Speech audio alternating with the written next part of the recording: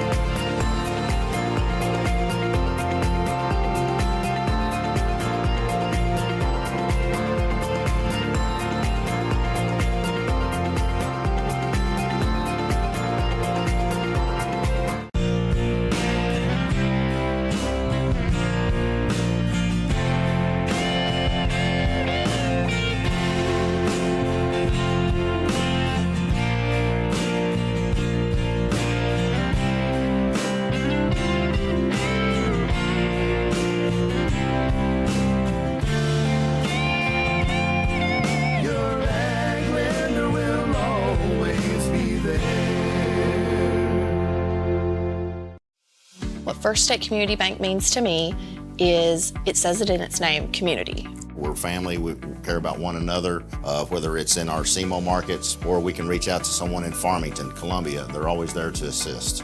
We are very customer focused. Our employees do a great job with listening to the customers. The tellers know 100% of all customers by their name. If you want to feel at home, then walk into the doors of First State Community Bank.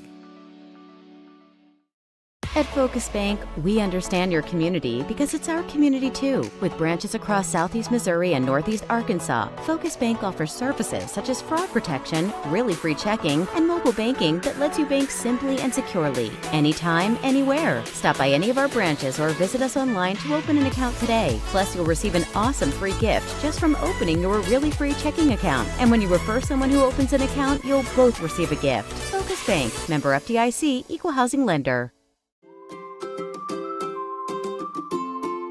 First State Bank and Trust is more than just products and services. We're there for you for your first paycheck, buying a home, opening a small business, starting a family, or planning to retire, and everything in between. We're the local bank you know and trust for all of your financial needs. Visit fsbtrust.com or stop by your local First State Bank and Trust to explore all of your financial options. Equal housing lender, member FDIC. Thank you. Thank you for letting us be a part of your family and for trusting us with the ones you love the most. Thank you for allowing us to be a part of those lifelong memories. Thank you for taking us on the job and for putting us to work. Thank you for choosing us for your first vehicle and for every vehicle after. Thank you for trusting us for 70 years. The best things in life never change. They just get better, like Hardee's Original Bag. Back and better than ever. Just $6.99. Mix and match any two full-size favorites. A juicy charbroiled double cheeseburger, melty hot ham and cheese sandwich, or crispy hand-breaded chicken tender wrap. Any two plus fries and a drink, all just $6.99.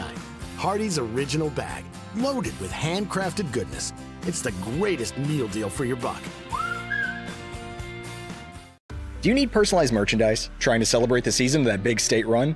Then Juju Promotions in New Madrid has you covered. Whether it's heat presses, screen printing, or embroidery, we always have an option that will leave you satisfied and looking your best. With seasonal styles and plenty of accessories, there's something here for everyone. So come in and shop around. You'll be welcome with a smile and leave more fashionable than ever. Call us at 573-748-4040 or visit us in New Madrid.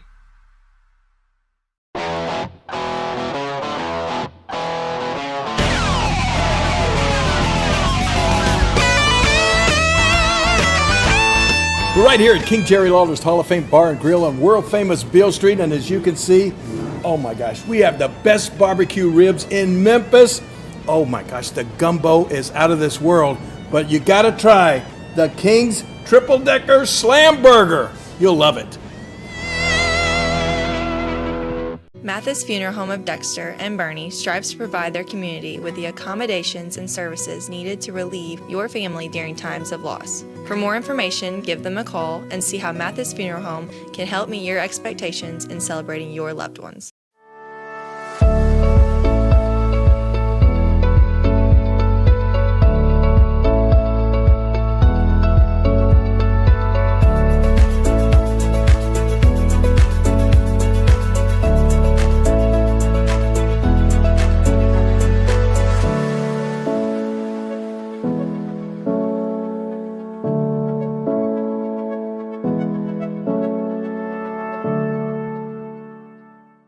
NextEra Energy Resources is the world's largest generator of renewable energy from the wind and sun, and a world leader in energy storage. Since 2016, NextEra Energy Resources has invested more than $339 million in Missouri to fuel local economic growth.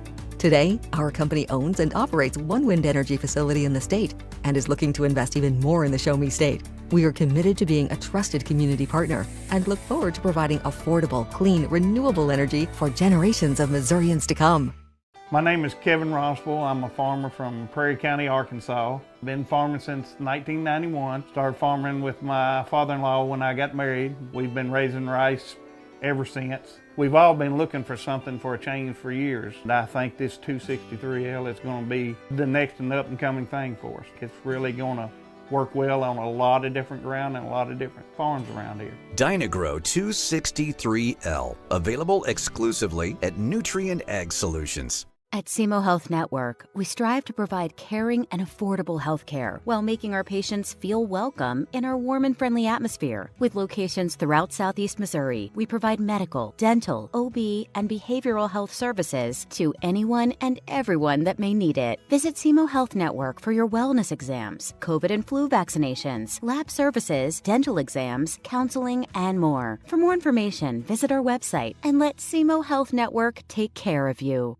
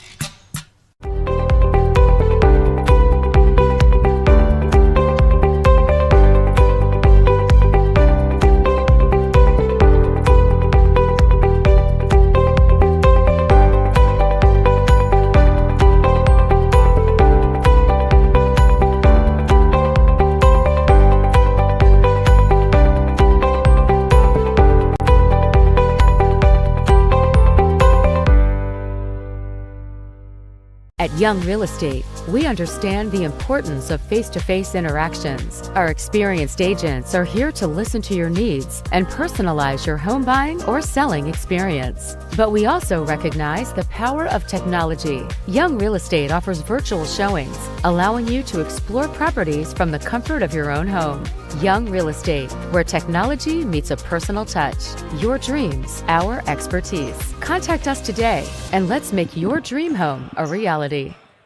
Young Real Estate, we understand the importance of face-to-face interactions. Our experienced... Good afternoon, basketball fans, and welcome to the tip-off of another exciting high school basketball season here on Aycorp Sports. We started all off here at New Madrid County High School for the Riverbend Classic, 2 days of high school basketball, featuring local Southeast Missouri teams along with teams from Arkansas and Tennessee. Alongside my broadcast partner for today, Bobby Alford, I am Jim Riker. Well, Jim, it's time to shift gears, going from our last football game last Saturday to our first basketball game today. Our first matchup is going to feature the weekend features the Wolverines from Overton High School for the Creative and Performing Arts in Memphis, Tennessee, and the Campbells of Campbell High School. Overton comes in off a 8-16 season last year. battling in the very competitive city of Memphis, and the Campbells come in the season year in with a impressive 17-9 record from last season, losing to eventual Final Four participant South Pembroke County in the district tournament. So, Bobby, neither of these teams really heavily senior laden at all. Only one senior for Overton. You got a chance to talk to Coach Henderson a little bit. Only one senior, and this is their first game as well, I think. Yeah, first game, and he's looking for some kids. He's got some new kids that's come in. Let's clarify, he's got several new kids. This is not a recruited school, a private school. This is a public school, just kids moving into the area and what he's got. So he's got several new kids, and it's his first true look at them in game action. I think he wants to see what they can do as a team, working together, how they shoot the ball, operate the game. A lot of stuff for Coach Henderson to see out of this group, and he's got to be excited about it. He's got good size, good speed on there, so look for them to have a good game today. And on the other side, the Campbell Camels come in, as we mentioned earlier. Bobby mentioned 17-9 last year. And Coach Fowler, as I talked to him, he's only got two seniors, Layden Kellum and Ben Rowland. But Rowland played a big part for him last year in that 17-9 team. Kellum played at Portageville and I believe at Risco last year some. But he's going to be a big player. He's a big scorer. We know that from having watched him before. So Coach Fowler's the same way. He's interested to see what he's got, I think. I think he's interested to see what he got. So, Layden Kellum can shoot. I mean, the kid's going to flat out score some points today. He'll be the interesting guy, no doubt, to watch them. But anytime you got a name of Fowler on that team in Campbell, look out. We all know what Blake did several years ago as the Fowler. He played it well as he's standing over there on the sidelines as well. But, what does Drew Fowler bring to this team? How does he shoot it and play today? I think against this speed, you're going to see them try to press. They'll trap. They're going to play man-to-man. They'll play zone. So Campbell's going to see a lot of things that Overton will throw at them. Let's see how they handle it day one. 4 games today. This one's the first one in Caruthersville and West Memphis. The second game of the day, the Charleston Blue Jays will take on the Marion Patriots at 5. And then at 6:30, the nightcap will be the New Madrid County Eagles and the Cuba Wildcats. And this is the first of a bunch of games that Bobby and I will be doing for you here on Aycorp Sports. We'll see if we get some, if we're going to do any announcements of the starting lineups and are not, sort of up in the air a little bit here. First game of the season for everybody. First game of the season for us. First game of the season for the scorers table, for the announcers. There we go. And we get some PA announcers here. And the Campbell Camels will be the visitors, and on the scoreboard, they'll be in their black uniforms. And we're going to take a quick break here as we have the national anthem, and then we will be back with the starting lineups here on Aycorp Sports.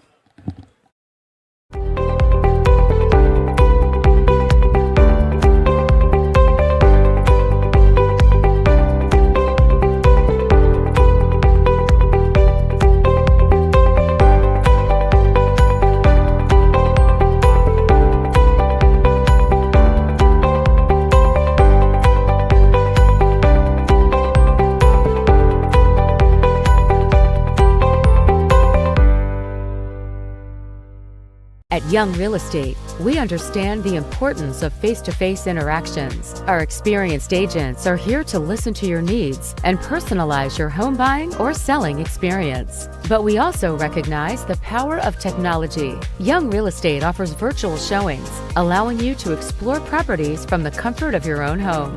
Young Real Estate, where technology meets a personal touch.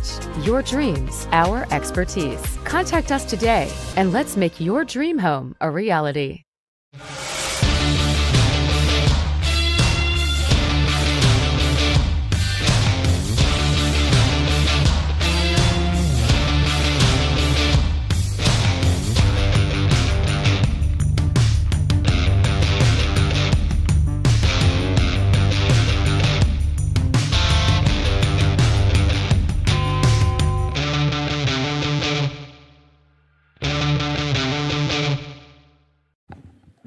We are back at New Madrid County High School, the Riverbend Shootout.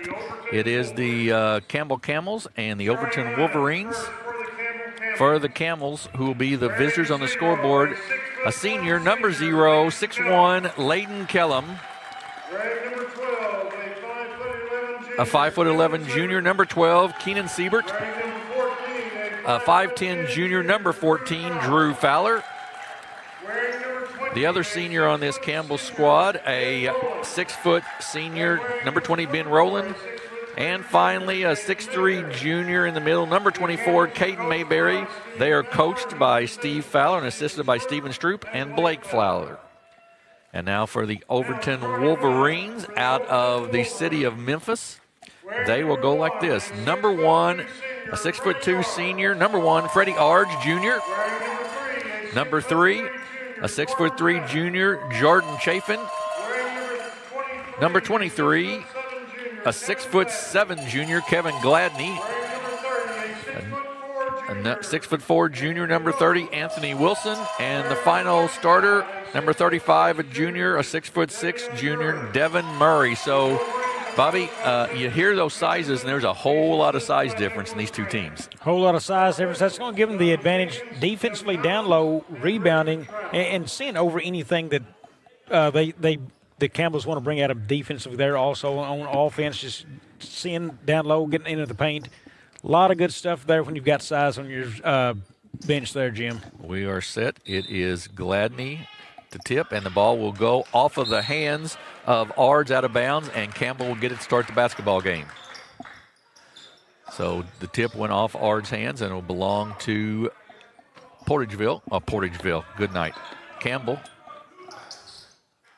Pressure on the ball here as the referee moves the ball rack out of the way, which is probably a pretty good idea, I'd say.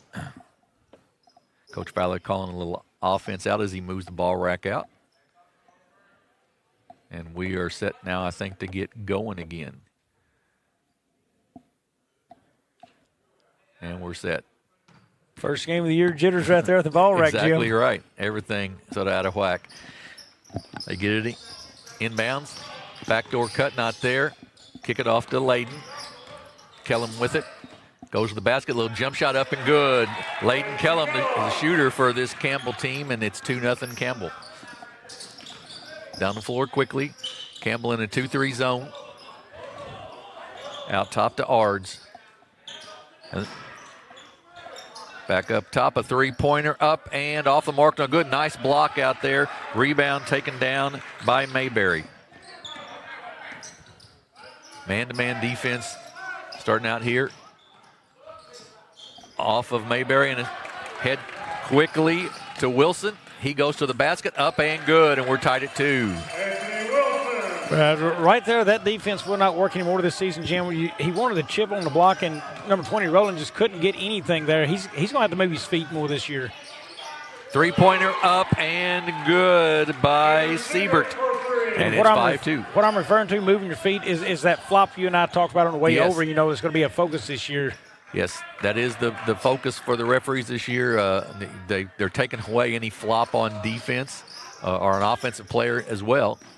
Into the corner, three-pointer up and good by Kevin Gladney. We're tied at 5.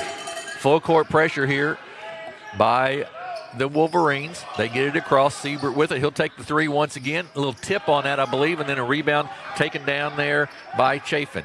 Yeah, not his best look offensively. He needed to take some time. And there it charge. is. That charge, I believe, is going to go on Devion Murray. And that'll be his first, team foul number 1. And that one will work every day. Body set, feet set, and guy from Overton just kind of turned around and tried to get the pass off and ran right over him. Just underway here. We're tied at 5. Cullum with the ball in the backcourt for Campbell. He gets double teamed there, goes across and throws it to the bench out of bounds. Just a bad pass, quick turnover, and a go right back to Overton.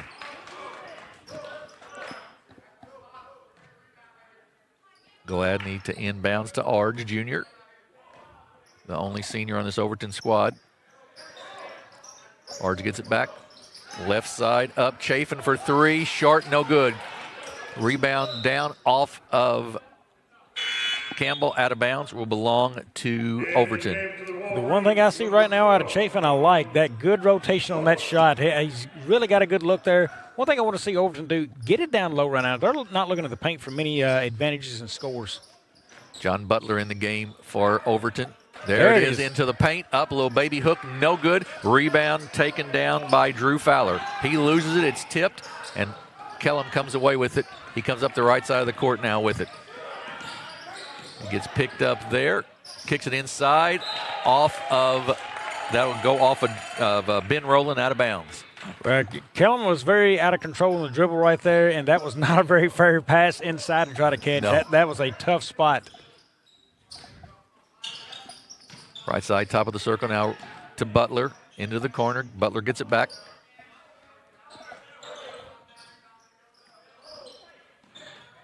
Ards with the three-pointer, no good. Rebound, though, comes down to Gladney. He puts it back up. It's off the mark, no good, out of bounds, and it'll be goes back to the Camels on the out of bounds. Well, fun stat for you already in this game. Overton's 2 of 7 shooting the basketball and 1 of 5 from deep. 5 of their 7 shots they've attempted are threes. And with their size advantage, you would think that's not probably their best choice. The game has changed a lot since you and I were younger, Jim. Absolutely. A little runner in the lane, up off the glass, and good by Drew Fowler. And it's 7-5 Camel. Now they put a little pressure up front. Kicks it across to Wilson. He goes back across to Ards Jr. and then on the baseline, drive up, and it's no good. Not going to count. That's going to be a charging call on Kevin Gladney. Twice now we've seen Campbell really get their feet set there on defense, Bobby. Yeah, and right now it's poor movement around the basket by Overton. It's causing these things. They're not rotating very well. You know, when the guy drove, he stood on the opposite block. There's no pass to you there. Why not slide up toward the free throw line, get a quick look there, make that defense move a little bit in there. Made it way too easy for Campbell to set in. Good hands there by Murray. Knocks it out of bounds. Will go back to Campbell. Kellum to trigger the inbounds. And they're going to have that's going to go on, I believe, on Murray. It'll be his second if that's the case. Murray, that is his second. Team foul number 3. Yeah, that's all the size from down low right now for Overton leaving the game. Just ran right through that screen. And then a nice steal that time by Wilson. He takes it to the basket, up, no good. Rebound taken down by Rowland. They were looking for a foul there, no call. Come up the floor. I'm a little surprised he didn't get the call as well. And we're going to have a block, just a little shift there with their feet. And that'll be the 4th team foul already on Overton. Back to the other end of the floor, that missed shot by Overton right there. The reason I thought that would be a foul is I saw a hand come down toward him, and I think it's going to be body contact and that hand slapping at the ball. I thought a foul there, you know, early season, but they got a lot better review than we do here. Foul was on Ards, his first. Kellum to shoot 2, free throw up and short, no good. Kellum with 2 points, 1 rebound here early. We're 4:26 gone, with 4:26 to go here in the first period. Campbell with an 8-5 lead now. Put a little pressure on, a little 1-2-2 here. They break it. Wilson takes it. He's going to take it to the basket, and he's going to be fouled. That's going to be a hold on Ben Rowland on the floor. He'll be his first team foul number 1. Good to see Overton. Once they attack that press, they try to get into the paint and go to the rim and score instead of settling for something outside. Zone, nice look though. They got it in and blocked out of bounds. Will stay with Overton. Good look getting it in, but a good defense interiorly by the Camels of Campbell. Wilson to inbounds. He gets it out to Chafin. To Wilson. He drives baseline, cut off there nicely by Mayberry inside. Right side, Ards Jr. up, and we're tied at 8.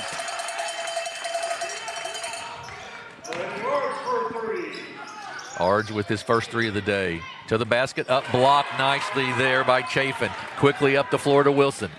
Lays it, and a slam home by Kevin Gladney, and it's 9-7. How's that for getting to the rim? Absolutely, that's pretty quick.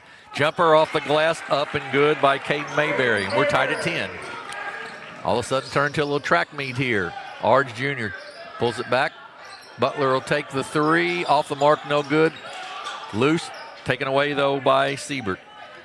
Well, you just come off a possession where you've been able to get inside and score down low, and you fire up a 3 like that. To Mayberry, top of the circle. He's going to try to take it inside and then takes it off. Jump shot up and short, no good. Nice rebound taken down there by Ards Jr. Very good offensive possession right there for Campbell. Drove the paint, then hit the guy in the corner. Best thing he did was move without the basketball in his hand. Ball's loose, comes away. Siebert to the basket, up and good. Keenan Siebert with his basket. He's got 5 now, and it's 12-10, Campbell with the lead. 1-2-2 full court pressure. Kellum up front, they get the steal. Comes away, three-pointer up and rims in, good for Drew Fowler. 5-point run here for the Camels. Wilson gets it down to the basket. Good job of missing it and tried for the dunk. Got it to roll over the top. Glad he did, and it's 15-12. Campbell right there, that was 20. Rowland gave up all defensive positioning when he locked those arms down low looking for that charge. And we're going to have a foul on Overton, and that'll be the 5th one, which means that Campbell will go to the line to shoot free throws. And going back to that to Rowland, when he stands like that and locks that body, he's just standing waiting for a guy to run over him. It makes it too easy on a kid who's a good athlete to just step around and go up. Keep your feet free. That's what I talked about earlier in the game. You know, he's got to learn to move his feet. Hey, keep your hands straight up. Be able to move the basketball if he moves. Should be free throws here. Wyatt Jansen, a 6'2 junior, checked in for Campbell, and I believe Kendall Dennis, a junior, for Overton in as well. Been rolling to shoot the 2 free throws up and no good. 1 of 3 now from the free throw line for Campbell on the afternoon.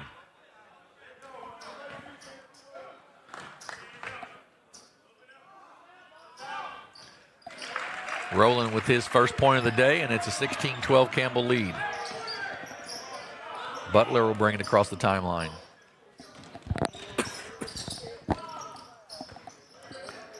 Right corner.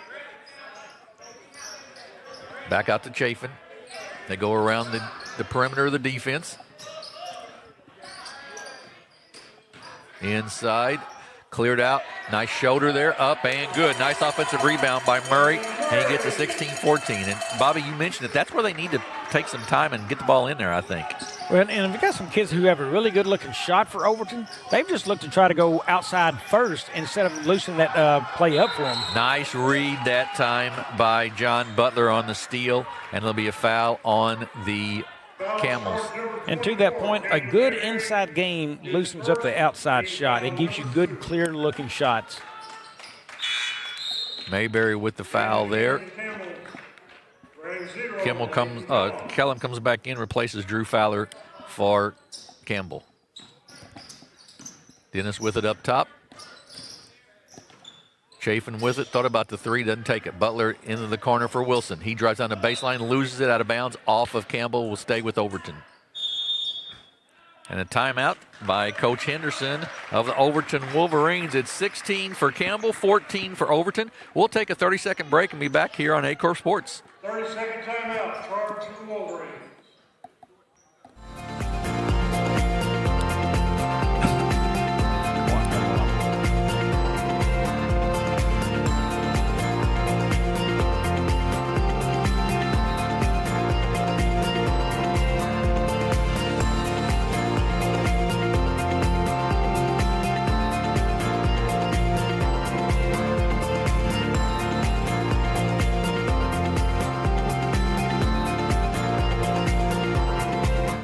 Back at New Madrid County High School, our first game of the day.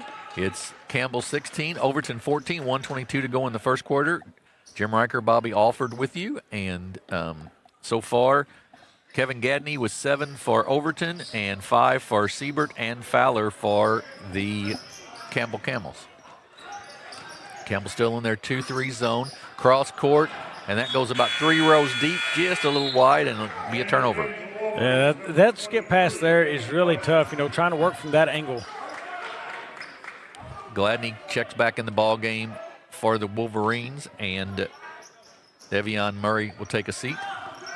2-2-1, full court pressure here, and they break it. They go cross court to Fowler, then to Kellum. He's going to put it on the floor, pulls up his dribble inside, good pass inside, up and good. Siebert, great assist there by Kellum. Siebert struggled controlling that pass on the initial throw-in right there, and Overton didn't close out on defense. They stood and watched. That's a defensive mishap. Kellum probably, I would guess, the quickest kid for Campbell out there, and he plays the top of that defense and knocks it out of bounds. Into the ball game will be Jeremiah Carlton, I believe, first time. So Coach Henderson getting a lot of players off his bench right off the bat here. Chafin, jump shot up and off the mark, no good. Rebound by Jansen.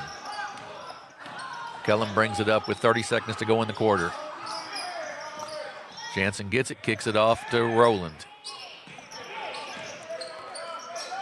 Right now, Campbell playing their offense a long way from the basket, being pushed out a little bit.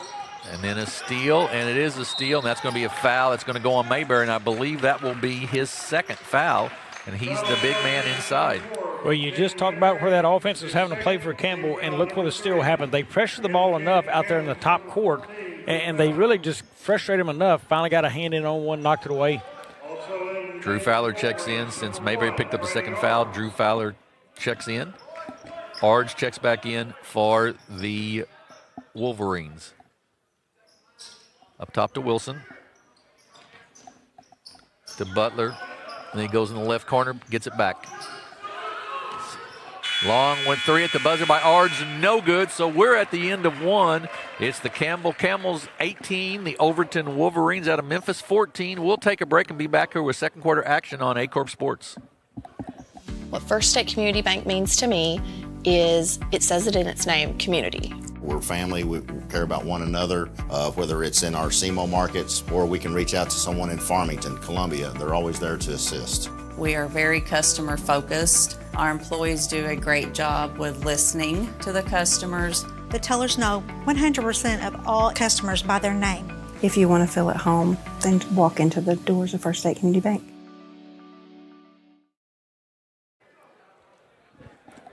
We are back at New Madrid County High School, the Riverbend Classic, 18-14 at the end of the first quarter. Campbell with the lead over Overton. And Bobby, we were talking there, Overton a lot more shots than Campbell in that first quarter. Yeah, Campbell right now is all about offensive efficiency, and for Overton it's not. You know, Campbell's getting in better sets, even though I think Overton's bringing better pressure on their defense.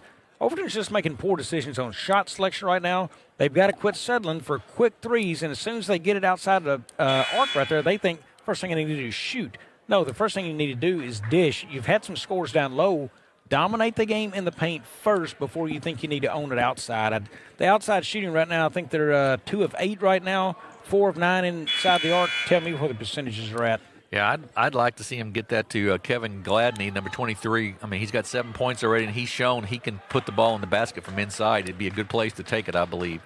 And they've got good speed and all-guard play right there. You know, once you go inside, don't be afraid to cut. Everybody looks out there for that three. Get it inside and cut. To Gladney, across to Ards. He'll take the three. Jumper up and good. 18-17.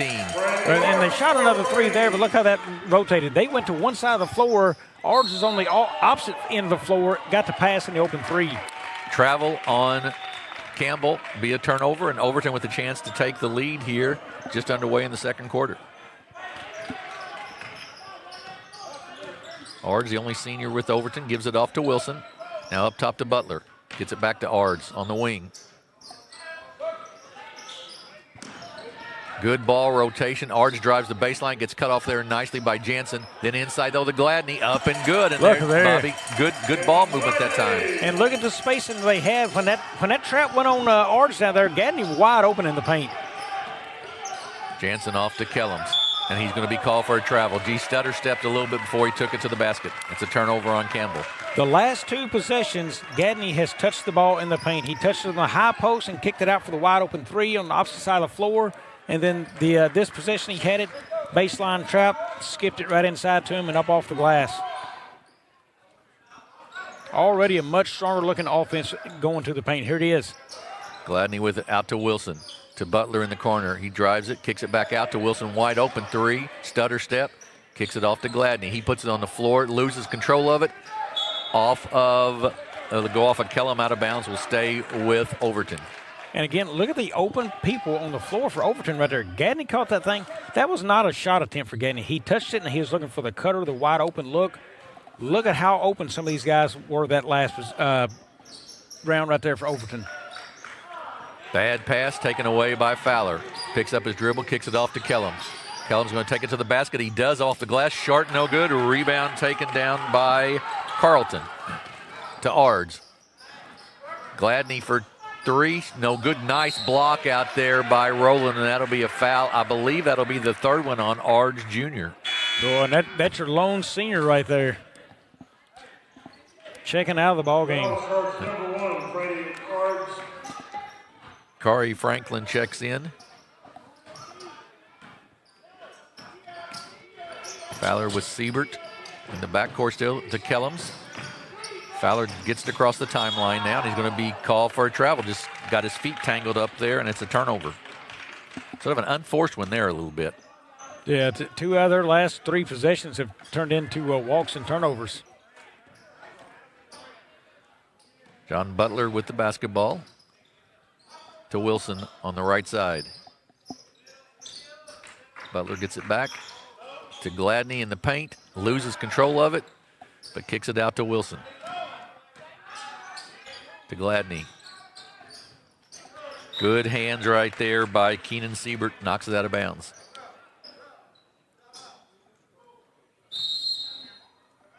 (19-18), Overton with the lead, and Overton to take a timeout here to discuss things a little bit. It's going to be a full timeout. We'll take a 30-second break here from New Madrid County High School. It's 19-18, Overton with the lead. We'll be back in 30 seconds here on Aycorp Sports. At Focus Bank, we understand your community because it's our community too. With branches across Southeast Missouri and Northeast Arkansas, Focus Bank offers services such as fraud protection, really free checking, and mobile banking that lets you bank simply and securely, anytime, anywhere. Stop by any of our branches or visit us online to open an account today. Plus, you'll receive an awesome free gift just from opening your really free checking account. And when you refer someone who opens an account, you'll both receive a gift. Focus Bank, member FDIC, equal housing lender. Back at New Madrid County High School, the Riverbend Classic. Jim Riker, Bobby Alford with you, and 19-18 Overton with the lead. And Bobby, the second quarter, Overton has really made an effort to get the ball inside. They haven't. Look, Ganney's got 9 points in this game. They wasn't using him enough in that first quarter. He sits there with this leading all scorers, I believe. He's touching the basketball and leads all scorers. What does that do to the defense? Collapse. It's going to leave a lot more shot opportunities for everybody else on the floor when he's involved. Our next game this afternoon will be the Caruthersville Tigers to take on the West Memphis Blue Devils. That'll be about 15 minutes after this one. Butler with the basketball up top to Franklin. Goes cross court to Butler, kicks it up top to Wilson. Back to Butler. Excuse me, Franklin hits Franklin for three, and it's 22-18. And those threes are open now, Bobby, like you said, because there's some they're having to do some different things. And Siebert tries to drive down the floor, and we're going to have a jump ball, and that will belong still to Campbell, I believe. Yeah, there was no hand out in his face when he released that shot. It's a lot easier to get that shot off. It's almost like when you're in practice, nobody out there either as well. He just feels comfortable with his shot right there. Campbell really struggling to get some offense going right now. Fowler with it, inside to Jansen. Kicks it back out. That is Xander Mayberry in the game. Boy, Campbell's not organized right now. Two cutters went at the same spot on the floor. Off the foot and backcourt off of Campbell. Another turnover on the Campbells. Campbell's really got to figure out their offense because that did not look like a play drawn up at all. Carson Belcher, a 5'10 sophomore, in the ball game for Campbell, his first action. Gladney with it. Gets it back now. Butler with it. Brings it back up to the top. They'll reset the offense. Gladney with the three, up and good. Nice rotation. He's got 12. And Kevin Gladney's a player. Yeah, he plays it inside, he plays it outside, and he just plays it, Jim. Siebert with it, getting double teamed over there. Their pressure has really moved up, and a timeout by Coach Fowler to discuss it. All of a sudden, it's a 7-point lead for Overton. They're on a big run here, 25-18. I think we'll keep it right here. It's a 30-second timeout. And Overton's shooting it a little better, 10 of 22 now, Bobby. Still 7 of 12 for Campbell, but 10 extra shots for Overton. Yeah, and that has widened tremendously this quarter, and it's all about Overton's defense, really. That's what's causing the offense there. Look at the way they are collapsing on the basketball. They'll show a little different look. They're a little softer out top, and as soon as they get a chance, they collapse on that ball up in the high court. That's giving Campbell no chance to even get the ball down. You know, the last possession, I believe, is a turnover to backcourt off kid from pressure in the high court. Campbell's got to learn to use some screeners, get the ball handler loose to breathe a second, get it down low near the basket. That's where they seem to be having some success earlier. Work down low for that look, but they've got to get past this smothering defense of Overton right now. Kellum to inbounds. Somebody's got to move. Yeah, they struggled to get their offense going again right there on the inbound. Siebert with it up top. He's guarded by Wilson. Siebert drives right into traffic. It's going to be a foul on that, I think. It's going to go on number 30, Wilson, Anthony Wilson. His first. And Siebert is not liking the pressure he's getting up top. If he bobbles that ball and he picks up his dribble, I can tell you the trap is coming. Yeah, so far, Campbell is really showing they're struggling with that pressure. You're exactly right. They've got to find somebody to be able to handle that basketball a little better up top right now. Kellum gets it in. Wide open three, up and short, no good. Nice block out that time by Gladney. Jump shot, no good. Still loose on the floor. And going to be a travel as Carson Belcher rolled a little bit there. It's a turnover after the missed shot. Right now, somebody has got to calm this Campbell team down. They are all out of sorts from what they were in the first quarter. Wilson with it, pulls it back out, kicks it across to Franklin.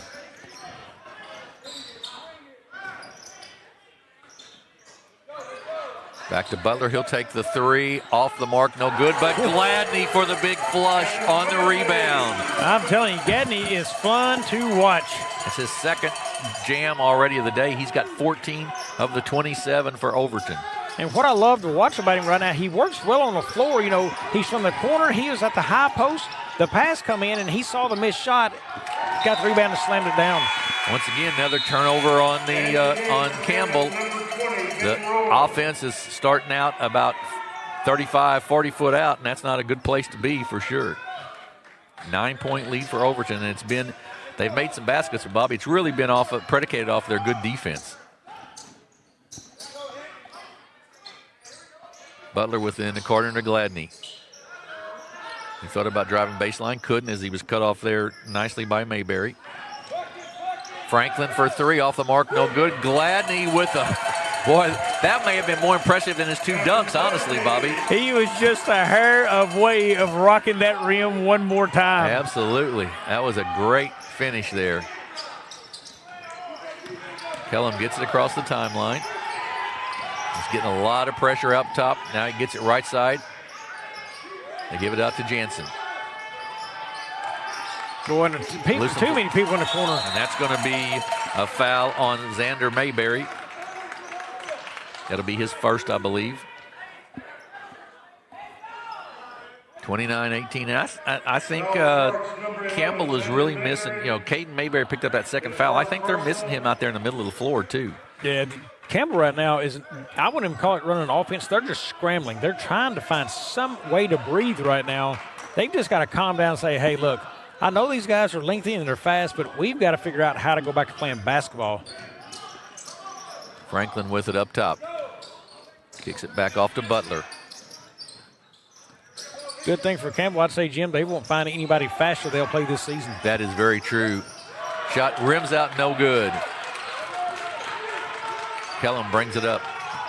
And that was one of the things, and Kellum tries to split the double team and it's not there. Ahead Franklin, ahead to Wilson, up, misses it, but he puts it off the backboard for Gadney. That ain't a miss. That was not a miss. That was an assist. You're exactly right.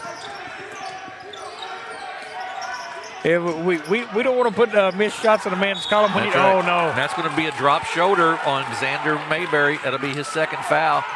And the ball will go back to Overton.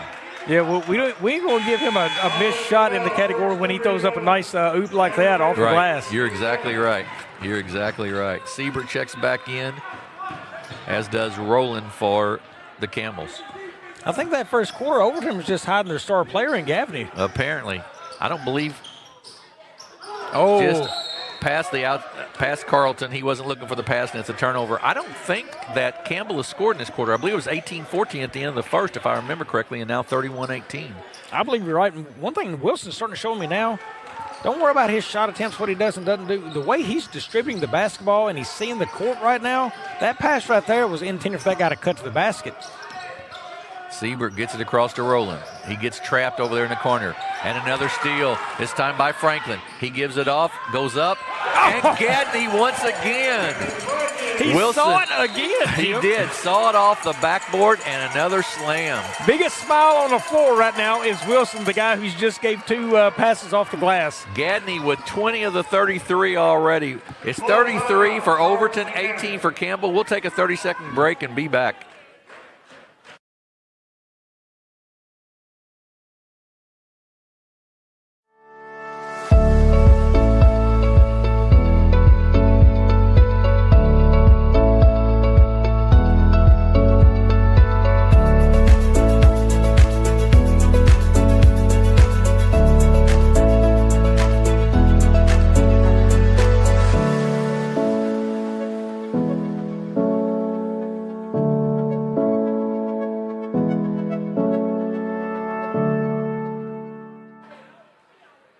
Back at New Madrid County High School, it's been all the Overton Wolverines here in the second quarter.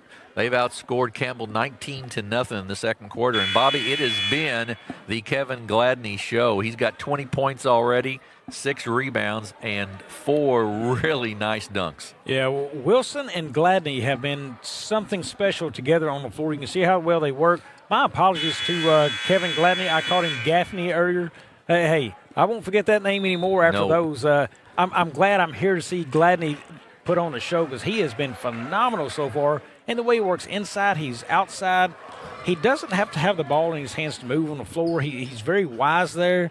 And the presence of mind of Wilson, we've seen him make some really nice passes and really set up Gladney on the dunks, but he sees the floor exceptionally well. It's not what he's doing anywhere else, but when the ball's in his hands, I'm thinking now, I'm not worried about this guy shooting. I'm worried about his passing. 2-2-1 pressure down the floor, and I believe they're going to get Gladney on the foul here. Ryden Kellum. Nope, that's going to go on maybe Wilson. I think that's going to make Wilson a dangerous player. When I'm worried about what he's going to do on a pass, he's fixing to find his way to the rim sooner or later in this game. Foul starts number 30, Anthony Wilson. Yeah, Wilson's foul. Second one on Wilson. They're looking to try to get it in. They do get it into Siebert. Siebert kicks it in the corner. Rowland for 3. Off the mark, no good. Rebound taken down by Butler, and he gets pushed in the back there. And it'll be don't know how many team fouls that is this quarter. Maybe this like maybe the 4th one, but I won't swear to it. Looks like it's going to go out of bounds, so not to the 5th yet, but they're shooting free throws. Foul starts number 30, White Jensen, his first personal. Gladney gets it inbound to Butler. Number 2, Markel Allen. Markel Allen, another young man in for Overton, so they've played about 10 already, I believe. Right side, Franklin for 3. Off the mark, short, no good. Rebound taken down, Fowler. Kellum with it behind the back.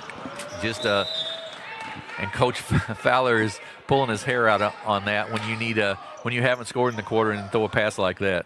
Yeah, an unforced error right there. A little bit fancier than the style of play you've had the whole game. Right.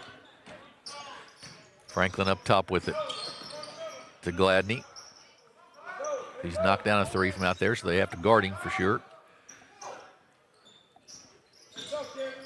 Gladney, a long 3, off the mark, no good, tipped, and taken down by Jansen. Out to Kellum.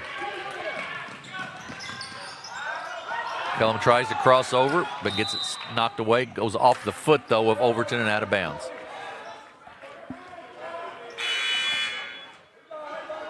Jordan Chafin going to check back in for the Wolverines. Number 3, Jordan Chapman. Right here, Campbell just needs to find a way to anybody to knock down a shot. Kellum gives it off to Jansen. Gets it back. Fowler to Kellums. To the basket. Going to be fouled. And that will be out of bounds, I believe, on the push. I'm a little surprised. So Fowler and Kellum were both out tops, and you had Rowland in the corner. I don't think Rowland's probably your star shooter. Why not switch Rowland and Fowler out there and send Fowler to the corner for that three? Fowler for the three. Off the mark, no good. Rebound taken down by Carlton. Franklin up the floor quickly. Kicks it out right side to Chafin. Left side, Allen up and off the mark, no good. Rebound, though. Franklin now with the three from the right corner, no good. And then out of bounds, we'll go back to Campbell. But right now, the Overton Wolverines are just controlling the boards as well, Bobby. Controlling the boards, one thing I'm seeing, this Overton team is 5 of 18 outside. You're still close to that 30% mark, but I think you may be finding out they may not be as strong as the outside shooting team as they think they are. Right now, just run an offense, effective offense, and try to score, getting to the rim more so. Chafin with the steal, gets it inside to Franklin. He goes up off the glass and good. 35-18, 6 seconds to go in the quarter. And worry with that if I'm Overton right now, look, in that Memphis area that's very competitive, if they can't work it inside against the Campbell's team, who are they going to work it inside on? Very true. We're at the end of the first half here. It is Overton 35, Campbell 18. It was all Overton in that second quarter. We'll take a break and be back in about 7 minutes or so with some statistics and the second half of this game. You're watching high school basketball here on Aycorp Sports.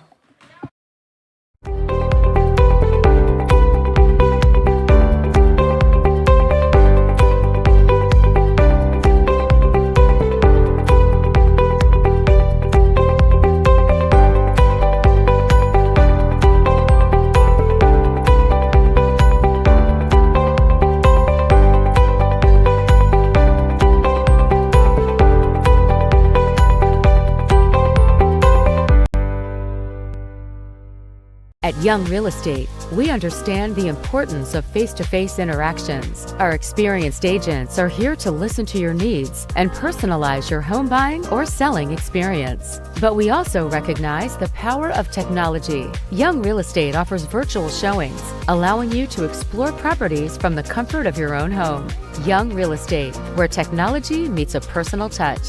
Your dreams, our expertise. Contact us today and let's make your dream home a reality.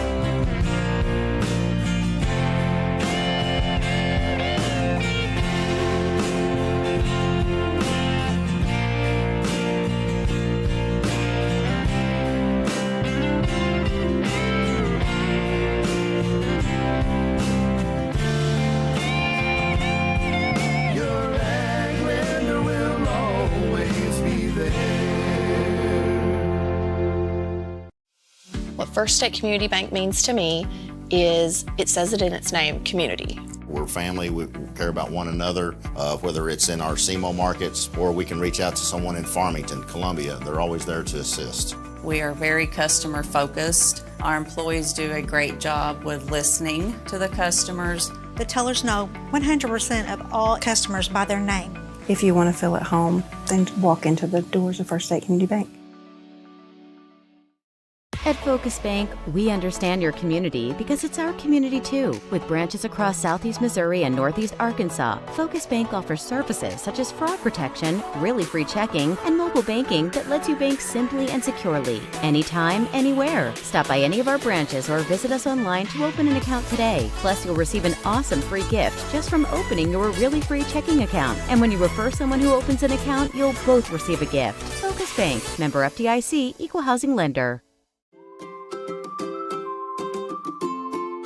First State Bank and Trust is more than just products and services. We're there for you for your first paycheck, buying a home, opening a small business, starting a family, or planning to retire, and everything in between. We're the local bank you know and trust for all of your financial needs. Visit fsbtrust.com or stop by your local First State Bank and Trust to explore all of your financial options. Equal housing lender, member FDIC. Thank you. Thank you for letting us be a part of your family and for trusting us with the ones you love the most. Thank you for allowing us to be a part of those lifelong memories. Thank you for taking us on the job and for putting us to work. Thank you for choosing us for your first vehicle and for every vehicle after. Thank you for trusting us for 70 years. The best things in life never change. They just get better, like Hardee's Original Bag. Back and better than ever. Just $6.99. Mix and match any two full-size favorites. A juicy charbroiled double cheeseburger, melty hot ham and cheese sandwich, or crispy hand-breaded chicken tender wrap. Any two plus fries and a drink, all just $6.99. Hardee's Original Bag. Loaded with handcrafted goodness. It's the greatest meal deal for your buck. Do you need personalized merchandise? Trying to celebrate the season of that big state run? Then Juju Promotions in New Madrid has you covered. Whether it's heat presses, screen printing, or embroidery, we always have an option that will leave you satisfied and looking your best. With seasonal styles and plenty of accessories, there's something here for everyone. So come in and shop around. You'll be welcome with a smile and leave more fashionable than ever. Call us at 573-748-4040 or visit us in New Madrid.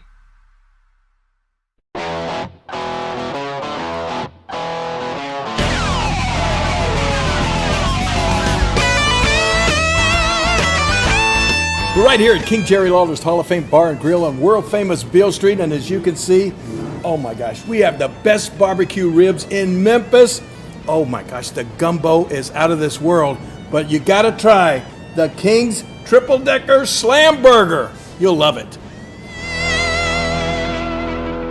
Mathis Funeral Home of Dexter and Bernie strives to provide their community with the accommodations and services needed to relieve your family during times of loss. For more information, give them a call and see how Mathis Funeral Home can help meet your expectations in celebrating your loved ones.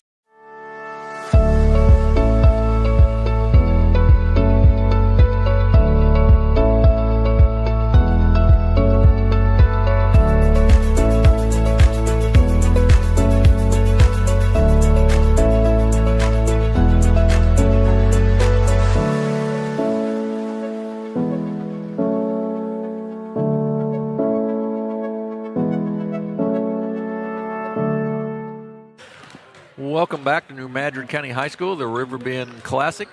We're at halftime of the first game of the day, of first of four, and it has been all Overton in the second half. 35 for Overton, 18 for the Campbell Camels.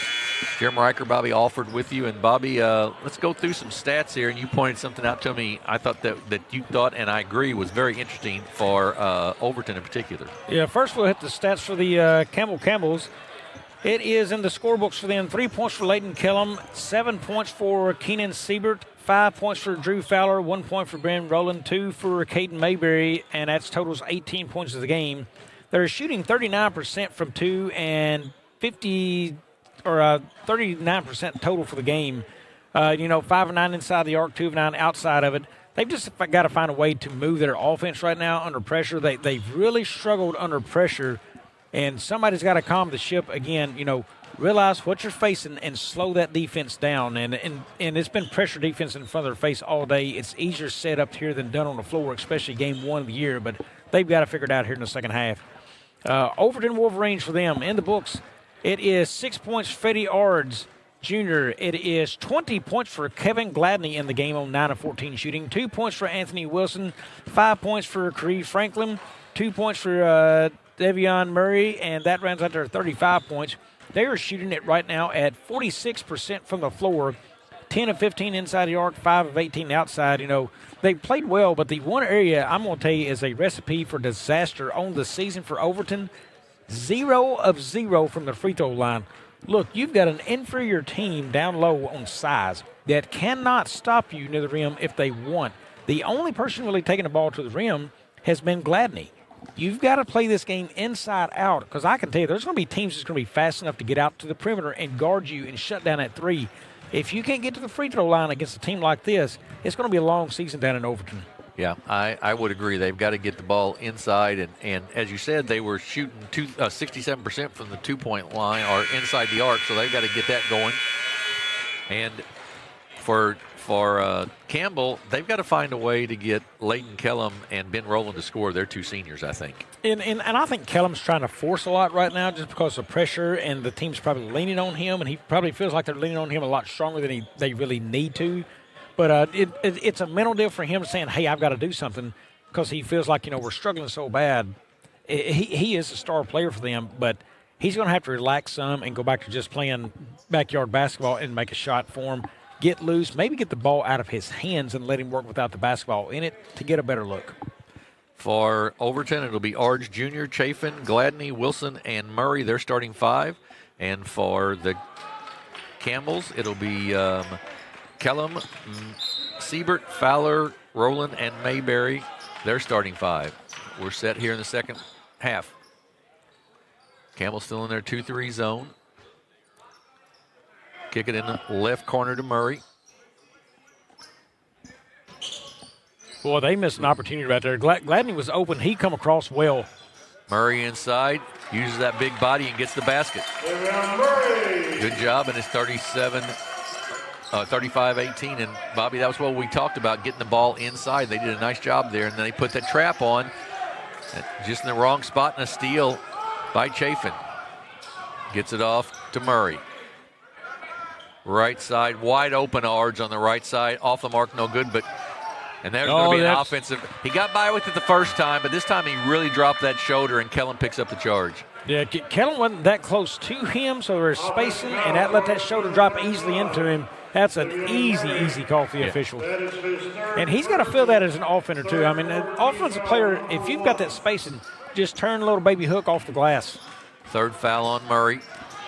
Kellum to the basket. He's going to pick up the 4th foul right there on Murray as he drove to the basket down the line.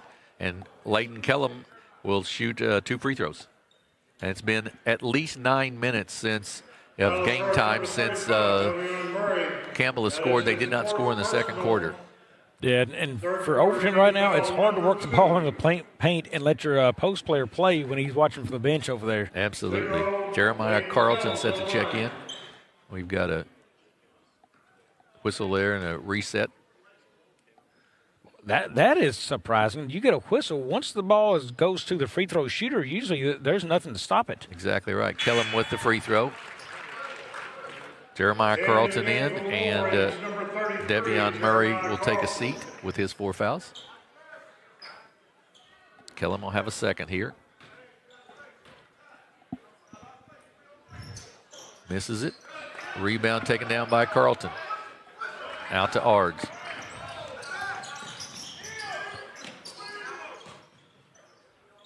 Wilson drives inside, kicks it off. Nice dish off that time to Jeremiah Carlton for 2. Best passer on this game is Wilson. Man, he has had some beautiful looks. Yeah, Anthony Wilson really done a nice job. And just over the top, bad pass out of bounds. Another turnover on Campbell. And Campbell's going to have, they're going to see some pressure this season from the teams they play. Certainly South Pim, Hayti, all those. They're going to figure out how to handle that a little bit. Yeah, it's been a tough look for them so far, handling the basketball with pressure on them. Chafin to Ards. He pulls it back out now. 17-foot jumper off the mark. No good. Rebound taken down by Mayberry. He kicks it out to Kellum.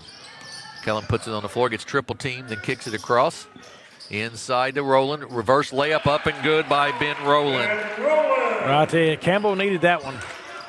39-21. Just that little bit of feel that they can score still. Wilson with it. Kicks it right side to Carlton.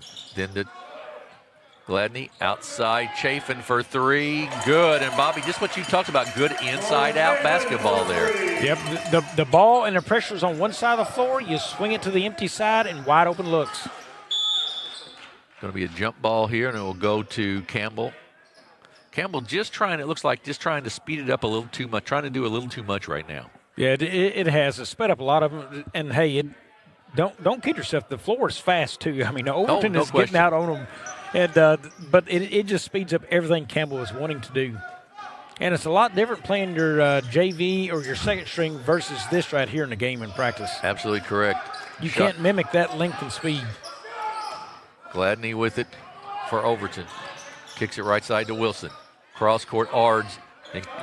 Extra pass there to Chafin. Off the mark, no good. Just missed on the dunk by Wilson. Saved by Siebert. Goes back to Kellum. He gets it ahead to Fowler. Reverse layup. Good. Good job by Drew Fowler of feeling the pressure on defense there. Yeah, going up with the left. Off to Chafin. Carlton tries to get inside to Wilson, gets it back out to Ards. He drives into about 12-foot jumper in the lane, up and good. Great decision by Ards. Faked the three, got the man past him, and drove right in for the easy jumper. 44-23 now, Overton with the lead. Kellums gets it across and throws it over the top, over past Drew Fowler again. Another turnover on Kellums will go to the bench, and that will bring in Xander Mayberry.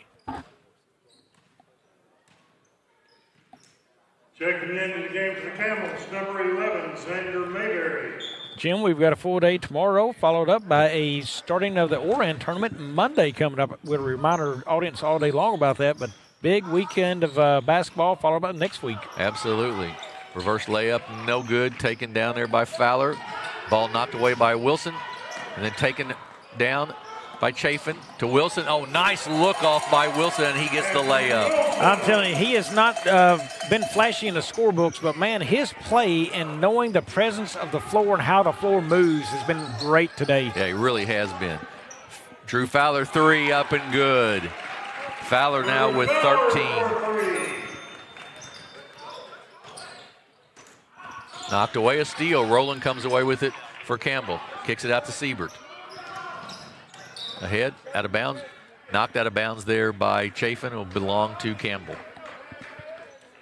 46-26, 20-point lead for Overton. Get it into Drew Fowler. Mayberry with it.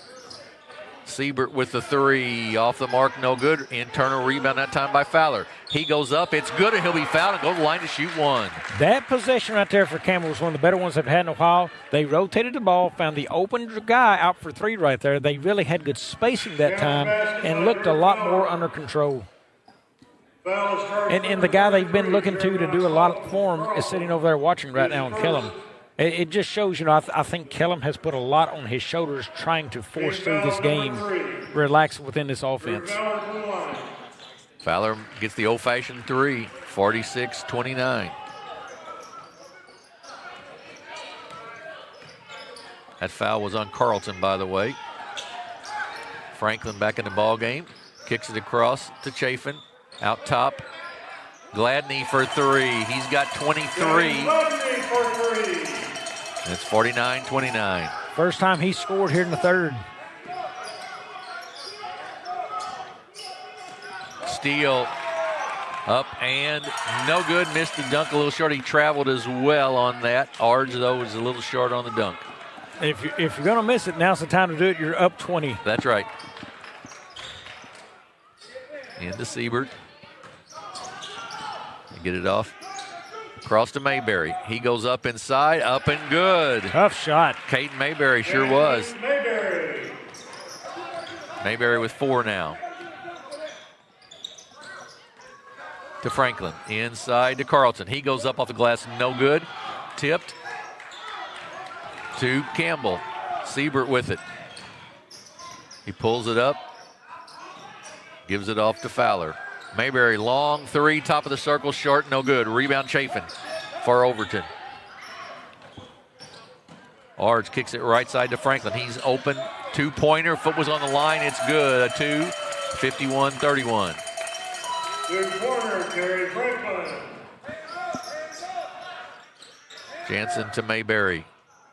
Siebert with it, he'll take the long three, good. Well, Siebert knocks down a couple out there today for him. Keenan Siebert, he's in double figures now. It's 51-34, 17-point game. Jumper up off the mark, no good. Ill-advised shot there. Yeah, the only time I really say he made a bad shot selection, I'd say right now is And he gets a steal, and look out, folks. Boom. That was a big one. That's number 5, I believe, on the day for Mr. Gladney. Yeah, that was not a bad shot selection right there when you throw it down. No, Mayberry with a missed the three. And another. Ahead to Gladney again, and another one. He now has 7 in the quarter. And it's 55-34. Jim, if Aycorp does a recap for the day, it's going to be the Kevin Gladney dunk show. Yes, it will. Jansen misses the shot. Rebound Carlton to Franklin. He pulls it back out now with 1:39 to go in the quarter. Right side Gladney gets it. Ards to Franklin. He's wide open on that left wing. Up and off the mark. No good. Rebound by Caden Mayberry. Kicks it out. To the basket is Fowler, up and no good, but he'll be fouled by Carlton, and he'll shoot 2 free throws. Well, I can tell you, when I look at Kevin Gladney, 23 for Overton here, he has got the ideal frame of a college prospect. He shoots it inside. He can play, or he shoots it inside well. He shoots it outside. He can play anywhere on the floor you want him to. I'm going to say he goes, what, Jim? You think about 6'4", 6'5"-ish? I would guess that, yes. That'd be about right. He's got the great frame of a guard. He's got good length. I mean, everything you're going to look for in a college prospect to play that guard position, and he can still move around the floor and do anything you want him to do. I mean, that's the kind of things you look at. He's got a good shot. You know, when he pulls up, that hands high, the elbows up, gets that ball up above his head when he releases. I mean, everything you want to see in a talent. I'm going to say somebody is probably looking at him. I don't know what level, but he's going to get a couple of looks. I would think absolutely. Fowler misses the second. 4 of 8 now from the 5 of 9 from the free throw line for the Camels tonight. Right side to Butler. Top to Franklin. Gets it back to Butler. Corner to Chafin for 3. Good. Chafin's got 6. They just kept working the ball around to get a good look. And a steal. Oh, not a steal. Fowler gets it, puts up the 3, no good. Nice rebound inside there, but blocked by Carlton out of bounds. We'll go back to Campbell. Back into the Camels, 0, Leighton Kellum. Kellum checks back in. 23-point lead for Overton, 58-35 here with 50 seconds to go before the end of the third. Mayberry, 17-foot jumper, short and no good. Gets his own rebound, though. Now puts it up from the right side, no good. Tipped, taken down, loose. Mayberry gets it back once again. He goes up. He's going to get fouled inside by Carlton over the back that time, and will send Caden Mayberry to shoot 2 free throws. Yeah, nobody's told Caden Mayberry they're down 23. He is fighting in there. And that's what you want to see if you're Coach Fowler. You want to see which of your kids really keep working hard here, even though they're down 23. They got to keep going hard at it. Free throw up and good. Well, and when I look in the score column and I see Leighton Kellum with only 4 points, my mind goes to how do you get him more involved in scoring? I think that's by getting the basketball out of his hands from the point guard position. Let him move within that offense a little freer. Ball stolen. They get it ahead to Kellum. He goes up and good. 58-38 after the steal. Wilson off to Chafin. He puts it on the floor, tries to go baseline. Cut off there by Rowland. Be a push-off, I believe, by Chafin. Yeah, he drove the line and separated the player with his arm right there. Be his second foul. We got a technical, I think, on that.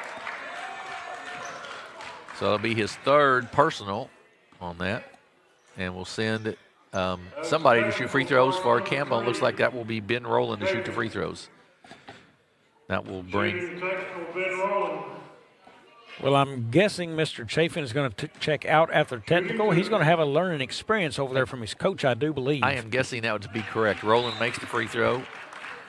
Kendall Dennis checks in. To the Wolverines, number 20, Kendall Dennis.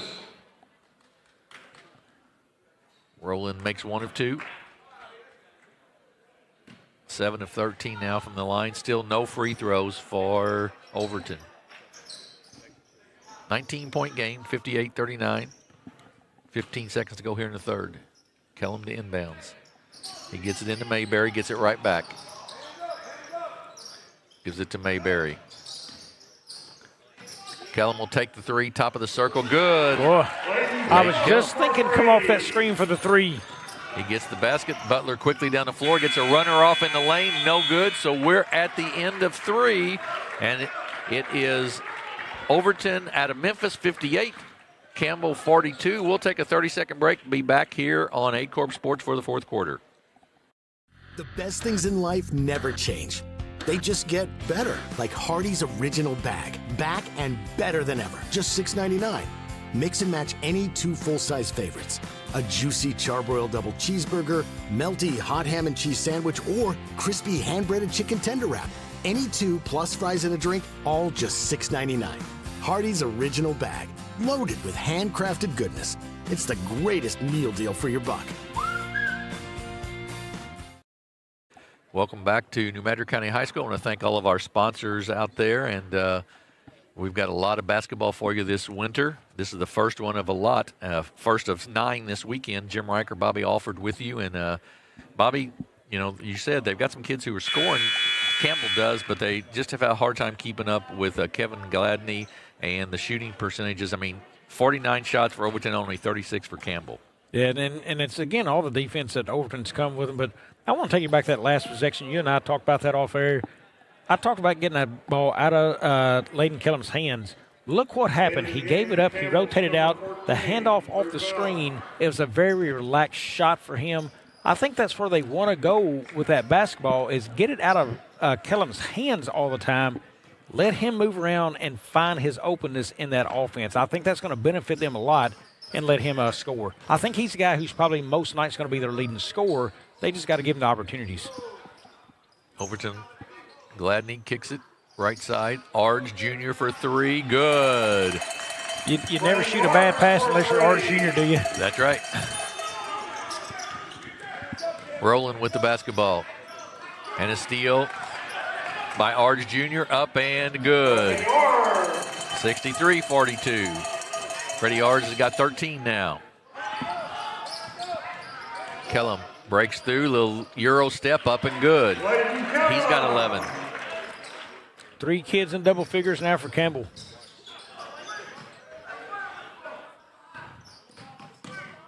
Gladney with it right side. Good ball movement, and then kicked by Campbell, and a go back to Overton. Well, again, that's Wilson right there with that little skip pass in there. He is so patient with the basketball. He is a very, very good passer. You are exactly right. And you just don't teach patience and unselfishness. I mean, that's just within the kid to do that. Oh, nice play by Kellum there on the steal. He goes up for the layup up, misses it. Followed, though, by Fowler, up and good. 64-46, 18-point game. Right side, Chafin. Goes in the lane, gets it blocked, but it'll be fouled, and he'll go to the line to shoot 2 free throws. The first free throws of the day for Overton. Well, the one mistake I saw right there on the floor by Wilson, he should have held his ground because the ball was coming right at him. Seal that man off for that easy layup. Fourth quarter team foul number 1. Chafin, 6 points, 4 rebounds. Is this the first free throws of the day? First free throw of the day for Overton. He'll have a second.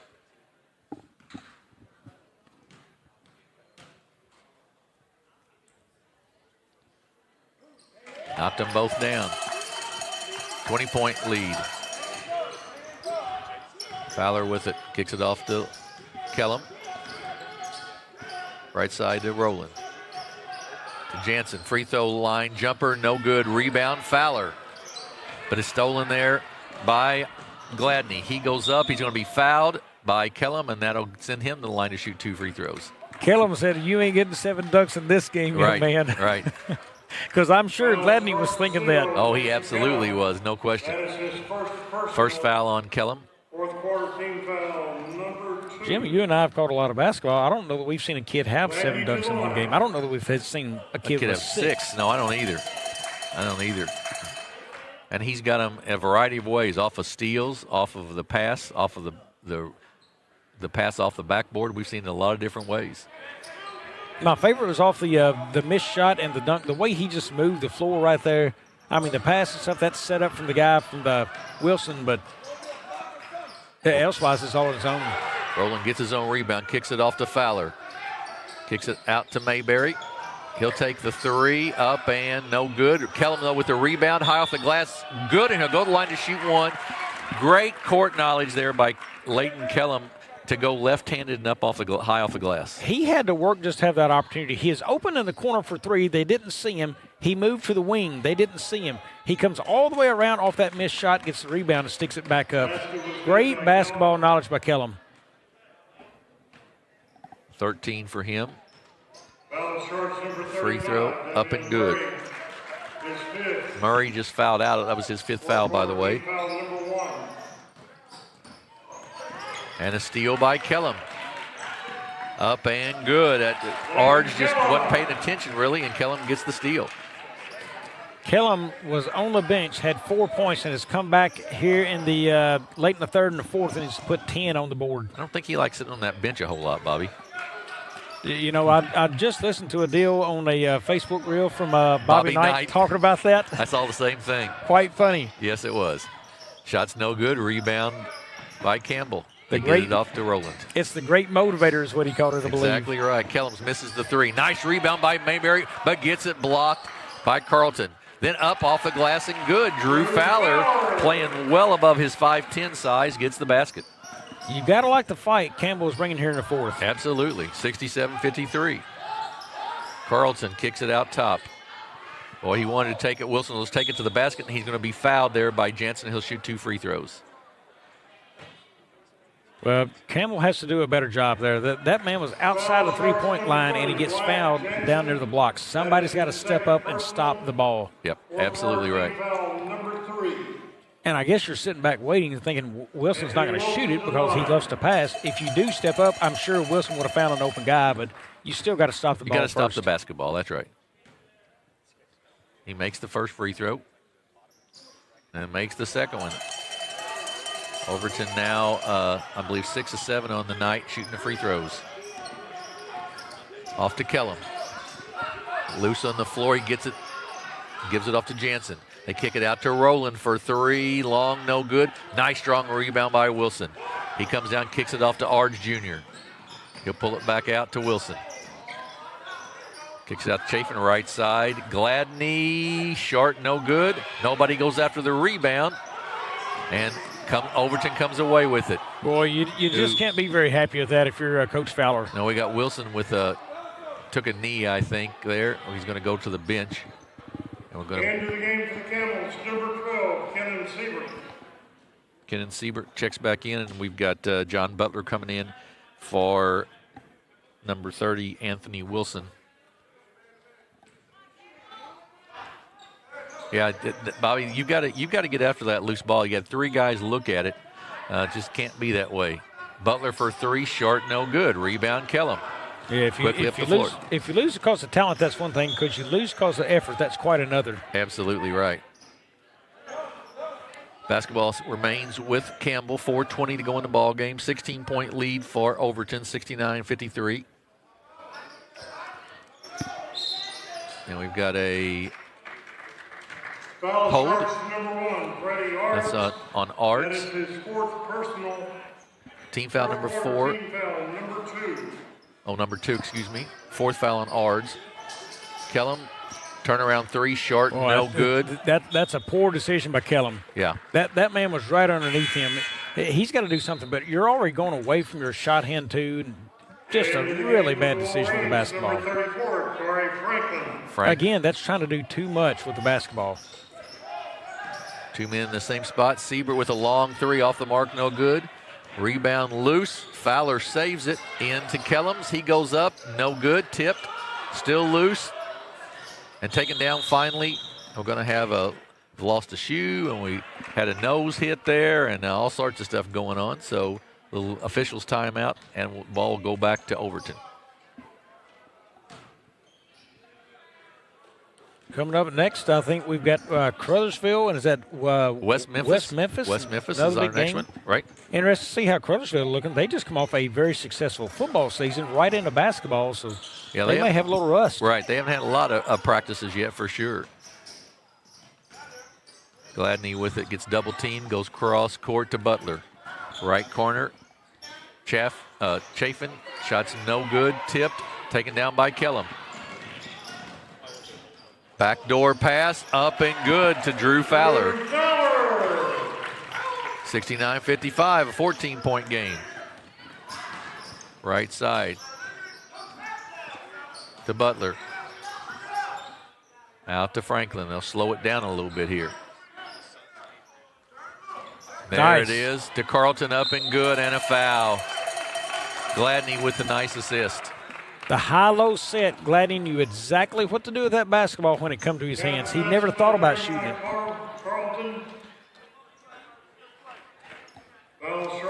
Jeremiah Carlton. Jansen's third foul. Free throw no good. Rebound by Jansen to Kellum. He splits the defense. He's going to be bumped there by Butler, and he'll go out of bounds. It's his first. Ball go out of bounds to the Camels. 16-point game. As Bobby mentioned, our next game is Caruthersville and West Memphis, and we've got still the Charleston Blue Jays against Marion, Arkansas, and the New Madrid County Eagles against Cuba, Missouri tonight. Into Mayberry. It's Caden Mayberry. Out top to Fowler. He'll take the long three off the mark. No good. Rebound run down by Siebert. Tries to spin. Nothing there. Back out to Fowler again. This time it's good for three. 71-58. Steve Fowler has got to be very happy with the way his kids have played hard in this second half. And when they keep their patience, they just stay calm. They're finding some open kids out there. It's more the pace has just sped them up at times and trying to play over their head a little bit, and that hurts them more than anything. Foul's going to go on Butler. That last tip in was to Gladney. That gave him 30 for the afternoon. Team foul number 4. Fourth team foul, and now Layden Kellum to shoot free throws for the Camels. It looks like Drew Fowler, 23. I will be interested to see his shoot numbers. He's had a quiet 23, Jim. He has. I mean, it's because of the action on the other end. Getting the 23 being that quietly, I'm going to say his shooting percentage is really, really good this game. I want to see those numbers at the end, but an impressive number when I just looked up and saw 23, and I was kind of wild by it. Kellum makes one of two, 73-59. Butler going to try to slow it a little bit. Ards with it. Kicks it off to Gladney. Nice, Gladney hit him just a tad late. Chafin for three. Had Gladney hit Butler a little quicker, that's an easy layup for Butler. Kellum's going to draw a foul. That'll go on Butler. Number 12, John Butler. That is his third personal. Third on Butler, and we'll send Kellum to the free throw line once again. It's the 17th free throw of the night for Campbell. 17 to how many on the other way? 8? 8, yes. So the smaller team has gone to the free throw line more often. Ards with it. Gets across the timeline to Butler. Jump shot up and short, no good. Rebound though, Chafin to Gladney. Out top to Ard Jr. Minute 56 to go in the ball game. Trying to run some time off the clock here. Franklin's going to pick up for a travel. Took an extra step. Seaver, really nice job right there. He cut in front of Butler on that defense there. The cutter through the lane, cut in front, knocked him off his route right there. Something you may not usually pick up, but he did a nice job of denying. Kellum kicks it off to Fowler. A long three, short this time, about a step out of his reach probably. In the corner, Kellum has it. Going to try to drive inside. Going to be a blocking foul, and Kellum will shoot free throws once again. Foul starts number 3, Jordan Chapin. That's going to be Chafin's 4th personal foul. Kellum to shoot free throws. Up and good. And Kendall Dennis in to replace Chafin. Number 20, Kendall Dennis. Well, I think Coach Henderson has to be happy with a couple things. You know, the way they adjusted, I think, from the shooting the three earlier in the game to start to spread that ball out, moving inside, outside, probably running the offense he'd prefer. They settled in a nice game in his defense. I think he's going to walk away from this game probably happier with his defense than anything else he's seen this game. Yeah, I would agree with that. They have adjusted. They did adjust nicely. Man-to-man now for... And I'll take that back. Gladney just went to the basket. He's going to be happier that he still sees Kevin Gladney's name on his roster. That's exactly right. Siebert with the miss. Rebound. Mayberry up and good, and he'll go to the line to shoot one. Campbell has proven to us they can certainly get to the free throw line. Mayberry, 7 rebounds on the evening. Ards just fouls out. Second player to foul out for Overton. Player that Gladney kind of reminds me of from last season, Dontrez Williams from Sykeston. Yep, very similar. Some of the same style of it, can shoot inside, play inside, outside. Just a lot of the same things they do well. So 78-65, just over a minute to go in the ball game. Kick it out off of Butler and out of bounds. Roland. Overton's been up big in this game by 20, and they're only up 13 now. That finished strong right here. Keep your mindset in it. Yeah, they've not done a very good job of that. I agree. Kellums loses out of bounds. There'll be a turnover. I have felt like Leighton Kellums has got 20 points on the afternoon and has scored a lot in the second half, but I still feel like he's been a little out of control when he's handled the basketball. Yeah, and that's where I said, they want him to score, but I just don't feel like he's the point guard of this team who needs to be. I mean, he's so much better in other areas of the game when he doesn't have to worry about that part of the game. Butler gets fouled by Mayberry there. Caden Mayberry. And I think that may be the 15th foul, so that may send, that'll send John Butler to the line to shoot free throws.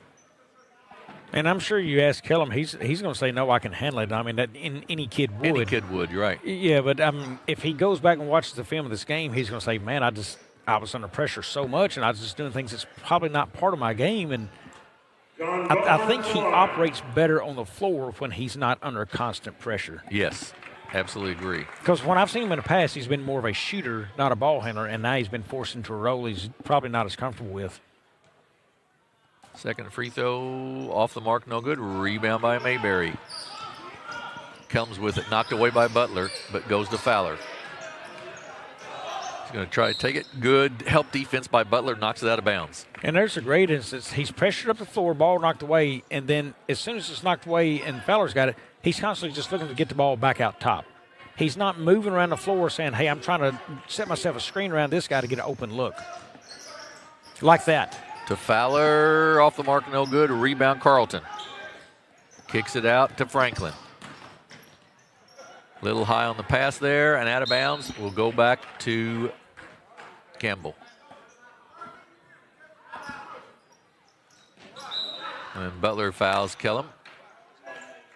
And I think Coach Henderson is saying, why? What's the reason for that? Yeah, 35 seconds left and you're up 12, you just need that clock to run out. I think that's the 5th one on Butler as well, possibly. Or is it 4? Foul starts number 12, John. And the other piece, you worry, you look at Overton. Again, you were up by 20 or maybe a little bit more, and you've let this close to a 12. Could get down to 10 here. Yeah, they've not closed out very well. I agree with you, Bobby. Yeah, something he may relax in right now because they played fairly well, but it would be a tough conversation for me to celebrate a huge win when you had a chance to really push this thing out. Number 23, Carson Belcher. Carson Belcher checks in, as does Xander Mayberry for Siebert and Fowler.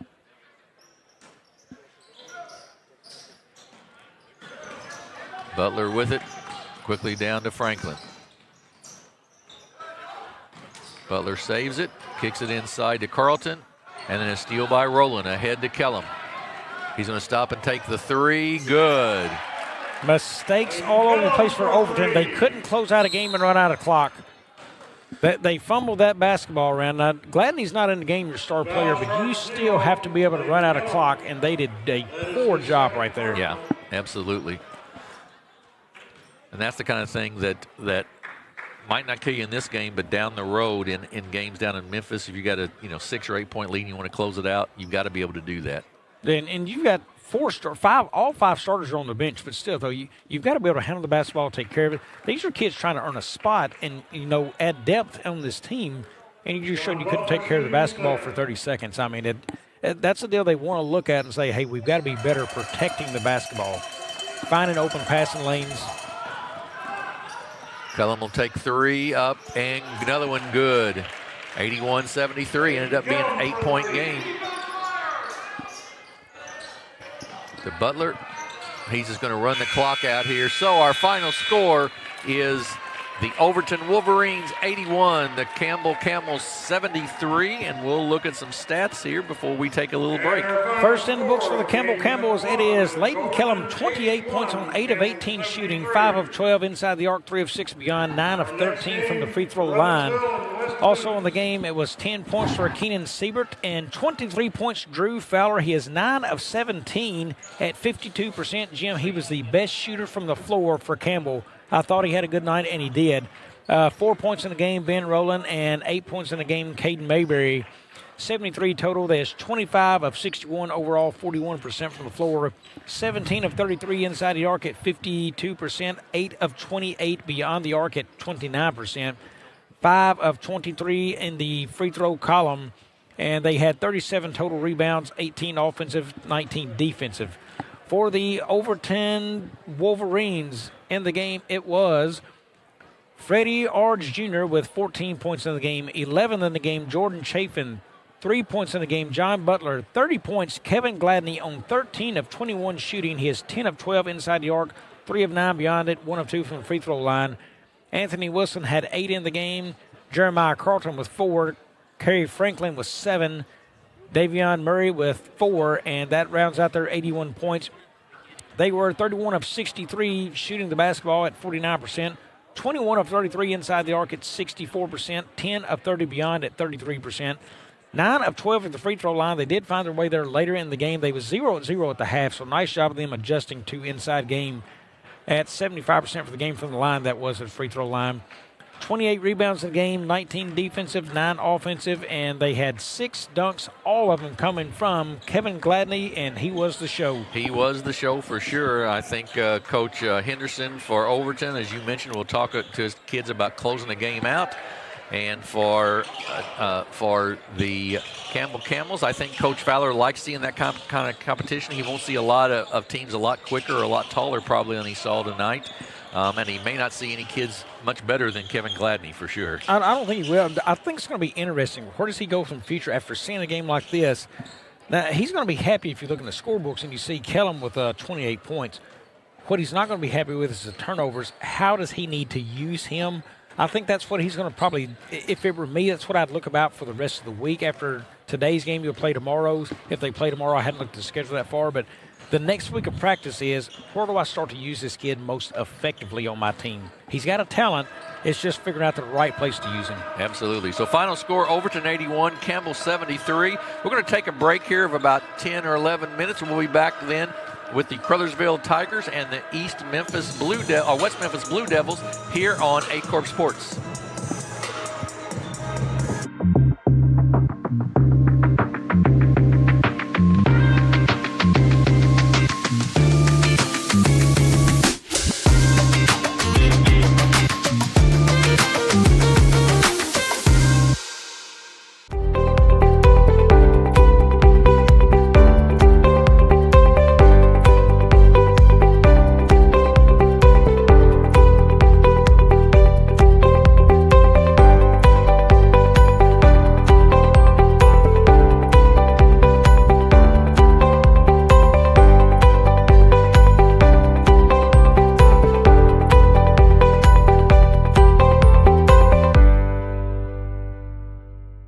Young Real Estate, we understand the importance of face-to-face interactions. Our experienced agents are here to listen to your needs and personalize your home buying or selling experience. But we also recognize the power of technology. Young Real Estate offers virtual showings, allowing you to explore properties from the comfort of your own home.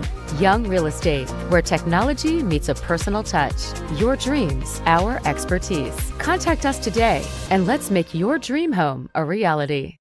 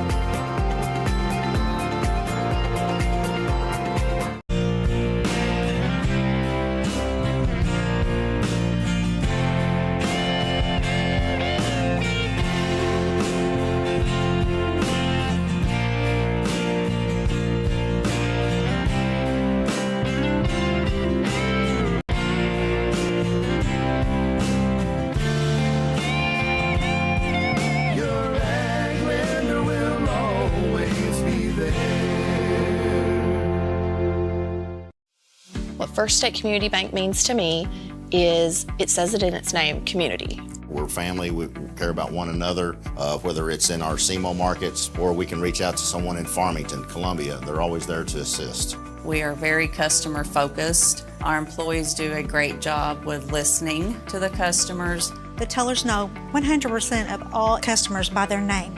If you want to feel at home, then walk into the doors of First State Community Bank.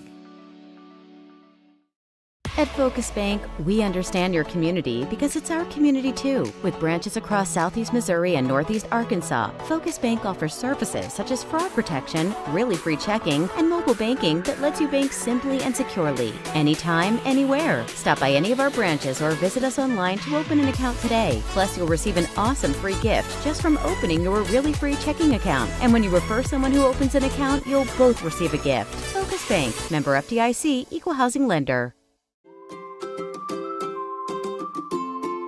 First State Bank and Trust is more than just products and services. We're there for you for your first paycheck, buying a home, opening a small business, starting a family, or planning to retire, and everything in between. We're the local bank you know and trust for all of your financial needs. Visit fsbtrust.com or stop by your local First State Bank and Trust to explore all of your financial options. Equal housing lender, member FDIC. Thank you. Thank you for letting us be a part of your family and for trusting us with the ones you love the most. Thank you for allowing us to be a part of those lifelong memories. Thank you for taking us on the job and for putting us to work. Thank you for choosing us for your first vehicle and for every vehicle after. Thank you for trusting us for 70 years. The best things in life never change. They just get better, like Hardee's Original Bag. Back and better than ever. Just $6.99. Mix and match any two full-size favorites. A juicy charbroiled double cheeseburger, melty hot ham and cheese sandwich, or crispy hand-breaded chicken tender wrap. Any two plus fries and a drink, all just $6.99. Hardee's Original Bag. Loaded with handcrafted goodness. It's the greatest meal deal for your buck. Do you need personalized merchandise? Trying to celebrate the season of that big state run? Then Juju Promotions in New Madrid has you covered. Whether it's heat presses, screen printing, or embroidery, we always have an option that will leave you satisfied and looking your best. With seasonal styles and plenty of accessories, there's something here for everyone. So come in and shop around. You'll be welcomed with a smile and leave more fashionable than ever. Call us at 573-748-4040 or visit us in New Madrid.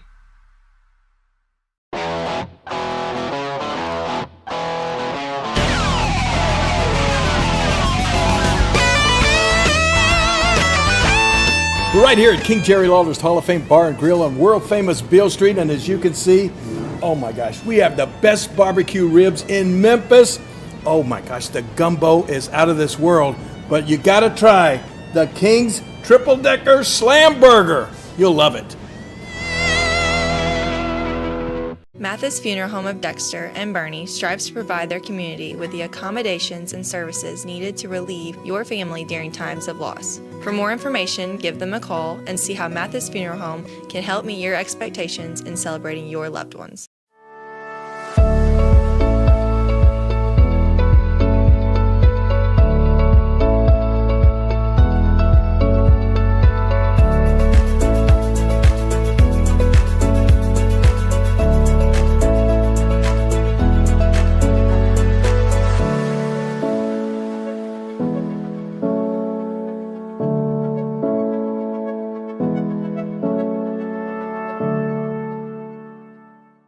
NextEra Energy Resources is the world's largest generator of renewable energy from the wind and sun, and a world leader in energy storage. Since 2016, NextEra Energy Resources has invested more than $339 million in Missouri to fuel local economic growth. Today, our company owns and operates one wind energy facility in the state and is looking to invest even more in the Show Me State. We are committed to being a trusted community partner and look forward to providing affordable, clean, renewable energy for generations of Missourians to come. My name is Kevin Rossville. I'm a farmer from Prairie County, Arkansas. Been farming since 1991. Started farming with my father-in-law when I got married. We've been raising rice ever since. We've all been looking for something for a change for years. And I think this 263L is going to be the next and up-and-coming thing for us. It's really going to work well on a lot of different ground and a lot of different farms around here. Dynagrow 263L, available exclusively at Nutrient Ag Solutions. At SEMO Health Network, we strive to provide caring and affordable health care while making our patients feel welcome in our warm and friendly atmosphere. With locations throughout Southeast Missouri, we provide medical, dental, OB, and behavioral health services to anyone and everyone that may need it. Visit SEMO Health Network for your wellness exams, COVID and flu vaccinations, lab services, dental exams, counseling, and more. For more information, visit our website and let SEMO Health Network take care of you.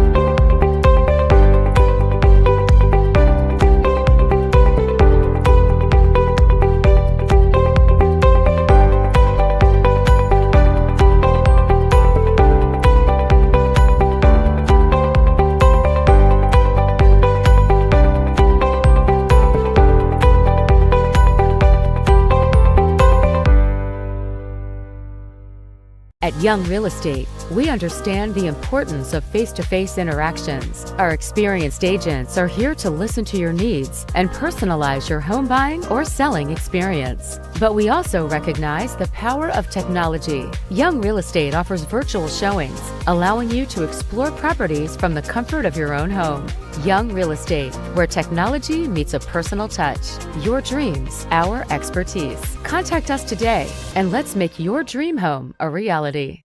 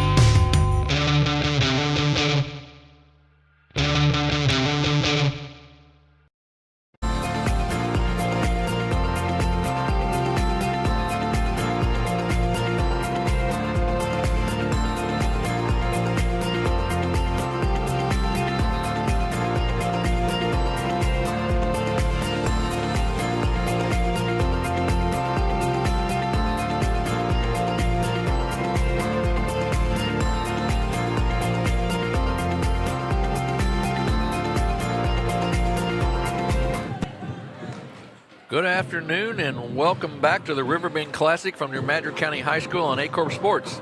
Game 2 features an I-55 matchup between the Caruthersville Tigers and the Blue Devils from West Memphis, Arkansas.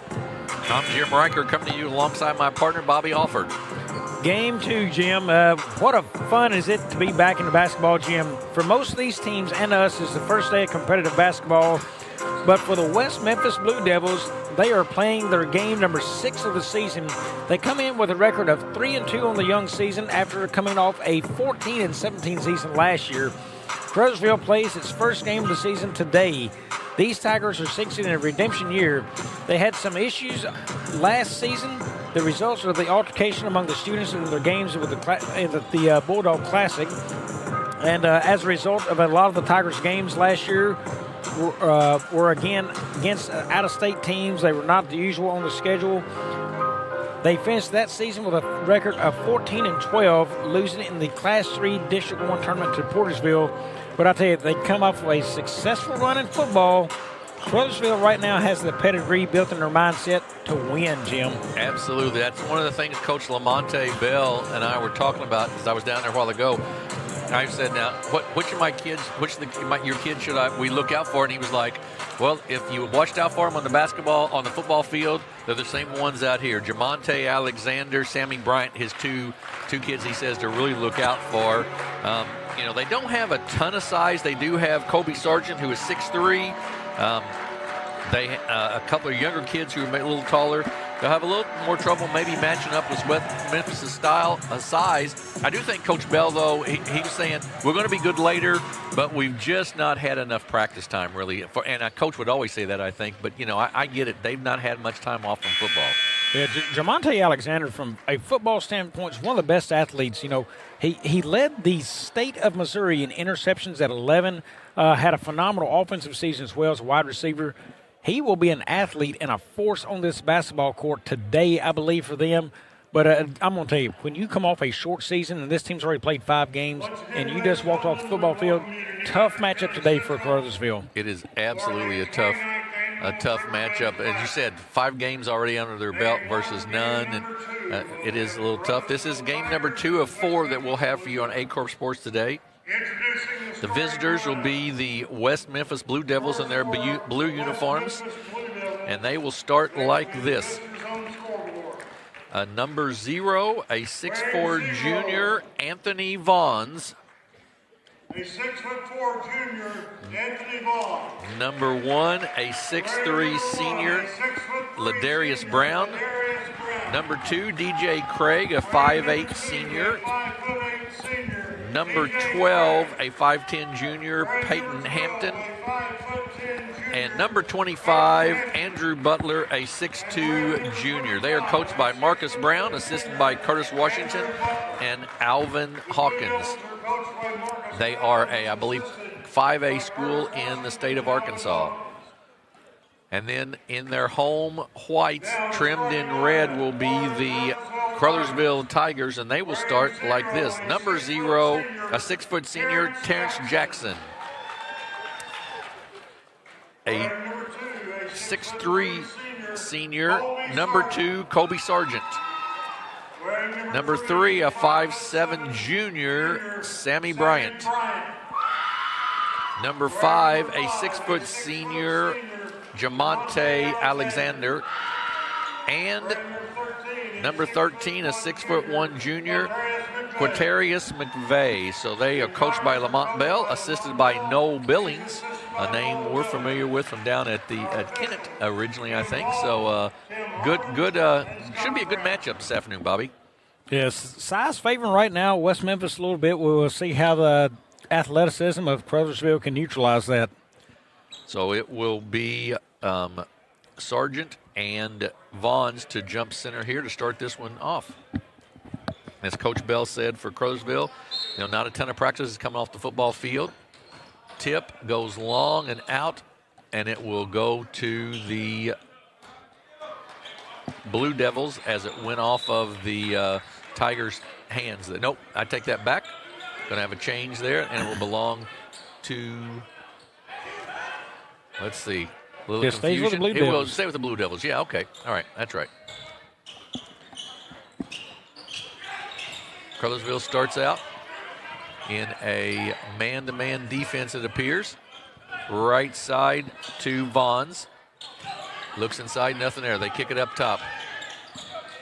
That's Hampton with it. He's guarded out there.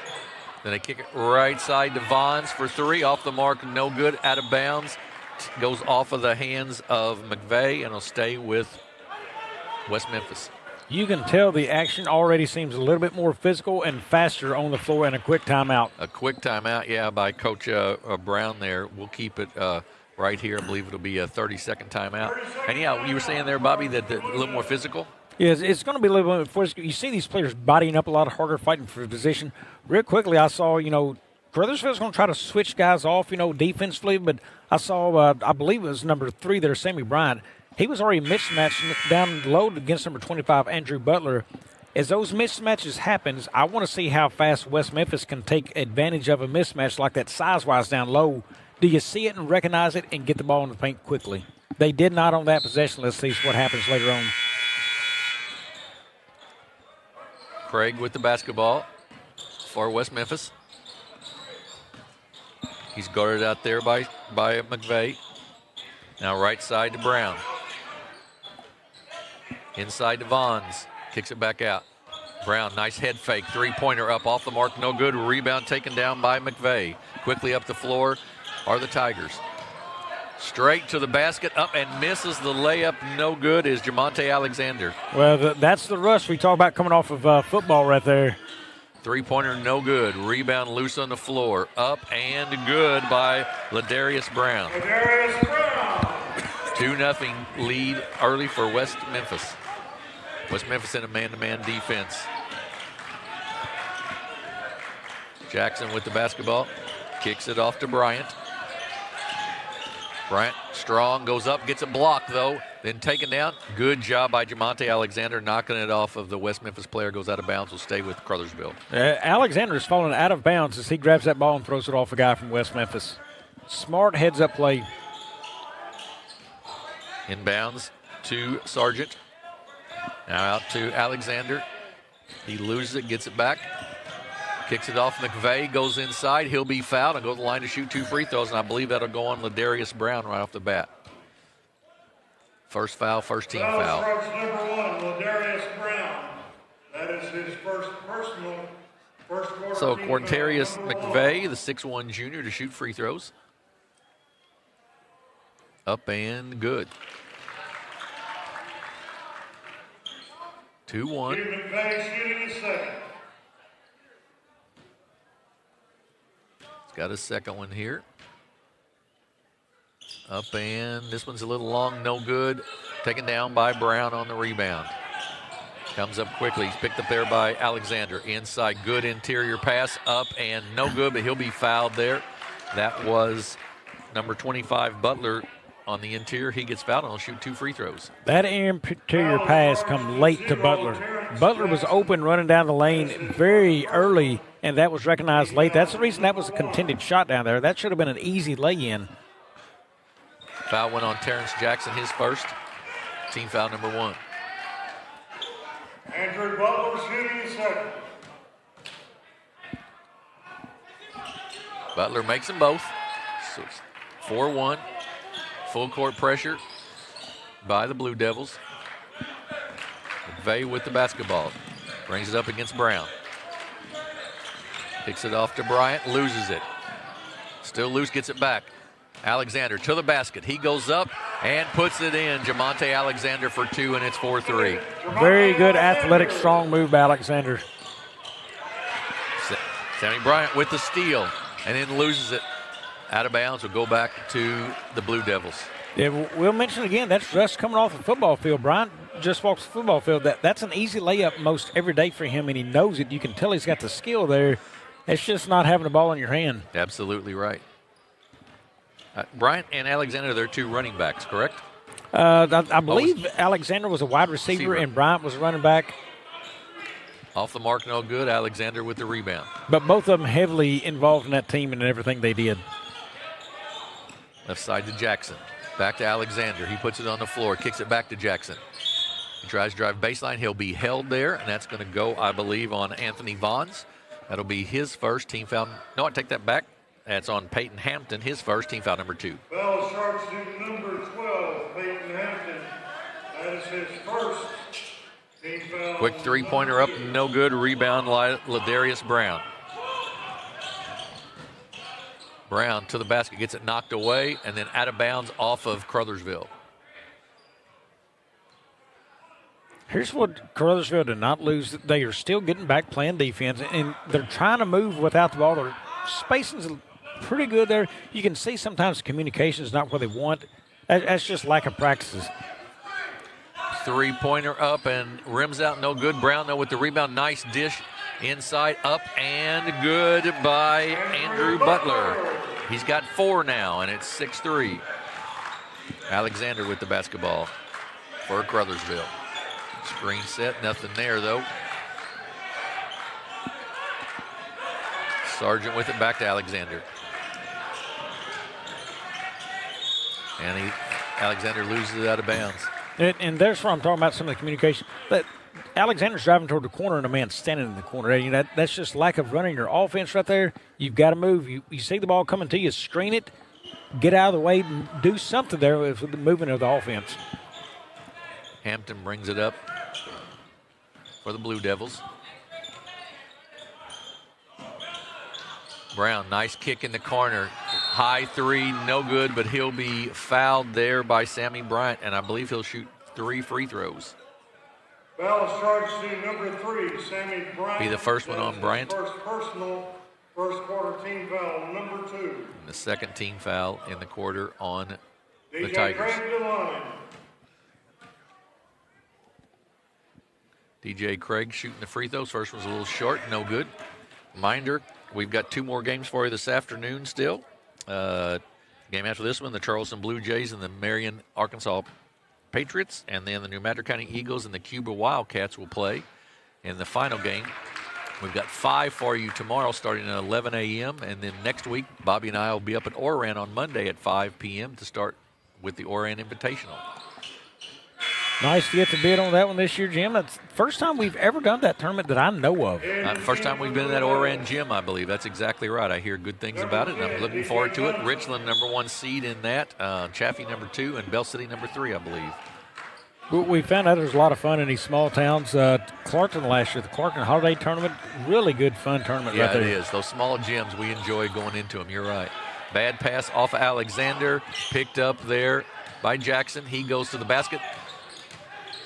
In, up, and no good. Shot and missed there by DJ Johnson, taken down by Caruthersville. They get it ahead to Bryant. He goes up for the layup, up and good. How about that? A mistake by Alexander to let him pick the ball up that close, and one-on-one down there trying to defend that basket by yourself. Turns into a rebound by him and a pass down full for the assist on the score. Darius Brown to the basket, up and no good. Gets his own rebound. Nope, I take it back. Jamonte Alexander comes away with it to Bryant once again. He goes up, he gets hammered, and he'll shoot 2 free throws. That foul will go on DJ Craig. I tell you, Brian is down there snowbirding on us, isn't he? He is hanging out near the basket. He is. That is his first personal team foul, number 3. So we've got Sammy Bryant to shoot free throws here. He's got 2 points already. Make it 3, so it's 8-6. Into the game for the Blue Jordan Devils, Moore number checks 5, in, Jordan Moore, as does Tricorius Ivy for West Memphis. Second free throw off the mark, no good. Loose, comes down. Moore comes down with it.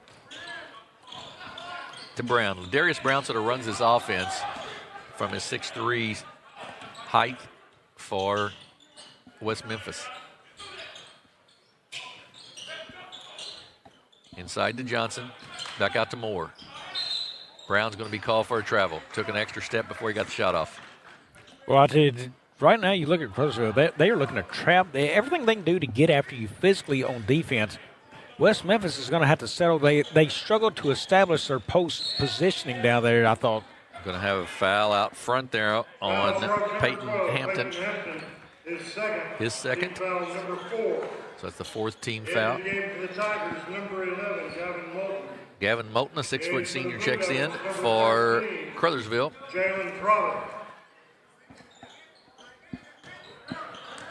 Jim has definitely filled in a little bit more this second game, but I'll tell you that they missed a show from Gladney the first game. They sure did.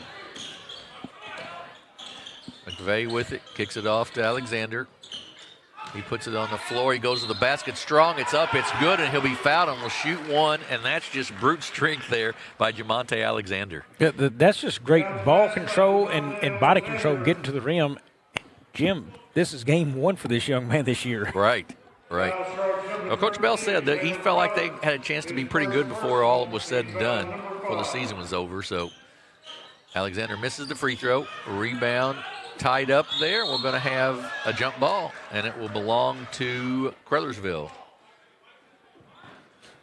Caruthersville was down 8-3. They've scored 5 straight here, and Coach Lamont Bell is going to take a timeout here to talk about things a little bit, a 30-second timeout. We'll take a quick 30-second break as well here on Aycorp Sports.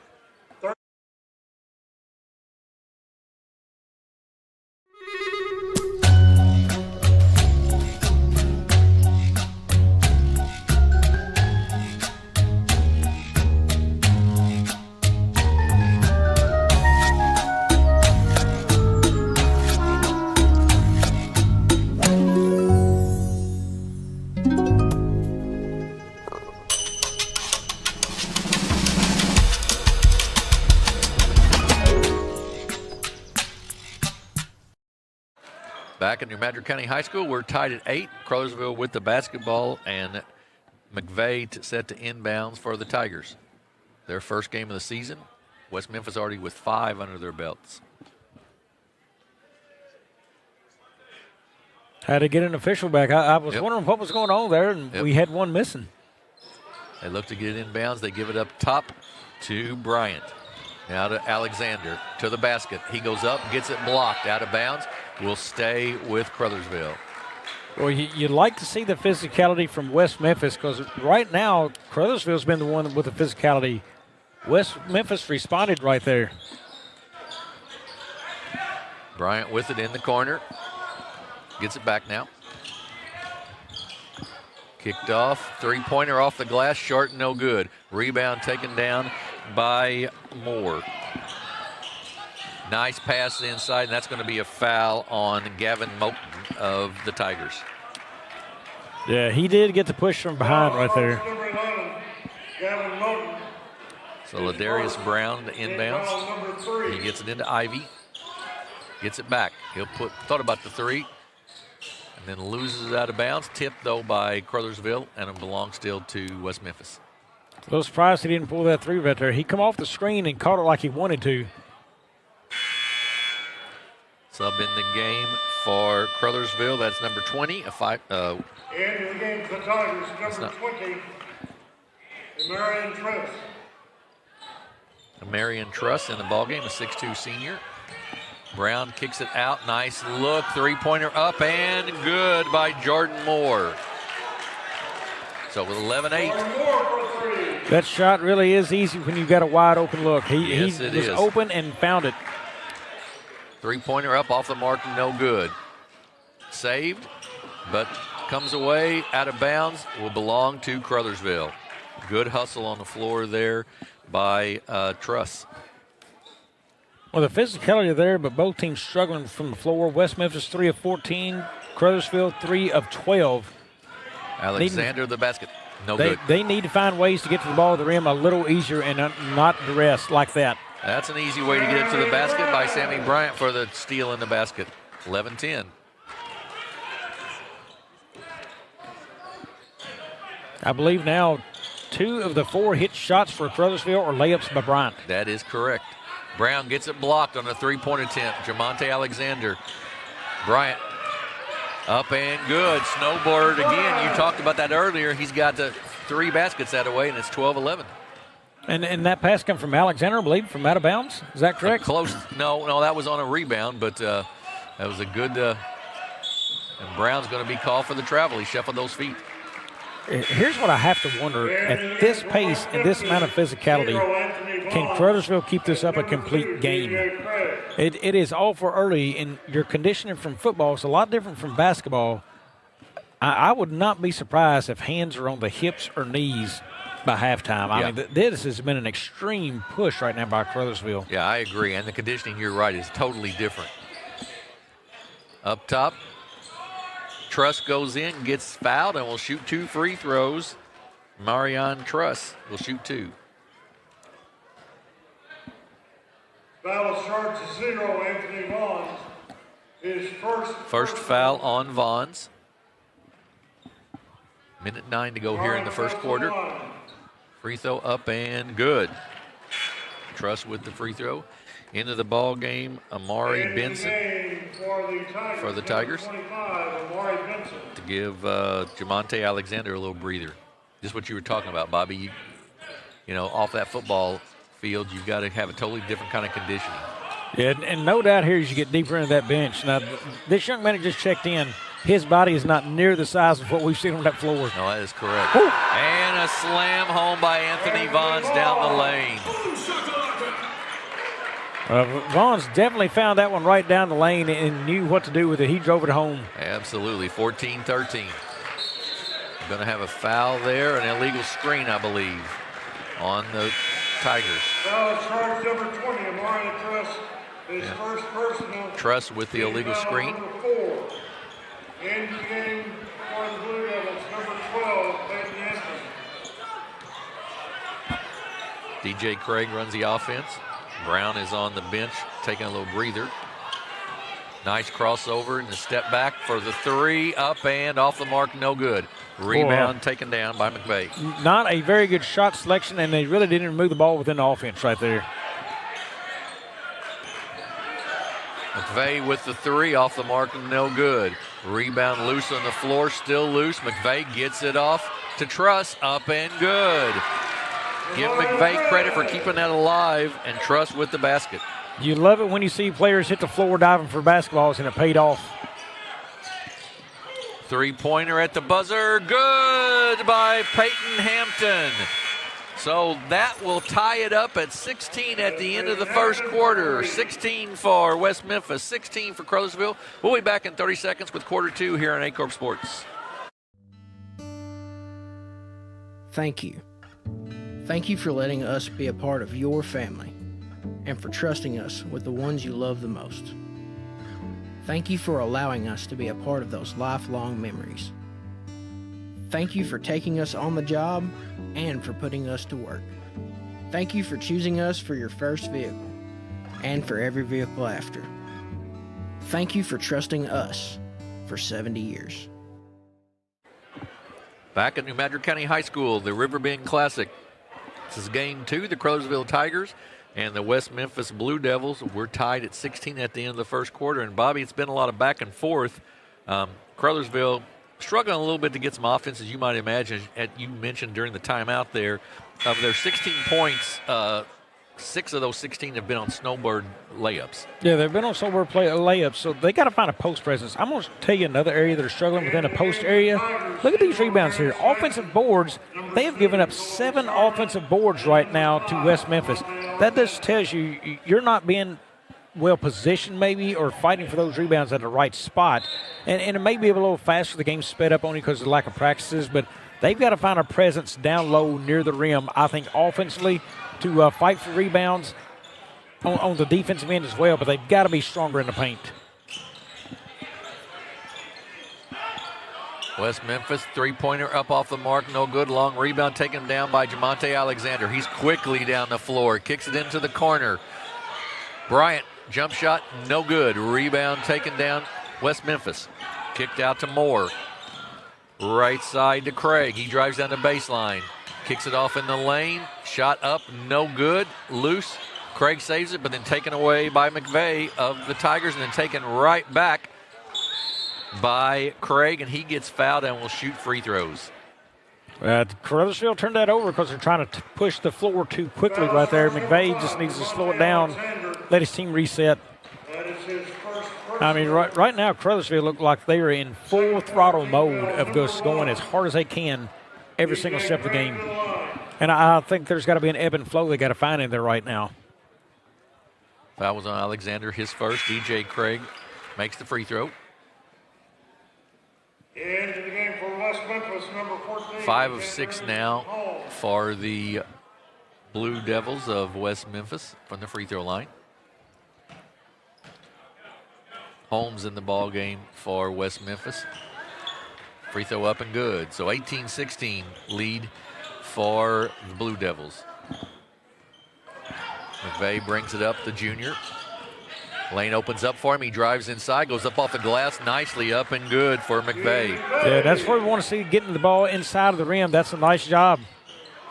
And then just down the baseline there is Anthony Vons with the basket, and it's 20-18. Alexander crossover, kicks it out. Up and good. Tough by Sammy Bryant right there. He didn't have very much time to think about that shot and got it off. Bryant for three. They kick it out. Jump shot up by Hampton's off the mark, off the top of the backboard. No good. It'll be out of bounds. We'll go back to Caruthersville. So 21-20, Caruthersville with the lead here. 6:34 to go in the first half of this game. First game today was an 81-73 win for Overton, Tennessee over Campbell High School out of Southeast Missouri. Bryant with the basketball to Rogers. Bryant gets it back. Three-pointer up and good. Three-pointer by McVeigh, and it's a 24-20 lead. Inside to Vons. He goes up, it's good, and he's going to be fouled on a little bump there by Rogers. Right now, the interior defense for Caruthersville, let's just face it, is terrible. They've got to be better in that paint. They're getting spread out, and it's just too easy for West Memphis to find opportunities in there. Gavin Moulton checks back in to replace Demarion Rogers. Rogers is a 6'4" sophomore. Coach Bell giving him a little instruction over on the bench there. Vaughn's free throw, good. They have shot the free throws very well, West Memphis has so far. They are 7 of 8, and that's 24-23. To Bryant. He's going to try to drive, gets a nice little push off there, and gets the jump shot to go from about 15 foot. That is drive with the left and a step back to shoot that. That is a tough shot by Bryant, and he made it look easy. 12 for Bryant. Leading score for Caruthersville.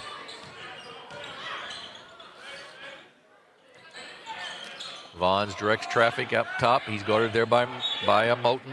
Moulton knocks it out of bounds. Ladarius Brown will check back in, replacing Jordan Moore.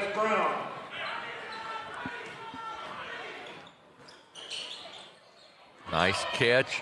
Craig down the baseline, up and good. DJ Craig with a nice little floater down the baseline. He's got 6, and it's 26-25. Alexander kicks it right side, gets it back. Moulton goes cross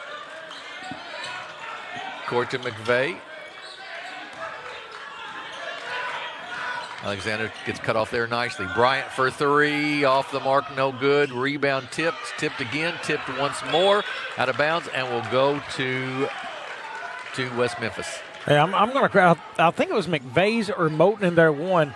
That was a 3-on-1 fighting for that rebound, and they fought the whole way for Caruthersville. Yeah, that was good effort. You're exactly right. DJ Craig down the. Oh, that's a hard foul, and he'll go to the line to shoot 2 free throws. And what you talked about, Bobby, just not very good interior defense. Somebody's got to stop him before he gets to the basket there. Well, you know, you don't want to see players get hurt, but at least they made a strong foul right there in the paint. If you're going to drive the paint and you're playing that bad, at least make them think about it before they do. But he blew right by the man, and they were just late moving. I mean, that's just the deal. You know, you're going to get better with timing there as you get more experience, but you've just got to learn to slide your feet. He couldn't cut back to inside of the paint, to the opposite side of the rim there. He had to go the way he's going, just slide over. He had a man on his hip. We're tied at 26. DJ Craig with 7 now. Make it 8. And it's a 1-point lead for West Memphis as Tremonte Alexander brings it up for the Tigers of Caruthersville. He kicks it off. Jackson for 3, off the mark and no good. Rebound by Hampton. And quickly up to Craig. Hampton gets it back. They missed Vaughn inside there. Now he gets it in the paint, up off the glass, no good. Loose and off of West Memphis will belong to Caruthersville. Jim, in this last offensive possession for Caruthersville, they was running a 5 out, and they didn't send but one cutter through that lane right there. And then when he cut, there were 2 guys standing right beside each other. They need to run better floor spacing and send cutters if they're going to run this 5 out. Everybody right now outside the arc. McVeigh with a 17-footer way off the mark, no good. Anthony Vaughn's with the rebound. He's quickly down the floor. He'll stop and take a 3. Good. Vaughn's in double figures with 10. And it is 30-26. Alexander going to be fouled there. Go out of bounds. Well, if you want to get whipped in the rebounding department, and Caruthersville is right now 17-9, once that ball goes up, people's got to go to the rim. Jim, I looked. The only person inside the arc after that shot was put up was the man who shot it. Everybody else stood and watched for Caruthersville. Better rebounding efforts. 3-pointer from the corner, up and good by McVeigh. And it is 30-29. Craig with it up top, guarded out there by Bryant. Good screen set on him. Inside, that's going to be a reach over, easy call. That's on McVeigh. That will be his first foul of the afternoon. Yeah, McVeigh was just playing behind his man. You know, you can't deny from behind right there when the ball's out top. You're going to have to slide around the side, push him baseline and toward the corner right there. Timeout by Coach Marcus Brown and the West Memphis Blue Devils. We'll take a 30-second break with the score West Memphis 30, Caruthersville 29 here on Aycorp Sports. Do you need personalized merchandise? Trying to celebrate the season of that big state run? Then Juju Promotions in New Madrid has you covered. Whether it's heat presses, screen printing, or embroidery, we always have an option that will leave you satisfied and looking your best. With seasonal styles and plenty of accessories, there's something here for everyone. So come in and shop around. You'll be welcome with a smile and leave more fashionable than ever. Call us at 573-748-4040 or visit us in New Madrid. We're back at New Madrid County High School. It's 30-29. West Memphis leads Caruthersville here in the second quarter. Very similar stats. Caruthersville 11-27 from the floor. West Memphis 9 of 28. 9 of 10 from the free throw line for West Memphis, and that's been sort of the difference right now. Yeah, there, and again, I'm going to hit the rebounds. You know, your difference is 17-9.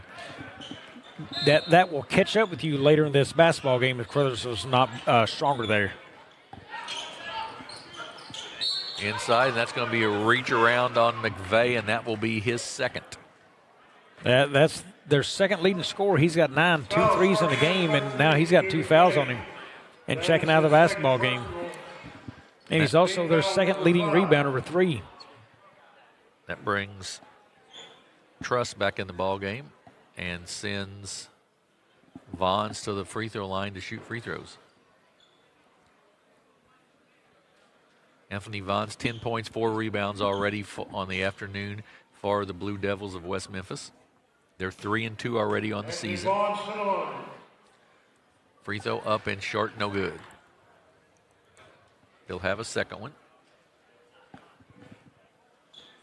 And as you said earlier, Bobby, you wonder if how fatigue will play in here with Caruthersville at some point.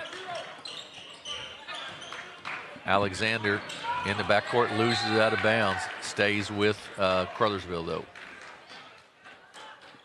I think fatiguing, too. You know, your steps are different in football versus basketball. The way you have to approach things offensively and defensively, it's just a different mindset. Changing that mind over. Alexander pulls it back out. Kicks it in the corner to Bryant. Bryant loses it, and it's a steal.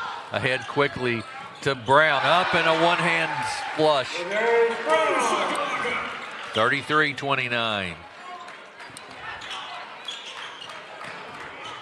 Jackson with it. Loses it. Gets it back. And he's going to be called for a travel when he tried to stand up there. Well, you know, and I look at Caruthersville right now, Jim, who's the floor general out there on the floor Caruthersville right now? Well, should be Alexander. And I'm struggling to identify that right now because everybody's trying to take charge of the ball and go somewhere, and you really just get a sense of I don't know who the guy is who needs to run this offense. A little bit helter-skelter for him. Craig into Vons. He's having his way in there right now. And it's 35-29. Caruthersville in trouble or in an issue where they could get away from him here if they don't watch out. Alexander loses out of bounds. Will go back to West Memphis. West Memphis on a little run here. So they lead by 6. Got to have a little clean off of the basketball. 35-29, 2:23 to go here in the first half. Next game will be the Charleston Blue Jays against Marion Pirates, Marion, Arkansas Pirates. And Bobby, we talked driving down. That'll be an interesting. We're interested to see what both Charleston and New Madrid County bring with the losses they had from graduation last year. Yeah, Dunn is really the group that went to the state title run for Charleston. It really just, who is there? Owens is now gone. He was the last remaining one of that group, really, that played with that. Kind of interested to see who they go to now. Who's going to be the start of the show for them? We're going to have a travel on the Darius Brown. And Coach Marcus Brown not very happy with somebody not moving, I believe, on offense there. McVeigh inbounds. Gets it right back from Bryant. Guarded there by Brown.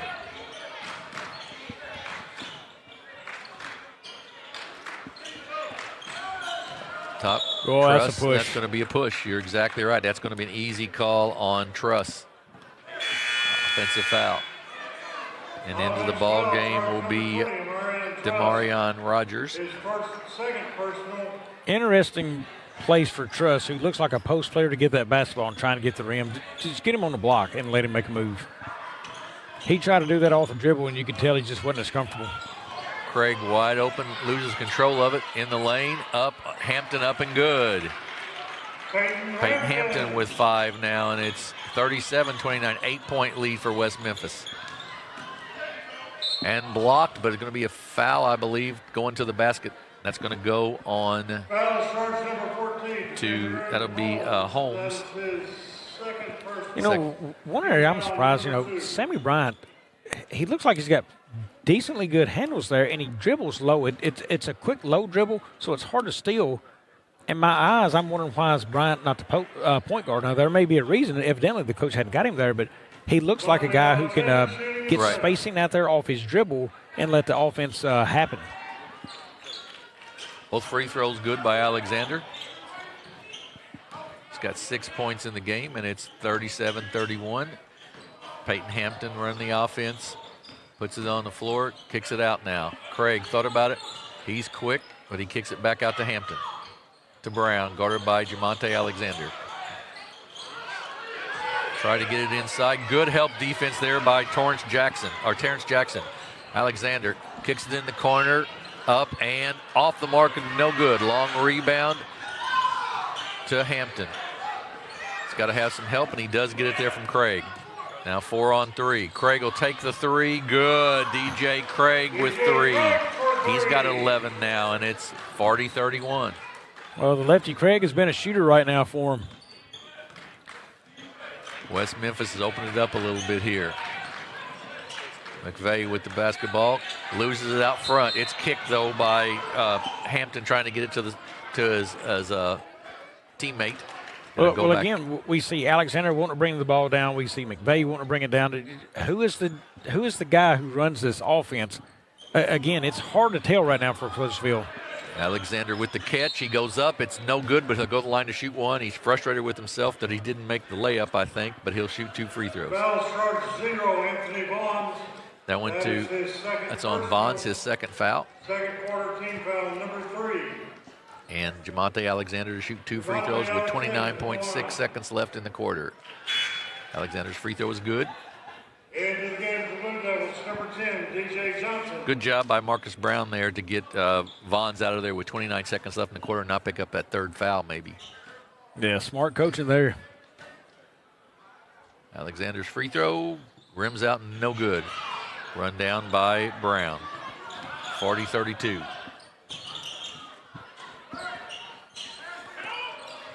Up to Craig. And we're going to have a hold on, I believe, Alexander, maybe on Holmes as he tried to go to the basket. That will shoot free throws for the Blue Devils. Foul shark number 5, Jermichael. Well, we will see how quickly Caruthersville can come along. 18 seconds on the left, after 18.3 on the clock left after these free throws. How well can they run their offense to get last shot? Holmes misses the free throw. We'll have a second one. Could be a tall order for a team who has done nothing but try to get out and run this game. Right. Second one is up and good. So 41-32, 9-point lead. Jordan Moore checks back in, replacing DeCabrian Holmes. Full court pressure. They get it ahead to Alexander. He puts it on the floor, no problem. Takes it all the way to the basket. Well, they ran that pretty well, but only took 5 seconds off the clock. Brown with it, gets double teamed there. It's tipped, but comes down to Moore. Moore gets it. Brown puts up a long shot at the buzzer, and it won't go. So we're at halftime in what's been an entertaining game. It's a 7-point game, 41 for West Memphis, 34 for Caruthersville. We'll take about a 7-minute break and be back with the second half of this one on Aycorp Sports.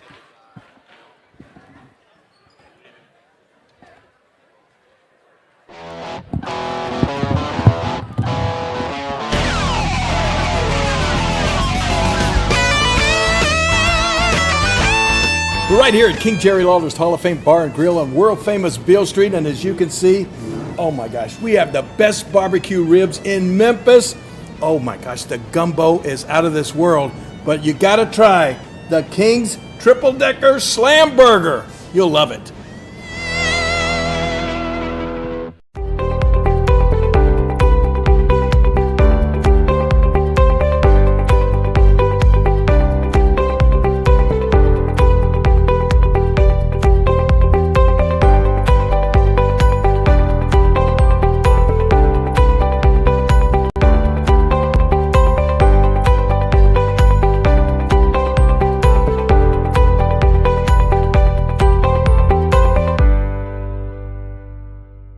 At Young Real Estate, we understand the importance of face-to-face interactions. Our experienced agents are here to listen to your needs and personalize your home buying or selling experience. But we also recognize the power of technology. Young Real Estate offers virtual showings, allowing you to explore properties from the comfort of your own home. Young Real Estate, where technology meets a personal touch. Your dreams, our expertise. Contact us today and let's make your dream home a reality.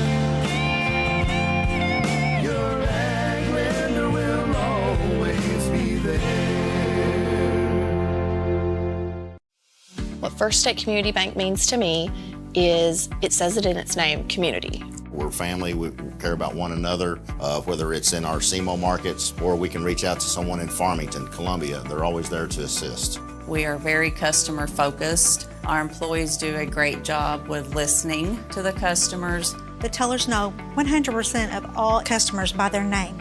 If you want to feel at home, then walk into the doors of First State Community Bank. At Focus Bank, we understand your community because it's our community too. With branches across Southeast Missouri and Northeast Arkansas, Focus Bank offers services such as fraud protection, really free checking, and mobile banking that lets you bank simply and securely. Anytime, anywhere. Stop by any of our branches or visit us online to open an account today. Plus, you'll receive an awesome free gift just from opening your really free checking account. And when you refer someone who opens an account, you'll both receive a gift. Focus Bank, member FDIC, equal housing lender. First State Bank and Trust is more than just products and services. We're there for you for your first paycheck, buying a home, opening a small business, starting a family, or planning to retire, and everything in between. We're the local bank you know and trust for all of your financial needs. Visit fsbtrust.com or stop by your local First State Bank and Trust to explore all of your financial options. Equal housing lender, member FDIC. Thank you. Thank you for letting us be a part of your family and for trusting us with the ones you love the most. Thank you for allowing us to be a part of those lifelong memories. Thank you for taking us on the job and for putting us to work. Thank you for choosing us for your first vehicle and for every vehicle after. Thank you for trusting us for 70 years. The best things in life never change. They just get better, like Hardee's Original Bag. Back and better than ever. Just $6.99. Mix and match any two full-size favorites. A juicy charbroiled double cheeseburger, melty hot ham and cheese sandwich, or crispy hand-breaded chicken tender wrap. Any two plus fries and a drink, all just $6.99. Hardee's Original Bag. Loaded with handcrafted goodness. It's the greatest meal deal for your buck. Do you need personalized merchandise? Trying to celebrate the season of that big state run? Then Juju Promotions in New Madrid has you covered. Whether it's heat presses, screen printing, or embroidery, we always have an option that will leave you satisfied and looking your best. With seasonal styles and plenty of accessories, there's something here for everyone. So come in and shop around. You'll be welcome with a smile and leave more fashionable than ever. Call us at 573-748-4040 or visit us in New Madrid.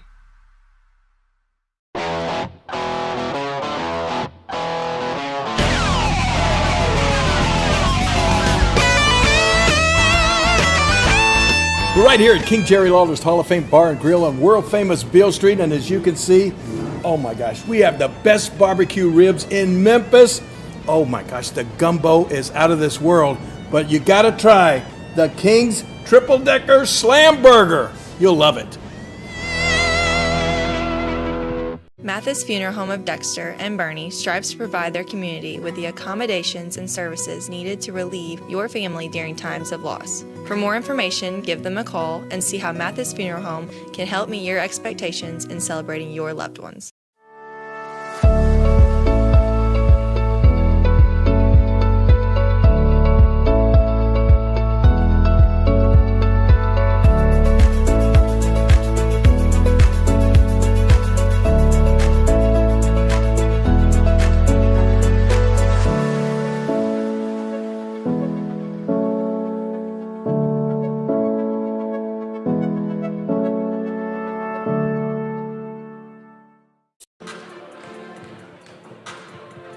Welcome back to New Madrid here for the game between West Memphis Blue Devils and the Caruthersville Tigers. Going through the stats here real quickly in the game for the West Memphis Blue Devils. It is Anthony Devons with 13, Ladarius Brown with 4, DJ Craig with 11, Jordan Moore with 3, Peyton Hampton with 5, DeChambre Holmes, I hope I have that right, Jim, with 1, and Andrew Butler with 4. That makes up their 41 points. They are 13 of 34 right now, shooting the basketball from the floor at 38%. And right now, the big area they have, 9 offensive boards, 10 defensive boards. That is 19 total rebounds in the game. And they lead that department by a wide margin over Caruthersville. For the Tigers in the game right now, it is scoring, looks like this. Sammy Bryant with 12, 9 for Jamonte Alexander, 9 for Quatarius McVeigh, 4 for Willie Campbell, and that rounds out their scoring of 34 points. They are 12 of 31 shooting the basketball at 39%. And right now, 2 offensive boards, 7 defensive boards, 9 total. Jim, that is the area that most concerns me is the rebounding department. You know, it's 19-9, and really the offensive boards. They've allowed 9 of those offensive boards Caruthersville has for West Memphis. It's an area of concern that they've got to get better in. You know, we've kind of talked about the play a little bit, being out of sync in offense of who's running the offense. They were running a 5-out offense at times. Nobody's cutting, moving. One guy touches the ball, quick shot. Part of that is practice, no doubt. Sure. You've got to practice, get them to understand, hey, I want you running this offense in cutters, but right now, none of that is taking place on the floor for them, and evident by the score, you know, that you're down 7 points in the game. Yeah, you would assume with some practices that they'll that they can now watch some film, which they'll have, and be able to get into that whole idea of, like you said, 5-out with the cuts and all that kind of stuff. But they do have to figure that out, and they've got to figure out. I agree. Somebody who's handling the basketball. The West Memphis nicely spread out scoring. You know, they've got Vaughns with 13, Craig with 11. They've really spread that scoring out nicely and been able to get the ball inside some. You know, only 9 of 21 shooting it inside, but they have got it inside a little bit. Yeah, and for West Memphis, though, you're 6 games in now. You want to see that shoot percentage of 38%, 39% from the floor come up. Caruthersville, hey, all hope is not lost. Your first game of the year, you're out here competing in a basketball game right now. You just got some things to clean up. You know, I think the flow of the season favors Caruthersville very heavily right now. I think they're a very athletic team. They've just got to get some things figured out. But West Memphis right now needs to take advantage of the areas that are given. Offensive boards, you got to score on those and push that lead open. Sammy Bryant tries to go to the basket, gets it taken away by Brown. He gets it ahead, up, and no good. Rebounds loose, out of bounds, and it'll go off of West Memphis and go back to Caruthersville. Right back to the action right away. We had bodies all over the floor down there. Bryant kicks it off to McVeigh. He's guarded by Brown.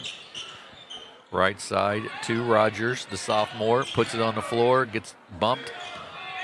Alexander gets the pass, though. Three-pointer by McVeigh, off the mark, no good. A rebound taken down by Brown. Little different offense that time. Brown to the basket, up and no good. Vaughns with the putback, no good. And then Terrence Jackson with the rebound for the Tigers. Right side, and then Alexander gets it back. Spin move not there.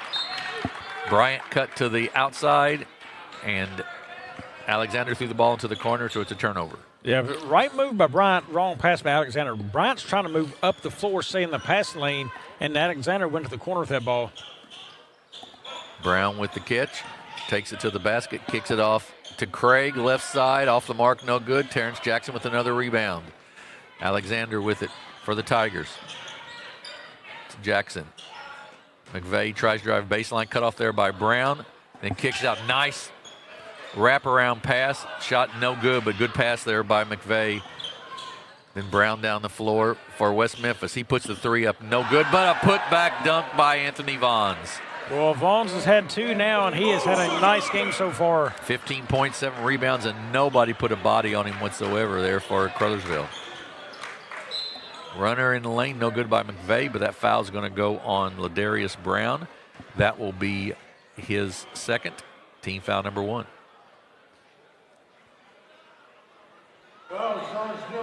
You look at McVeigh and Alexander, those are the 2 that's handled the most. Alexander seems to be forcing a lot more right now. McVeigh is a little bit more patient in it. Both of these guys seem to be the guys who are going to be the force for Caruthersville maybe, but as the season goes along, look for those shots to start falling for these guys. And Alexander, I think the patience will come as the season goes along, but it's been a little bit more force from him, it seems, today. Second free throw, up and good. 1 of 2. 8 of 13 now from the free throw line in the ball game for the Tigers. They trail by 8, 43-35. Craig off to Vaughns. Tries to get it inside to Brown. That's going to be a hold on Jamonte Alexander of Caruthersville. his third. Well, if he didn't hold right there, the backside help was not really coming. It was kind of standing and watching. He tried to go around and deny the front side, and that's fine. That's good by Alexander. The backside help's got to come, though. And a steal by Alexander. He's down the floor. He's going to go up strong for the layup, and he gets it blocked by Vaughns. Good block there by Vaughns. To Brown. He goes up and gets it blocked by Jackson, but they're going to say he got him across the arm. And it'll be a foul, and we'll send Ladarius Brown to the free throw line. Jackson, that is his second personal foul. Third quarter team foul. Second personal foul on Jackson. Brown will shoot free throws, 4 points, 8 rebounds already, though, for Brown. Free throw up and good. He's got a second one. Chance to extend this to a 10-point lead. Be the first time either team's had a double-digit lead all night. Second one is good. McVeigh to bring it up. Goes against Brown. Goes up, runner up, short and no good. Rebound by Vaughns. Gets it ahead. Kicks right side to Brown. He's going to take it to the basket. He loses it. It's going to come off of the hands, though, of Rogers and go out of bounds. Will stay with West Memphis. Caruthersville will play tomorrow here. They have the early game, I believe. Tries a pass inbounds and a steal by Caruthersville. Goes right back to Craig. He takes it to the basket, up and good. DJ Craig, I like the things I see from him. Yeah, quick kid, and he tries to find himself around the rim. He doesn't just settle for outside shots. And evident by his free throw shooting today, he is finding himself inside a lot. 2 more games tonight. Charleston Blue Jays and against Marion, and the New Madrid County Eagles against the Cuba Wildcats. Then tomorrow, 5 games for you here on Aycorp Sports at 11 a.m. We'll start with the Marion, Arkansas Patriots will take on these Caruthersville Tigers. Then a girls game at 12:30, New Madrid County Central in Charleston. At 2 o'clock, the Cuba Wildcats will take on Blytheville. At 3:30, it'll be the Malden Green Wave and the Overton Wolverines. And at 5 o'clock, New Madrid County Central will take on these West Memphis Blue Devils. So lots of good action tomorrow. If you can't make it out, join us here on Aycorp Sports. Just for our fans, saw Jadis Jones in the house today. He is here. I believe they will be getting their state championship rings sometime this evening. That is correct, I believe. The reigning freshman of the year in the OVC, I believe. Jadis has only had 1 game so far for Lindenwood this year under double digits. He has had a nice start to the season. McVeigh, nice dish off to Rogers, the sophomore inside. He misses the shot. Taken down by Vaughns. He kicks it off. Shot is up and good by Holmes. And it's 47-35. 12-point lead now. Rogers going to be fouled there by Anthony Vaughns. And that will be the 3rd foul on Vaughns, I believe. Oh, I'm sorry. That was on Holmes, not Vaughn. Checking into the game for West Memphis, number 3, Jalen Powell. Jackson has it. Kicks it out to Alexander. Nice kick out to McVeigh for 3, no good. Alexander keeps it alive, though.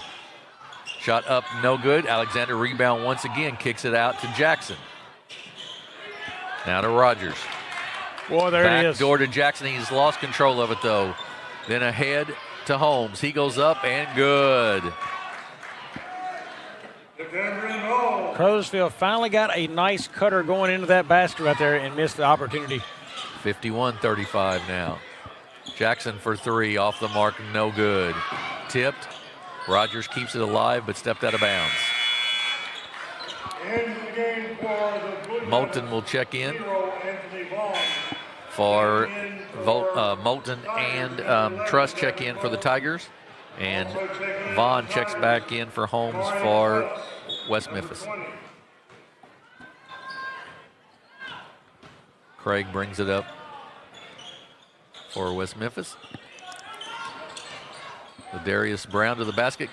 Shot's no good, but put back up and in by Anthony Vaughns, who's having a big game. He's got a double-double right now, 17 points, 11 rebounds. Alexander breaks through the defense, then kicks it out. Rogers. Alexander should have shot that ball. Yeah, Rogers misses. It'll be fouled, though, and we'll shoot 2. You're right. Alexander had the layup wide open there. He has worked so hard of trying to get to the rim today, and the best look he's had in a while, he passed it out. Team foul number 3. This is Demarion Rogers to shoot 2 free throws. First one up and short, no good. Jalen Trotter, a 5'8" senior, checks in for the Blue Devils. Jalen Trotter. 18-point lead now for West Memphis, 53-35. Second free throw this time is good. 8 of 13 now from the free throw line for the Tigers.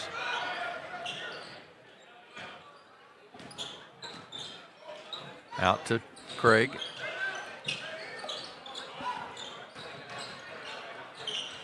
Brown with it. He'll take the 3. Up and good. Ladarius Brown.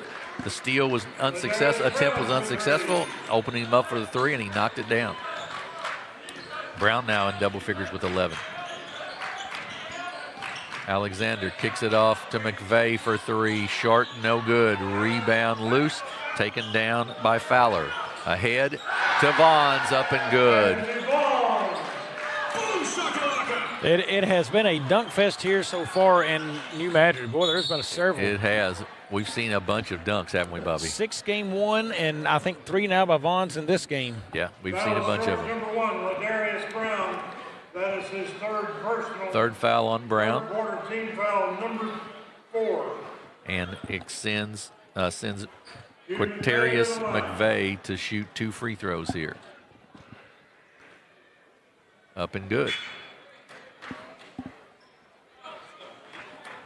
And Jordan Moore checks back in, as does Peyton Hampton. Jordan Moore also checking in, number 12, Peyton Hampton. As you mentioned, Bobby, the crowd's starting to file in nicely here. Starting to fill up a little bit. They always do here in this gym. As this tournament gets a little bit later in the evenings, they seem to file in very well. You got Charleston coming over as well. They'll show up in numbers. Definitely New Madrid will support their hometown.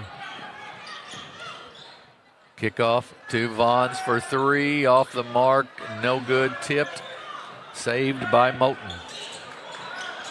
Kicks it off to Alexander. He brings it up across the timeline. Alexander's going to be fouled there by Fowler, and will shoot 2 free throws. Yeah, that was a good look by Alexander there. I like the way he drove around the screen right there. The defense stepped up, and he found the man right there in the middle of the paint. That's the things you want to start to see Caruthersville do as this game goes along and the season does. Going to the line, DeMonte Alexander. Alexander with 9 points, 5 rebounds, make it 10. I tell you, that area is going to have some talent down there. Caruthersville this year. Haytie's going to be a very good team. Haytie's going to be good. South Penn's going to be good. And I even hear that Zenith may be much improved. So I know talking to Coach Campbell, Coach Fowler from Campbell earlier, he's in that district, and it's a killer district, no question. Yeah, Cooter down in that area as well. Cooter Yes. always puts together a good team, it seems like. Absolutely. A lot of good competition down in the southern part of the Boot Hill. Yep. Fowler with it. That's going to be a travel. That'll be on Ivy, and it'll be a turnover. 2:12 to go here in the third quarter, 58-39. West Memphis with the lead.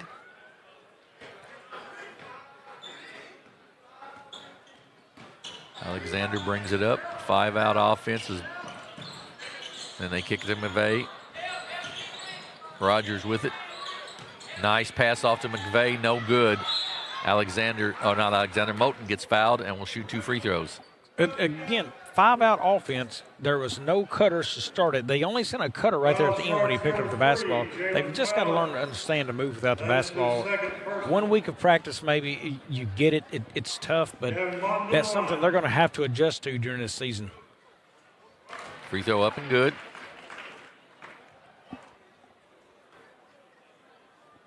He has a second.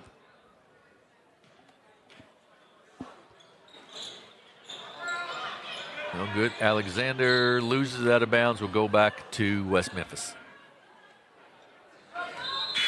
Seems like the pace of this one has slowed down a little bit too, Bobby. Yeah, that first quarter was hot and heavy, and the third has definitely come to a lot more of a crawl. It happens when you jump out to an 18-point lead. That is true. Kind of separate yourself some. That is true. Craig with it for West Memphis. Back out.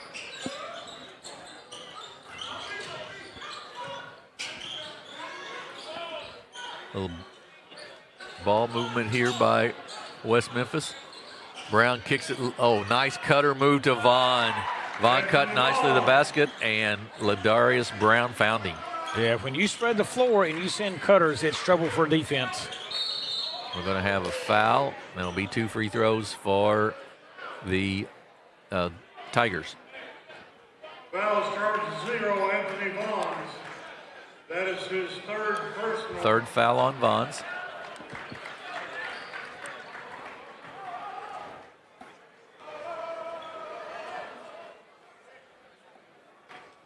So that sends McVeigh, who's right now has 12 points for the Tigers.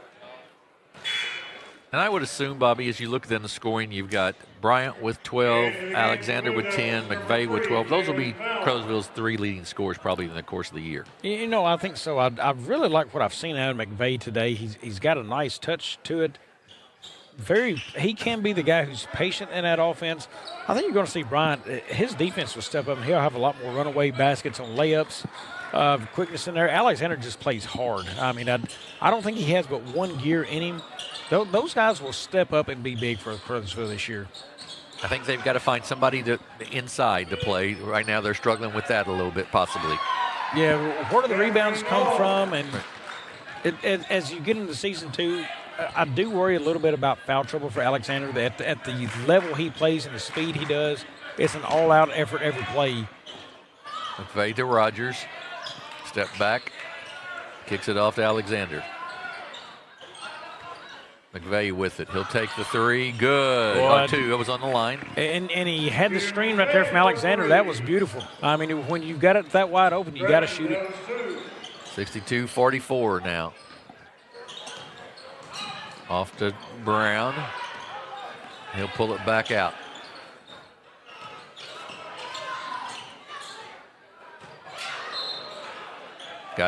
Managed to get Bryant up in the air, and that'll be a foul on Sammy Bryant. And, you know, we talk about Alexander's efforts. I love it, but if you could say, hey, can you give me 80% and not 100% every play, you need him strong in the fourth. When games are close and you're getting ready to close out a win, there's got to be a sense of when to turn it on, turn it off sometimes to save a little bit in that game. Again, you're talking about going from on every play you go hard and all out in football to basketball kind of controlling tempo. Brown gets fouled and will shoot 2 free throws. Yeah, you're exactly right. And at some point, you know, it's okay. Maybe not okay, but like I said, only 80% effort. And then when you need that 100%, throw that gear in a little bit. Yeah, and again, when you're changing that mindset, this is one of the best players. If you look at him totally from offense and defense combined, he could be the best player in Southeast Missouri in football. Right. And now you're telling him, hey, I need you to dial it back to this level so I've got you the whole game. And that's just not where his mind was put on the football field. Absolutely. Brown's free throw good. Misses the second one. 3 seconds to go before the end of the quarter. McVeigh will put it up long, and it's no good. So we're at the end of 3, and it is West Memphis 63, Caruthersville 44. We'll take a break and be back here for quarter 4 on Aycorp Sports. My name is Kevin Rossville. I'm a farmer from Prairie County, Arkansas. Been farming since 1991. Started farming with my father-in-law when I got married. We've been raising rice ever since. We've all been looking for something for a change for years. And I think this 263L is going to be the next and up-and-coming thing for us. It's really going to work well on a lot of different ground and a lot of different farms around here. Dynagro 263L, available exclusively at Nutrient Ag Solutions. Right. Okay. We are back at New Madrid County High School, 4th quarter of Game 2 of the New Madrid Riverbend Classic, and it is 63 for West Memphis and 44 for Caruthersville. And really, West Memphis, Anthony Vaughns, 21 points, 11 rebounds. Ladarius Brown, 12 points, 8 rebounds, 13 points for DJ Craig. That would have been sort of their standout so far. And I think Coach Brown over there's got to be happy with his team efforts in the third quarter, taking better shots. Their shot percentages had to go up. You know, there's at 39%, I believe. They're closing in on that 50% from the floor, so they've definitely done a better job of working the ball around and making better selections for the ball. 14 of 18 from the free throw line, too, which is a really good percentage. Stolen by Alexander. He's going to go to the basket, up and good. Jamonte Alexander gives him 12, and it's 63-46.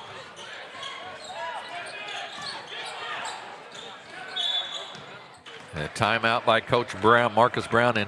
And Bobby, we saw in the last game that Overton, Tennessee they had a 20-point lead, did not close it out very well against Campbell. You'd be interested to see how this plays out in this one because it's a 17-point game right now. Should have it well in hand, but you never know. Yeah, you don't want to get lackadaisical in your mindset of how you run your offense and your efforts out there. And even when you start to sub in kids off the bench and work them in with the starters, look, it's still the same mindset. Make good shot selections, control the ball. Maybe you're not trying to score as hard or run a score up on the team, but hey, when it's 20 points, it's still close enough. You know, you're not worried about that. Just run your offense. Just play hard and don't lose the sight that, hey, there's still minutes to tick off this clock. Basketball in the hands of Hampton. Now back out to Craig for West Memphis. I like the adjustment for Caruthersville in the zone right here. You know, they seem to be playing tighter until the end. They gave space. And Moulton's going to a little grab on Brown. And you saw the mistake. As soon as he left that man right there at the high post, he left him to go cover the baseline. Pass went into him. He gave him too much room to work with, and West Memphis, again, just patient. They waited until it opened up and is there. Craig open for three, off the mark and no good. Rebound by McVeigh, kicks it out to Alexander. Alexander to the basket, gets it knocked away. Good hands there by Hampton. And he gets it back. Alexander had a shooter in the corner and passed him up. Hampton goes up off the glass and no good, and that's going to be Brown over the back, I think. And that'll be his fourth. Yes, Sammy Bryant was in the corner waiting on that three ball to come to him. He's got 12 in the game. Alexander's going to have to learn you can be the man and still pass the basketball. I mean, that guy's out there for a reason. Vaughns comes back in, as does DeCabrian Holmes for West Memphis. McVeigh brings it up. They trail by 17, 63-46. Sammy Bryant with it. Nice crossover on Vaughns. And he goes up over the bigger kid and gets fouled as he drives to the basket. That'll be the fourth one on Vaughns. And you saw those handles there by Sammy Bryant. You see how I was talking about the low, quick dribble right there? It's hard to reach in and grab that ball, and he just made a guy miss out top and blew by him. Sammy Bryant to shoot free throws here. He's got 12 so far this evening. First one up and good. And again for Blue Devils, number 10, DJ Johnson. DJ Johnson checks in, replacing Anthony Vaughn. So this certainly a size drop down there. Johnson only 6'1", Vaughn 6'4". Second free throw by Bryant, good. 17 of 25 from the free throw line for Caruthersville. Head to Trotter. He goes up off the glass and no good. Rebound inside, and he's going to be fouled from behind. I believe that will be McVeigh that'll get him from behind. We'll see if that's right or is that a Moulton? Nope, it is McVeigh. That is his third personal, fourth quarter team foul, number 2. And that will send DJ Johnson, the 6'1" junior, to the line to shoot 2 free throws. Up and good.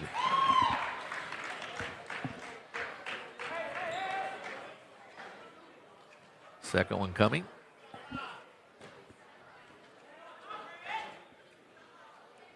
It's up and it is off the mark, no good. Moulton has not had a bad night from Caruthersville down there. Another good effort from him there. Yep, he'll be fouled. And he doesn't mind bodying up against other teams, and I like that out of Overton. I don't see him in the scorebooks here. Looking on the wrong side, so I do not. But he's only got 1 point in the game. But I do like how he's wanting to be physical with the guys. He gives you rebounding efforts. He's got 4 in the game for him, 4 of their 18. So right. Another one of those guys to kind of look at down low is see what he brings to the table in this team. Free throw up and short, no good.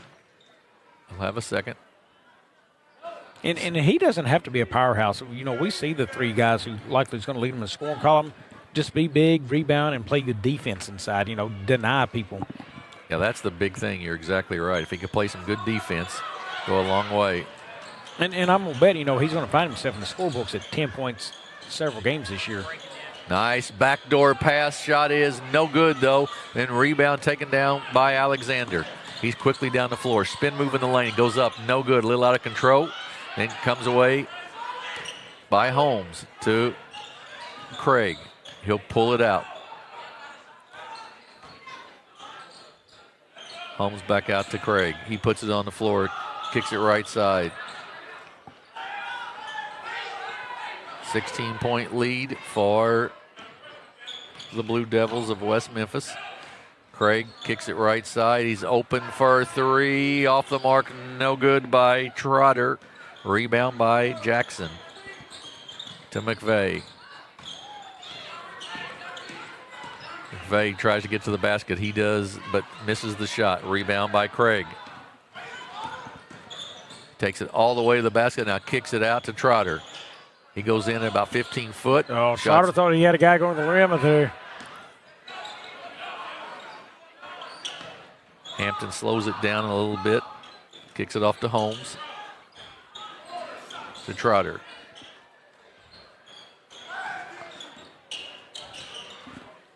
Craig with it, puts it on the floor. It opens up for him. He goes to the basket, up and good. DJ Craig with 15. He's impressed me tonight. Remember that statement I said he always finds himself around the rim? Yep. Right there.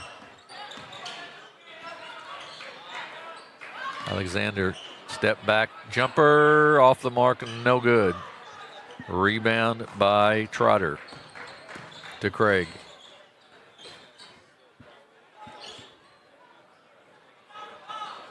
Trotter with it up top to the free throw line for Johnson. Craig, jump shot, no good. Rebound by Moten. Ahead to Bryant. He'll take the long 3 off the glass, and no good. Rebound by Hampton.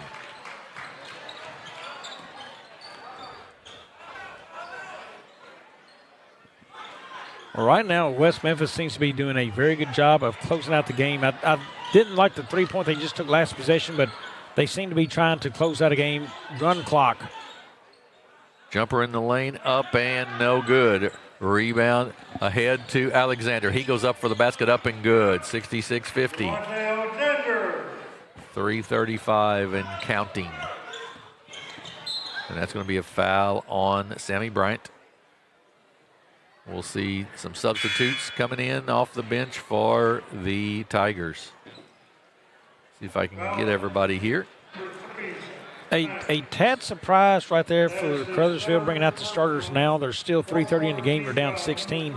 If you make a run, you're right back in it. Of course, now subs are in also for West Memphis there. They had several starters off the floor, but Brown with the basketball. Kicks it off to Holmes.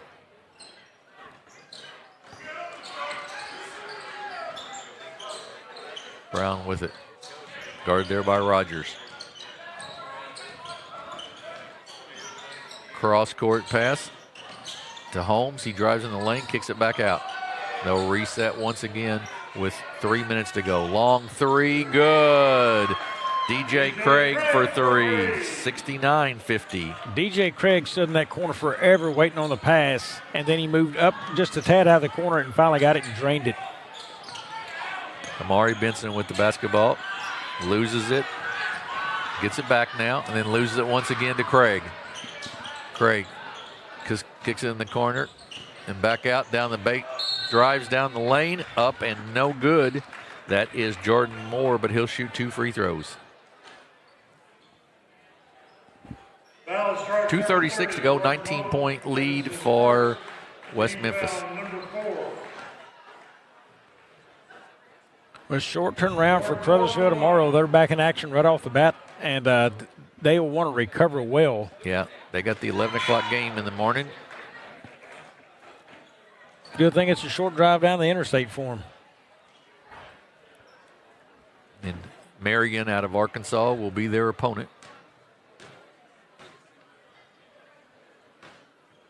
70-50, make it 71.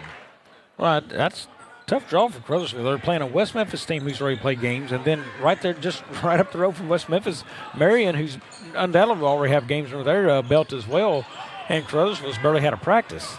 Yeah, it is. It's a tough draw for sure. Down, and dunk is missed by Ivy. Inside, they kick it back out now.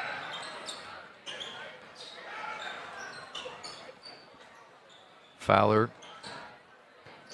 Moore down the baseline. Up and no good. Tipped.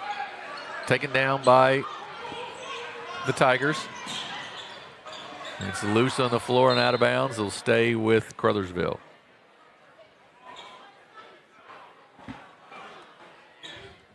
So, Jim, to my understanding, immediately following this game is the ring presentation for the state championship New Madrid County Eagles team of last season. What we will do is when we wrap up our scoring columns of this one, we're going to leave it live where the viewers can hear this. Jim and I will remove from air, but we will leave it live. You will get to see the presentation here only on Aycorp Sports. Absolutely right. Benson trying to inbounds here for the Tigers. He does get it in to Moten, Jordan Moten. Inside, knocked away, still loose. Moten gets it back. Goes to the basket, shot is up, no good. Rebound, loose. Taken down now by Trotter. He goes to the basket, up and no good. That's not a good possession by Trotter. He needs to learn to slow that down and burn clock. And if you make the score, that's fine, but when you miss and then you turn it right back over, that's not the possession you want. Absolutely right. So Trotter will inbounds for West Memphis with 1.5 minutes to go in the ball game. Up top to Fowler. Moore for three, good. Jordan Moore, the 5'8 junior with three. He's got 8. And it's 74-50, 24-point lead. Jim, I did talk to Dontre Jenkins between the games and earlier, and he told me we would see the freshmen tonight. So that class, very anticipated class coming in to contribute. He said we're going to see some of them today. Moten loses out of bounds. Yeah, that's a class that there's been a lot of talk about here at New Madrid for sure. Well, and it gives us our first view of them. Something I'm interested in. How's that New Madrid team going to look without a B.J. Williamson and a Jadis Jones? Well, we will find out tonight, no doubt. But, CMO Conference coming up not next week, week after. Right. Those kids are going to have to play against some of the best caliber basketball in the area in that tournament. It's all about to be in front of our eyes and on display here tonight. Yeah, absolutely right. Charleston as well, recovering, all that group house we talked about, that they're putting some kids on display tonight, see what they can do as we get ready to wrap this one up. A lot of good things to keep an eye on if you're a Southeast Missouri basketball fan. West Memphis is trying to run it out here. So they lead by 24. Out to Trotter.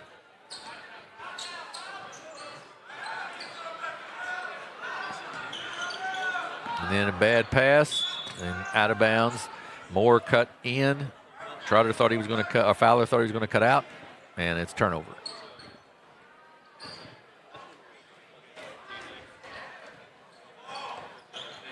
Inbounds for Caruthersville.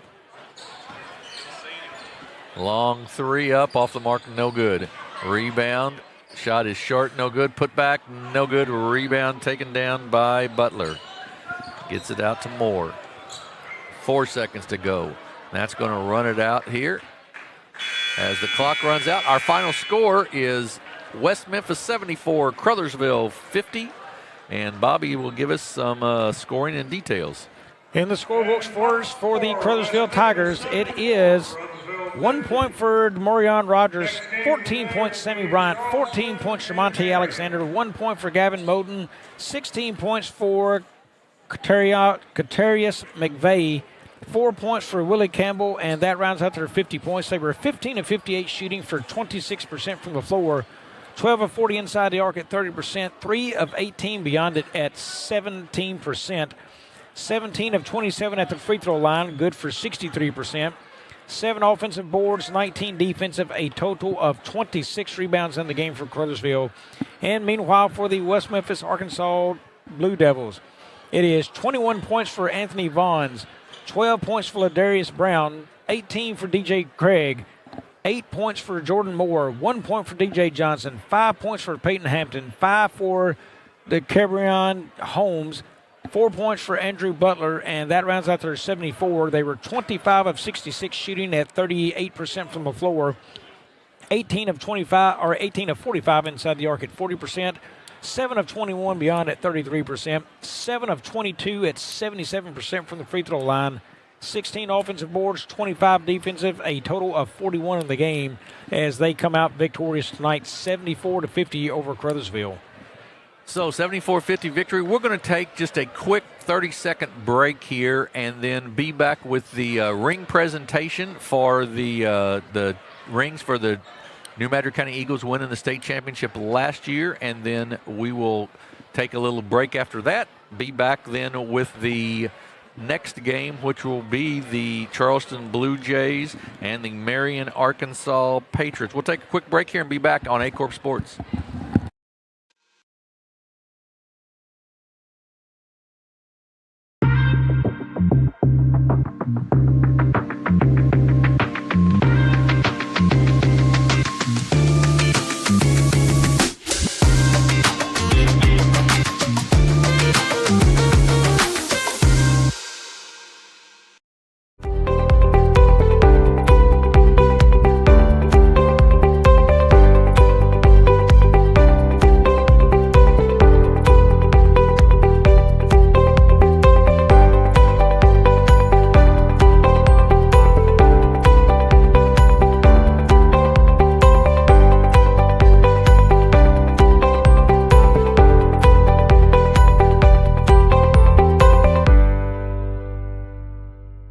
At Young Real Estate, we understand the importance of face-to-face interactions. Our experienced agents are here to listen to your needs and personalize your home buying or selling experience. But we also recognize the power of technology. Young Real Estate offers virtual showings, allowing you to explore properties from the comfort of your own home. Young Real Estate, where technology meets a personal touch. Your dreams, our expertise. Contact us today and let's make your dream home a reality.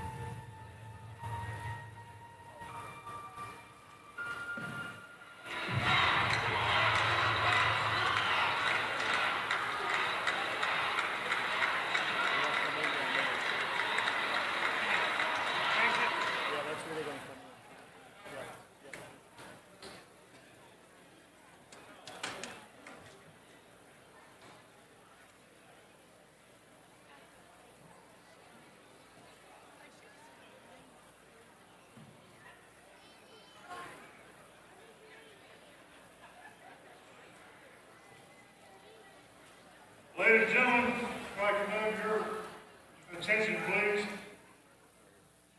Throughout the years, we at Madrid County Central High School have prided ourselves in the success of our students, teams, faculty members, community members, and many others that have helped mold and create traditions for our school. This year, we created history at Madrid County Central by winning our 5th basketball state championship in 2024. Although we have produced many outstanding athletes from our school, this group stands among the ranks of some of the best. Just as we enjoyed cheering you on last year, we are pleased to recognize you at this year's Riverbend Classic. Congratulations. At this time, we'd like to bring them onto the floor to receive their championship rings. First of all, our managers, Eloise Cooper, Austin Aycorp,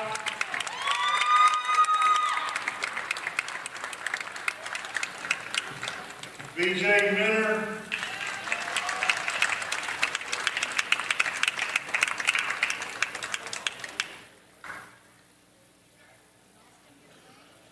BJ Perkins,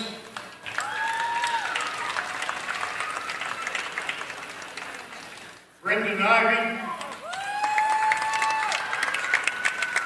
Isaac Smith, Will Johnson,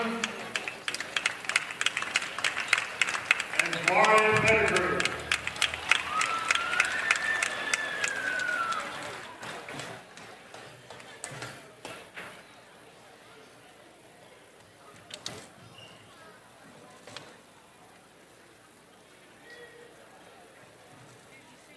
Now the players, Charlie Rosano,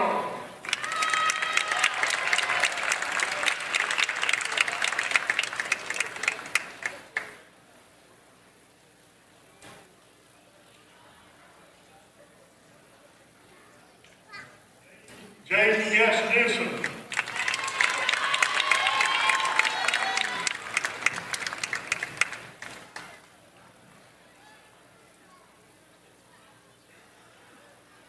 Malachi Hughes,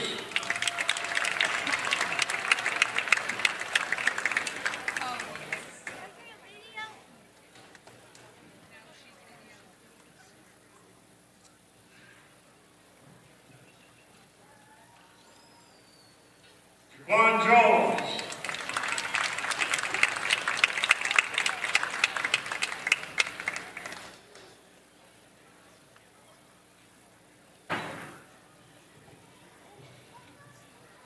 Riley Harden,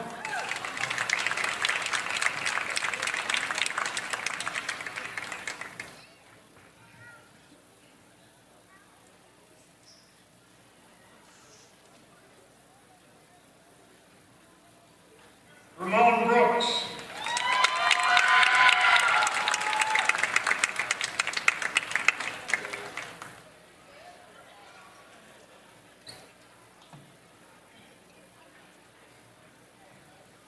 Marvion Crandall,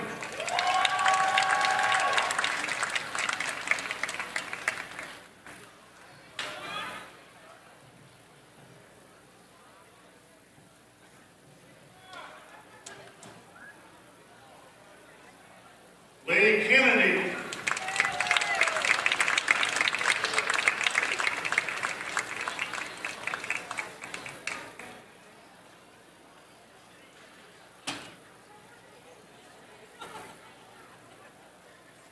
Ty Williams,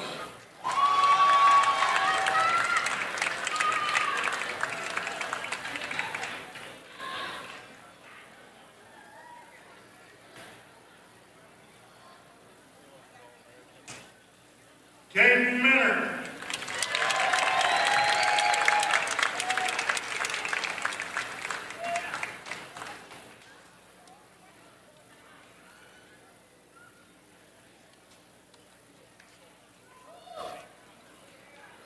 AJ Ruff,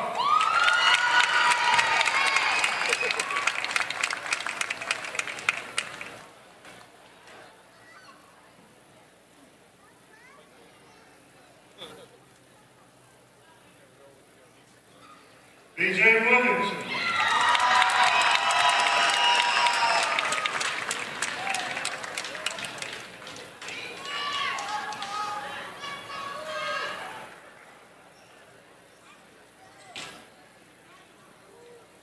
James Jones.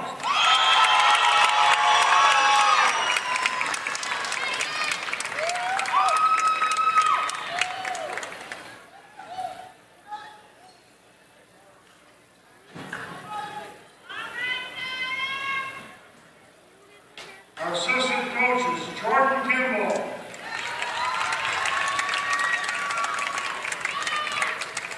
Palmer Campbell.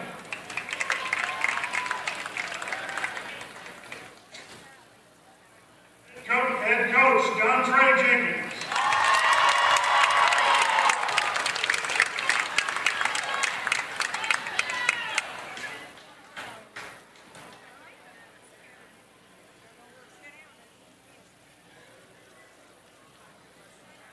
Folks, these are your 2024 Missouri Class 3 state champions.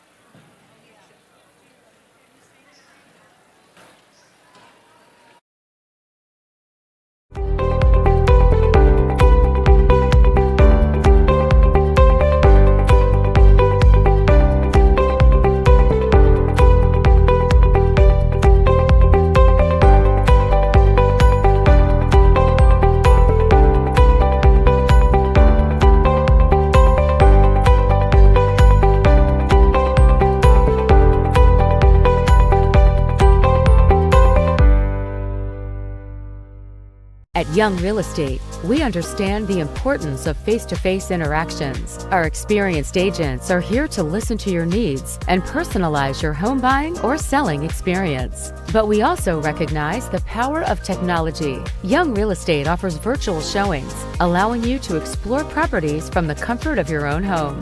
Young Real Estate, where technology meets a personal touch.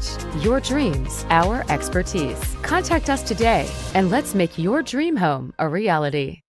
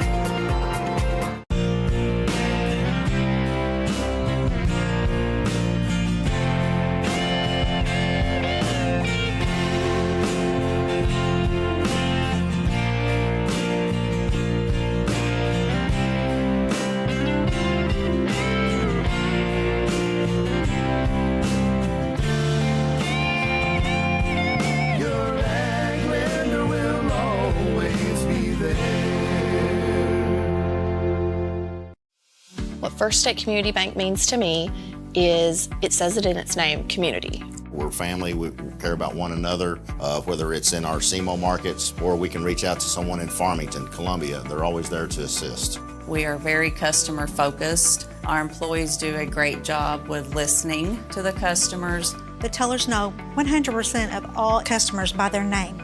If you want to feel at home, then walk into the doors of First State Community Bank.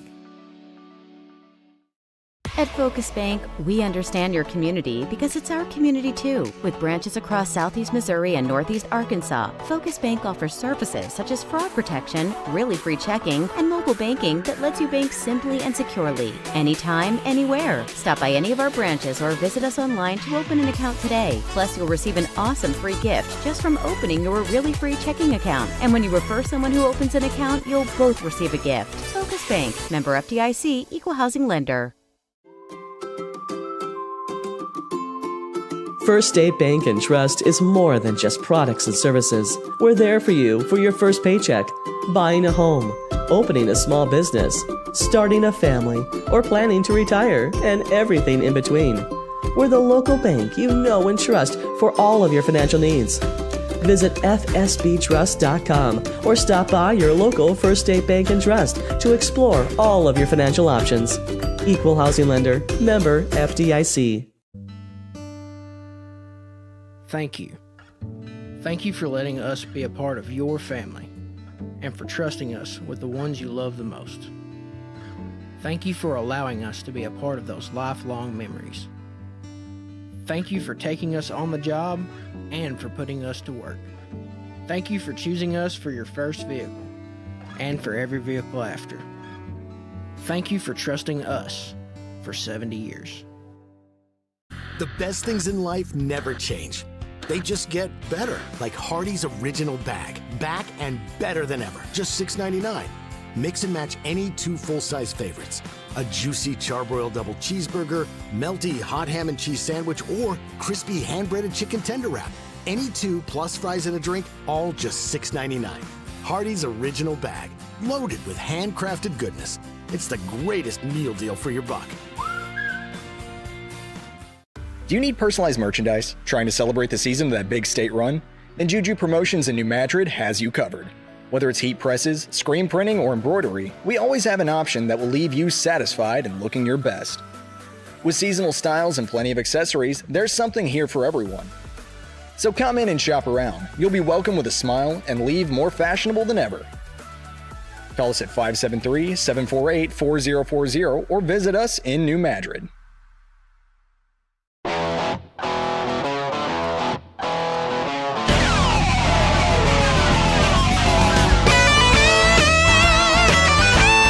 We're right here at King Jerry Lawler's Hall of Fame Bar and Grill on world famous Beale Street, and as you can see, oh my gosh, we have the best barbecue ribs in Memphis.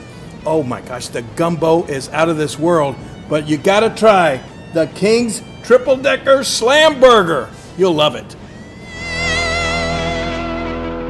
Mathis Funeral Home of Dexter and Bernie strives to provide their community with the accommodations and services needed to relieve your family during times of loss. For more information, give them a call and see how Mathis Funeral Home can help meet your expectations in celebrating your loved ones.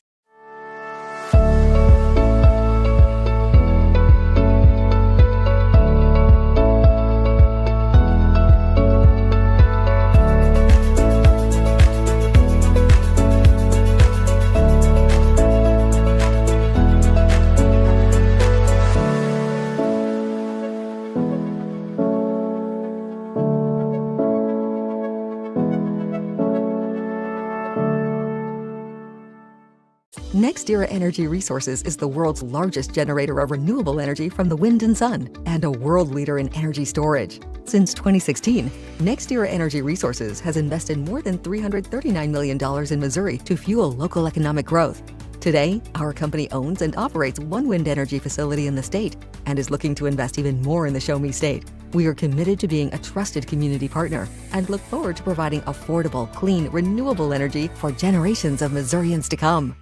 My name is Kevin Rossville. I'm a farmer from Prairie County, Arkansas. Been farming since 1991. Started farming with my father-in-law when I got married. We've been raising rice ever since. We've all been looking for something for a change for years. And I think this 263L is going to be the next and up-and-coming thing for us. It's really going to work well on a lot of different ground and a lot of different farms around here. Dynagro 263L, available exclusively at Nutrient Ag Solutions. At SEMO Health Network, we strive to provide caring and affordable health care while making our patients feel welcome in our warm and friendly atmosphere. With locations throughout Southeast Missouri, we provide medical, dental, OB, and behavioral health services to anyone and everyone that may need it. Visit SEMO Health Network for your wellness exams, COVID and flu vaccinations, lab services, dental exams, counseling, and more. For more information, visit our website and let SEMO Health Network take care of you.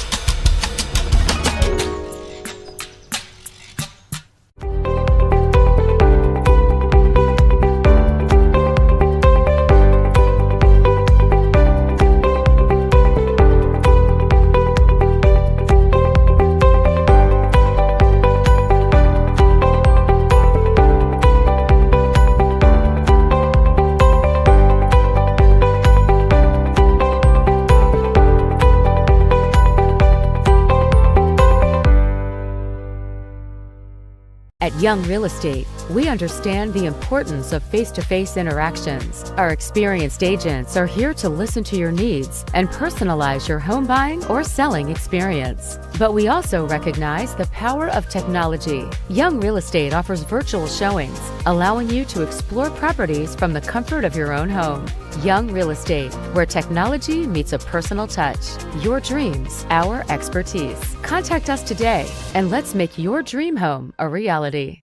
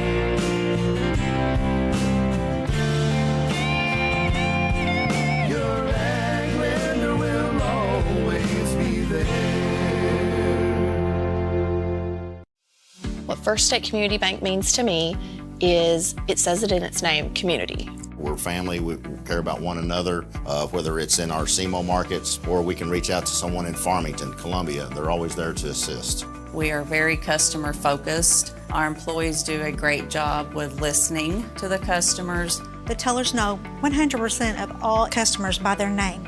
If you want to feel at home, then walk into the doors of First State Community Bank. At Focus Bank, we understand your community because it's our community too. With branches across Southeast Missouri and Northeast Arkansas, Focus Bank offers services such as fraud protection, really free checking, and mobile banking that lets you bank simply and securely, anytime, anywhere. Stop by any of our branches or visit us online to open an account today. Plus, you'll receive an awesome free gift just from opening your really free checking account. And when you refer someone who opens an account, you'll both receive a gift. Focus Bank, member FDIC, equal housing lender. First State Bank and Trust is more than just products and services. We're there for you for your first paycheck, buying a home, opening a small business, starting a family, or planning to retire, and everything in between. We're the local bank you know and trust for all of your financial needs. Visit fsbtrust.com or stop by your local First State Bank and Trust to explore all of your financial options. Equal housing lender. Member FDIC. Thank you. Thank you for letting us be a part of your family and for trusting us with the ones you love the most. Thank you for allowing us to be a part of those lifelong memories. Thank you for taking us on the job and for putting us to work. Thank you for choosing us for your first vehicle and for every vehicle after. Thank you for trusting us for 70 years. The best things in life never change. They just get better, like Hardee's Original Bag. Back and better than ever. Just $6.99. Mix and match any 2 full-size favorites. A juicy charbroiled double cheeseburger, melty hot ham and cheese sandwich, or crispy hand-breaded chicken tender wrap. Any 2 plus fries and a drink, all just $6.99. Hardee's Original Bag, loaded with handcrafted goodness. It's the greatest meal deal for your buck. Do you need personalized merchandise? Trying to celebrate the season of that big state run? Then Juju Promotions in New Madrid has you covered. Whether it's heat presses, screen printing, or embroidery, we always have an option that will leave you satisfied and looking your best. With seasonal styles and plenty of accessories, there's something here for everyone. So come in and shop around. You'll be welcome with a smile and leave more fashionable than ever. Call us at 573-748-4040 or visit us in New Madrid.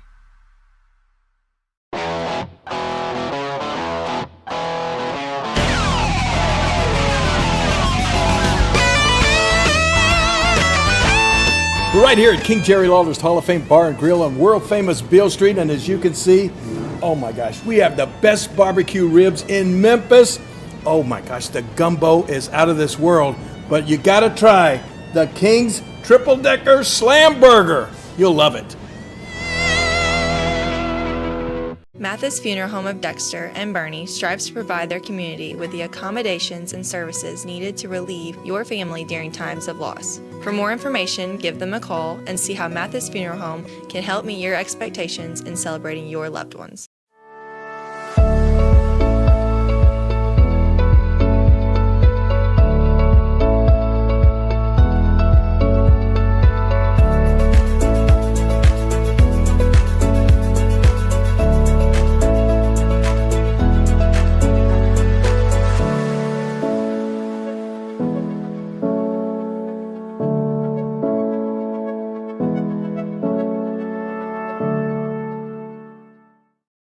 Welcome back to the Riverbend Classic from New Madrid County Central High School on Aycorp Sports. In game number 3 of 4 today, the Charleston Blue Jays take on the Patriots from Marion High School in Marion, Arkansas. I'm Jim Riker alongside Bobby Alford for all of today's action. The second half of today's action features one of the Southeast Missouri's traditional programs, the Charleston Blue Jays. Just 2 years removed from a Class 3 state championship, the Blue Jays are expected to be in a bit of a down year this season. However, they are the 7th seed in the CMO Conference Tournament, but hey, make no mistake about it, when you're talking about the Blue Jays, you never can count those guys out. Last season, Blue Jays were 14-15, but took the Class 3 District 2 championship, losing the sectional round of the eventual state champions, the New Madrid County Eagles. Charleston has now moved from Class 3 District 2 down to Class 2 District 3 this season due to lower enrollment. They also have, they definitely create an issue, I think, Jim. You know, when you look at a team like a Bernie and a Puxico in that class, they can create matchup issues, speed issues, maybe they're not always seeing. You know, something to keep an eye on there. As far as their opponent, the Patriots of Marion, they are 1-1 on this season, coming off a very successful 23-7 campaign in 2023-2024 season, losing in the 5A state championship to eventual semifinalist Parkview. Jim, I'm going to tell you, when you're playing a school as a 5A championship caliber team, tough night coming for the Blue Jays. Tough night and a definite size advantage for Marion when we go through the starting lineups. Their front court goes 6'7", 6'4", 6'6", so it's going to be a lot for Charleston to have to try to handle, especially being their first game of the year. So Coach Jamarcus Williams will have his work cut out for him tonight, but that's why you play these first games to try to see what you've got, what you don't have, and go from there, you know? Yeah, I think Coach Jamarcus Williams, this is a game to challenge yourself, guys. Not only challenge yourselves by a better team, a taller team, a more physical team.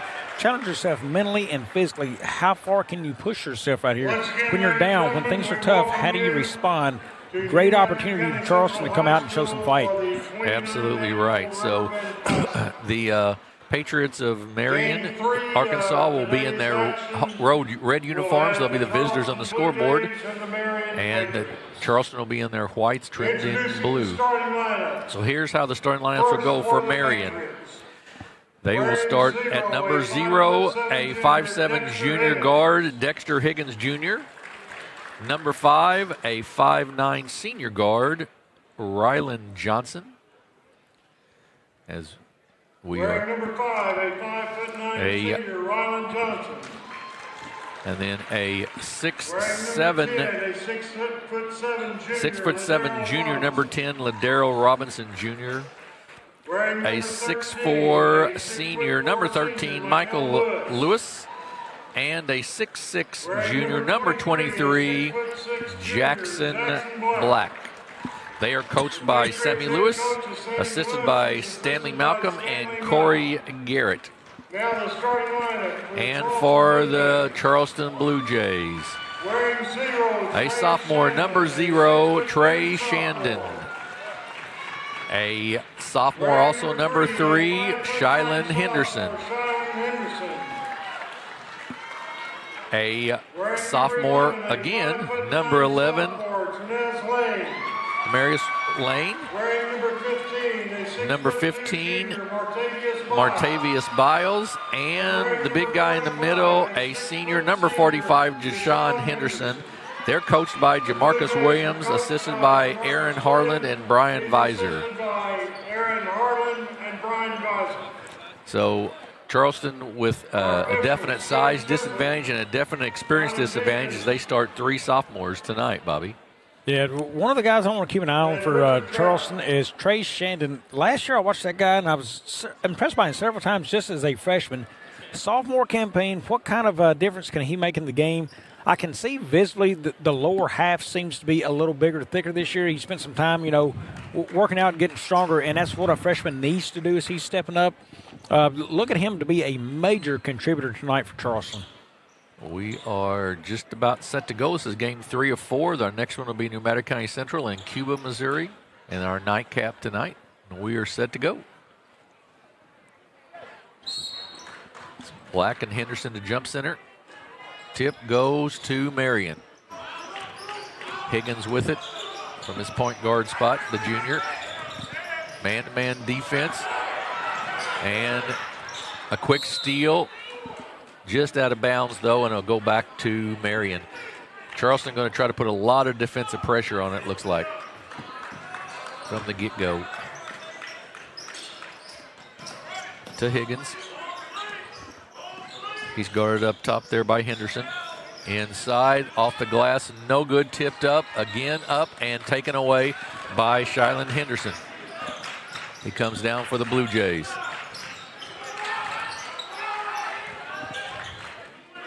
Well, 3 sophomores starting for Charleston. That's already a disadvantage when you're playing a lot bigger school than you are. Henderson, jump shot up and good. Deshaun Henderson, and he played outside a lot last year. Didn't play near as much inside, but he went straight to that post. Nobody stepped in front of Dexter Higgins, and it's an easy basket. And Coach Sammy Lewis is not happy, I believe, with the defensive effort right off the bat. Yeah, he wants to get it straightened out really quick, and you can tell he's going to coach with a lot of passion today. Absolutely. As we said, they came off a good season last year, 23-7, and 1-1 this season. So they want to. Well, I'm sure they're serious about trying to get this right off the bat. Yeah, and I'm trying to remember, the only member left of this championship team would be Henderson. I believe would have been a freshman that season. I believe when that's Charleston right, probably. won that state championship.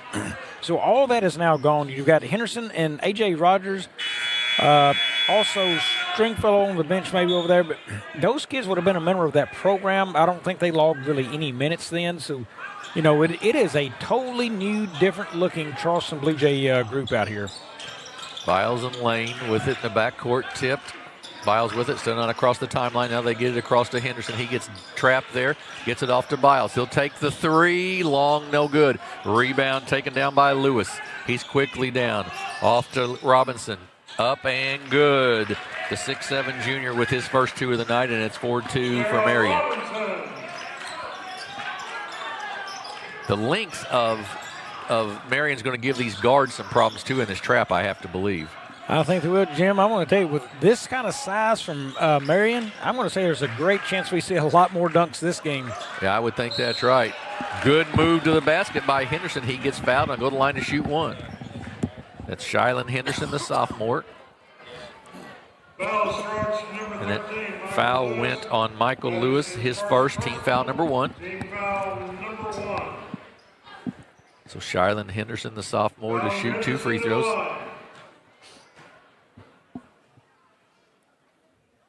We'll see this Charleston Blue Jay group in the Seymour Conference Tournament in 2 weeks from Sykeston. They're the number 7 seed. Second free throw is on the mark as well. We're tied at 4. Full court pressure by the Blue Jays. Higgins gets it across the timeline against Lane. Drives the baseline. Shots up and no good, and they're going to get, I believe, Biles on the floor there. He got bumped a little bit and then sort of slid underneath Robinson Jr. Well, one thing you look at when I see Charleston right now is physical strength, just thin bodies. You know, and that's going to make a difference on the floor. And throughout the course of a season, that's going to be a lot on the Charleston Blue Jays to overcome this year. You look at the bench, and they do have one big young man over there. I don't know who he is yet. As he checks in, I can see later. But he's going to give them some size and thickness, no doubt, down there. But they will need that as this season comes along. Second free throw up and off the mark, also no good. Deshaun Henderson with the big, strong rebound. And Shyland Henderson brings it up for the Blue Jays. And his pocket is picked by Higgins. He's down for the layup, up and no good, but Deshaun Henderson's going to foul him, and that'll send Dexter Higgins to the line to shoot 2 free throws. Jim, I do remember the game. Shyland Henderson's another game I remember last season up at Cape Notre Dame when we was doing districts up there. Yes. He had a nice game up there as a freshman. Dexter Higgins to shoot the free throws. He's got 2 points already of their 4 tonight. First one up and good. We'll have a second. Takes a deep breath. Left-hander misses. Henderson with the rebound.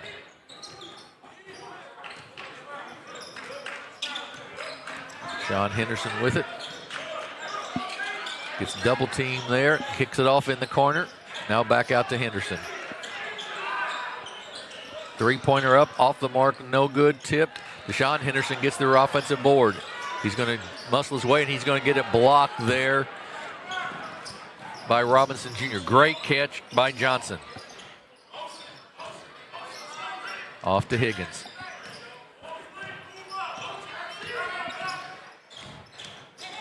Higgins in the lane. Out top to Higgins once again. Inside Lewis. In and out, no good. Rebound loose, taken down by Higgins. He's got 4 guys around him. He finally gets it out, and shot is good by Jackson Black. 7-4 Marion. Right now, Marion is not taking advantage of their size the way I thought they would early in this basketball game. You'd think they'd just be a lot stronger inside everywhere they wanted to move. Lane off to Henderson. He's guarded there by Higgins. Jackson Black, and then to there he is, Trey Shandon. Exactly right, and we're tied at 7. He's got to be able to score, certainly, for Charleston, for them to be competitive. I would think most nights in the scorebooks he's going to be one of the major guys. Absolutely. So Darrell Robinson off to Higgins. He drives to the basket. It's up, it's no good, and it's going to be a charge. And that is Deshaun Henderson drawing the charge. Offensive foul, charge number 0. Well, Henderson had his spot, and it is correct call. He is the guy, I think, for Charleston this year, most important to keep him on the floor and out of foul trouble. You know, he's the guy because they have nothing to replace him down low.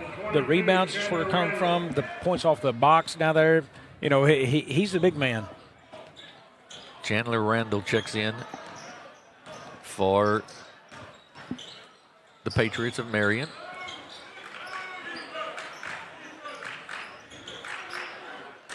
Bad pass, a steal. In for the layup, up and good.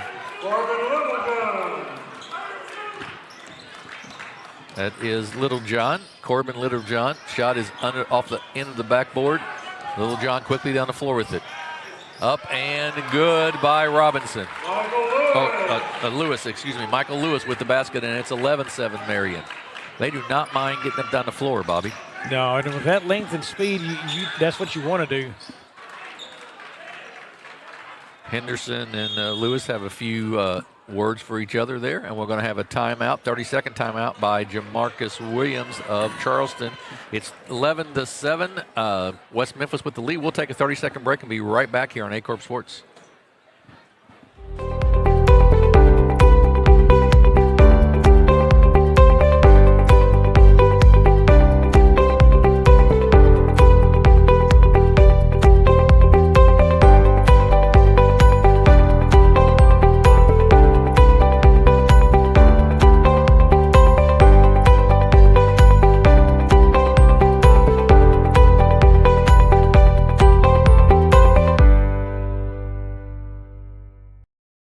We are back here at New Madrid County High School. Marion has jumped off into an 11-7 lead here with 3:29 to go in the first quarter over the Charleston Blue Jays.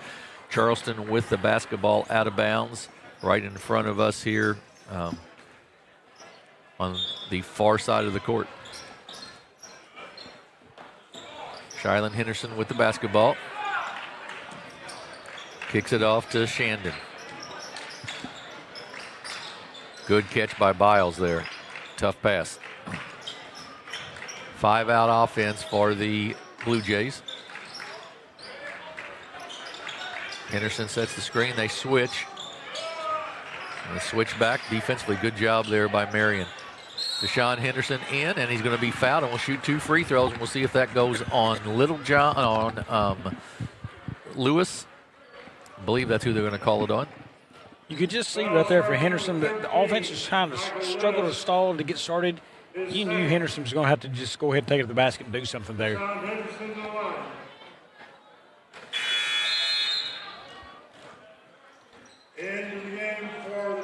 Jalen Neal comes in. No doubt Henderson, he'll be challenged tonight. You know, not as tall as the kids over on Marion's side. I mean, he's going to have to use that body to create a lot of space for himself. Free throw no good. Taken down by Robinson. To Littlejohn.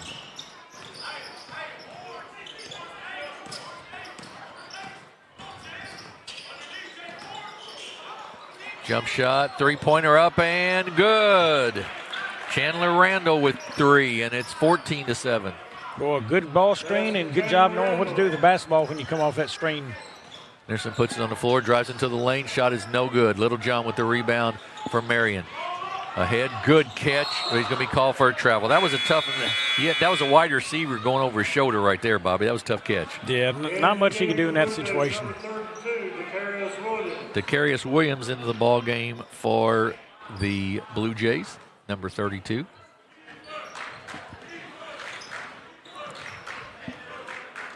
There's some of the size, too, number 32 there, Decarius Williams. That's one of the guys you come in, you look at Henderson and see who subs for him. This is the guy right here. I mean, this is part of this youth movement for Charleston, but he's going to play major minutes this year, and a good look to see how this young man's going to perform tonight. Marquand Stringfellow in the game as well for Charleston. Nice dish off inside, up and good by Robinson. He's got 4, and it's 16-7. Shandon with it up top for the Blue Jays. Out to Williams.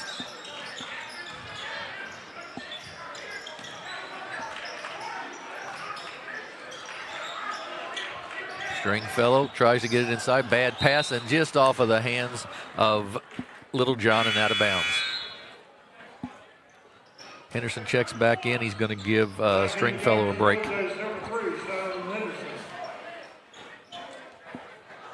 16-7, a minute 40 to go here in the first. Three-pointer up and good by Williams. Well, I said he is a big man down low. He shoots threes. He does. 16-10. It's going to be a double dribble and a turnover. Jalen Neal with the double dribble, and it's a turnover. Goes back to the Blue Jays. Yeah, he's getting coached there on defense there by Coach Jamarcus Williams, but I think he's telling him, hey, be bigger and be wider, move those feet better on defense. He didn't really slide in the lane very well.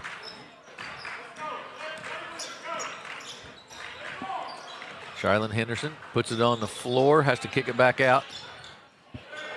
Wide open three, off the mark, no good. Rebound off of Marion, and a go back to Charleston.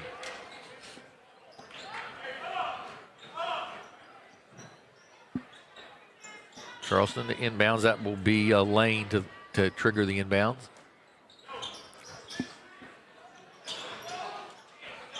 Shandon with the catch. Williams with it, drives in at the free throw line, way off the mark, no good. Rebound taken down by Randall.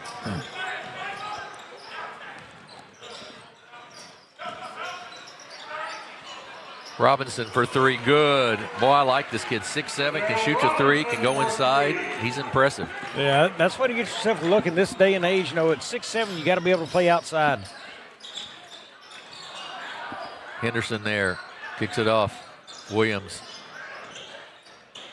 to Lane, back to Williams. Henderson, Charleston trying to make some things happen with some cuts, but just not much going on right now. Line, ooh, and a hard foul there. Henderson will go to the line to shoot 2 free throws.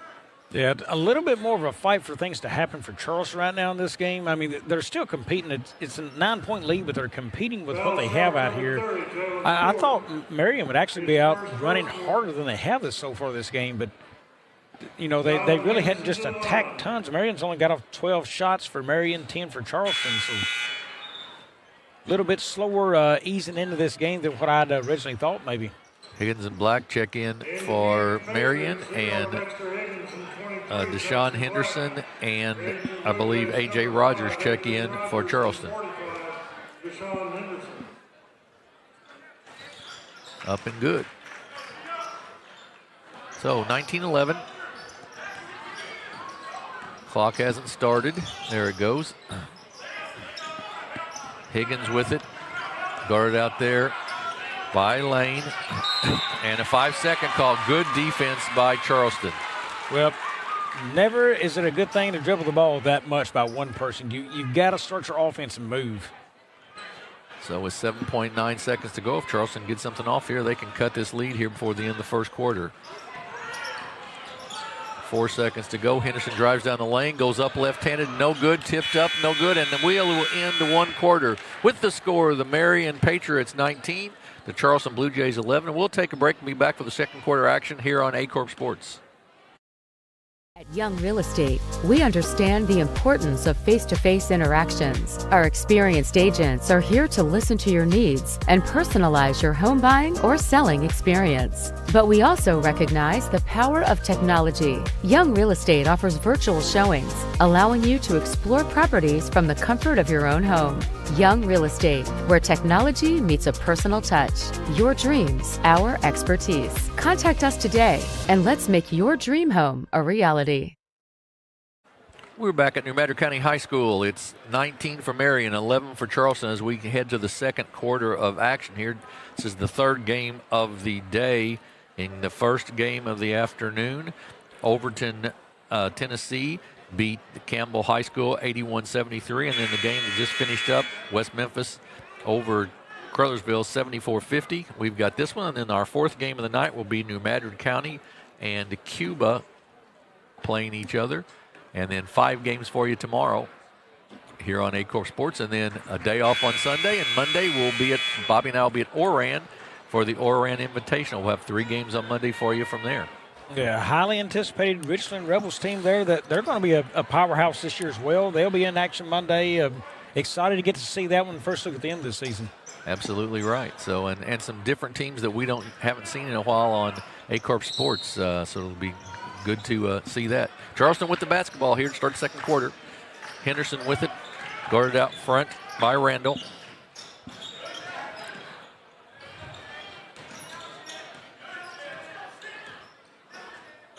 Off to Lane. Yeah, 5 out, and right now they cannot penetrate this Marion defense. To Williams. Henderson tries to set a screen. Now they get it off to Henderson. He's going to drive to the basket. Nice spin move. Missed the shot. No good, though. Neal with the rebound. Quickly down the floor. Loses control of it. Gets it back. Shot is up and no good by Littlejohn, Corbin Littlejohn, but he's fouled in the act of shooting the three. He'll have 3 free throws. Now, I'm going to go out on a limb and say that something right here. Did you see the spin move that Deshaun Henderson put on down there? I did. Somebody's going to hit the floor this year, and he's going to get an unjust foul called on him. His size alone is going to make it look like he puts a violent foul on him. That was a really, really good spin move from the big man there. I loved it. It was a very good spin move. You're exactly right. But all you got to have is look like a little bit of a contact from a guy like that, and you hit the floor hard, and you may get a call. Right. Littlejohn's second free throw good. 20-11.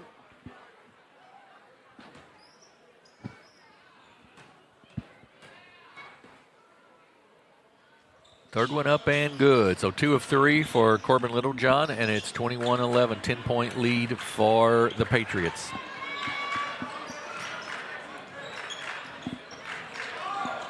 Lane with the basketball. Steal down by Higgins, up and good. Our 12-point lead. Boy, it all went wrong for Lane there. Henderson come out, try to get the screen. He missed the screen and then turned it over. Henderson, left-handed dribble. He gets double-teamed in the corner. Steps through it, though, to Deshaun Henderson. Henderson up, gets fouled. Will go to the line to shoot 2, and that foul will go on Jackson Black, I believe. Yeah, one thing Deshaun Henderson may have to learn is a little bit of a fall-away hook there, fall-away jumper. Create separation because, he's short enough now, the size of Marion at 6'7", is able to get out there and reach that.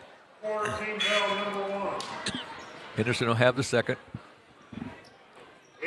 Biles checks back in, as does Shandon for Charleston. At number 15, Martavius Biles.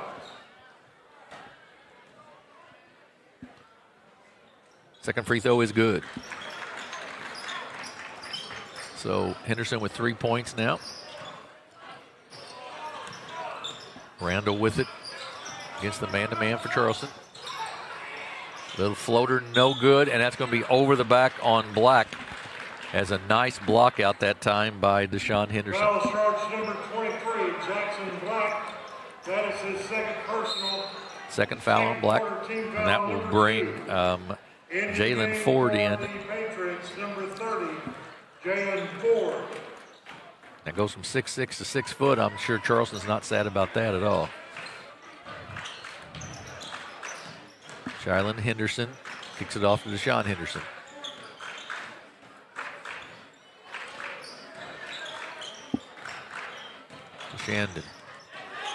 Shandon loses it, gets it back, gets it off, but right through the wickets of Biles, and a steal for the Patriots.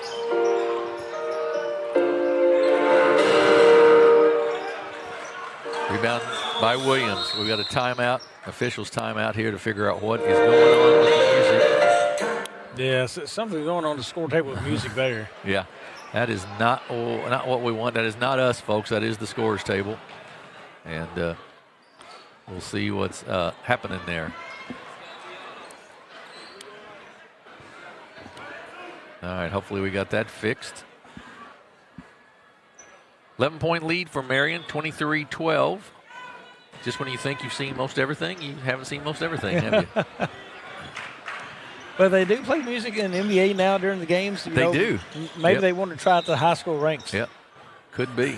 Going to have a foul on the floor, I think, on Higgins. That'll be, I believe, his second. And Zayden Welker will check in. Second quarter, team foul number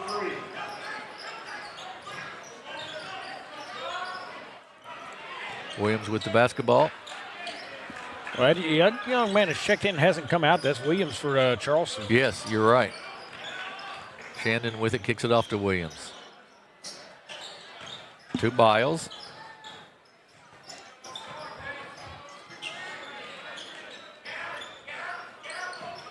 Henderson drives to the basket, up and good. And we're going to have a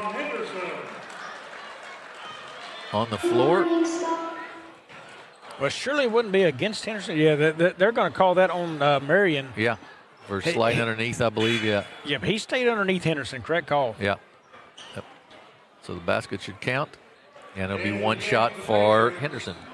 Number 15, Corbin Littlejohn. Nope, just the basket, I guess. Interesting stop of play then. Why they'll whistle and stop a play if no call? Littlejohn brings it up, kicks it off to Neal. Neal tries to drive the basket and then kicks it outside. Chandler Randall misses the shot. And Henderson comes up with Charleston. He gets double teamed there. And then off to Deshaun Henderson. Henderson tries to spin, a little runner in the lane, no good, rebound Littlejohn. Kicks it off right side to Welker. Welker to the basket, it's no good, but we're going to have a charge call, I believe. Henderson's drawn his second charge of the game. You remember one thing I said earlier about teams in the night? I said they've got to learn to use their feet better this year. Right. So looking for that charge. Henderson used his feet. Yes, he just does. Slid right down in front of that man. Well, he didn't just stand there like a rock and just put both hands down in front of him. Slid over and took the position away from the ball handler. Henderson's going to get a little breather here. And Shyland Henderson brings it up for Charleston. Off to Williams. Got to Lane. He loses it. Kicks it off to Biles. I'll tell you, for a team that's supposed to be down this year, they are putting a lot of faith and time and energy into Williams, the freshman out there. Yeah, they are. Yeah, they are. Great to see the young man getting his opportunity here on the big stage. Henderson with it. Goes behind his back, loses it, gets it back. It's a tie-up. It'll be a jump ball, and it'll go to Marion. Well, for the second time tonight, we've seen a point guard do that, just dribble the ball into the ground. Now, each side of the court we've seen it on, but turnover again on that. Higgins and Lewis check back in for Marion. Charleston, though, with their speed that they have in Class 2, they'll give some people in Southeast Missouri some issues, I think. I think they will, and I think they'll play aggressive defense, which is going to frustrate a lot of teams. I think that's where they've got to use that and get some runaway steals and baskets. I think Zay and Puxico may be in the same district, if I remember correctly, so it'll be very interesting. Drive to the basket, no good. Nice putback, no good. Tipped out. Comes down. Robinson jumper up off the mark, no good. And finally, Shandon comes away with it for the Blue Jays. He's quickly down the floor. He goes to the basket, and that's going to be a blocking foul, I believe. Yeah, blocking foul. He did not maintain position. He tried to move his body while also standing still and block him out on that.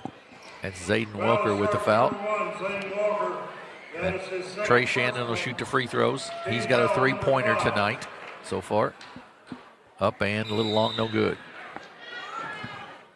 Charleston 4 of 9 right now from the free throw line.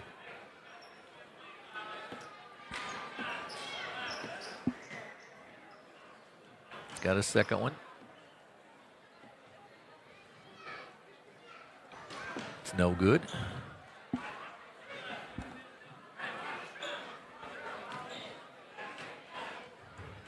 Must have had a lane violation on the first one, I guess. He missed all three of them. And then a big rebound by Jalen Ford. Well, that's tough when you're struggling to score and you miss all three free throws. Up off the glass and no good. Tipped back up, taken down by Williams. And out to Shandon.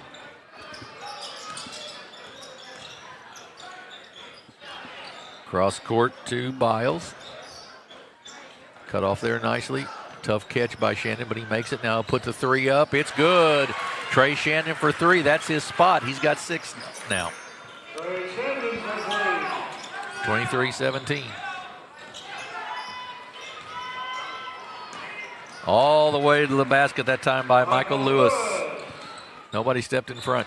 Yeah, Shannon had a chance to stick a hand in there, and he just kind of watched it go by. Williams with it. Little runner in the lane, up off the glass and good. 25-19. Jumper up and nice shot there by Robinson. LaDarryl Robinson. He's got 9 now for Marion. 8-point game, 27-19. Williams kicks it across to Henderson. Henderson tries to drive, spins into the lane, goes up off the glass. Wild shot, no good. Rebound, though, by Lane, and he'll be fouled and go to the line to shoot 2. That'll go on Robinson, I believe. I'll tell you, Jim, right now with your size difference, it should be experience difference for Marion. They just keep seeming to let Charleston hang around in this game. You know, they really need to put their foot on the pedal and try to push this thing before the half. Free throw by Lane, good. Randall checks back in. And for Charleston is Patriots, number 22, Chandler Randall. In for the Blue Jays, number 20, Grayson Kirby, and 45. Chase Kirby's in the ball game, as is Deshaun Henderson. Free throw, no good. Down the floor, no place to go with it really, but Robinson with the catch. Then to Walker for 3, no good. Henderson, strong rebound. He'll bring it up and then kick it off to Shyland Henderson.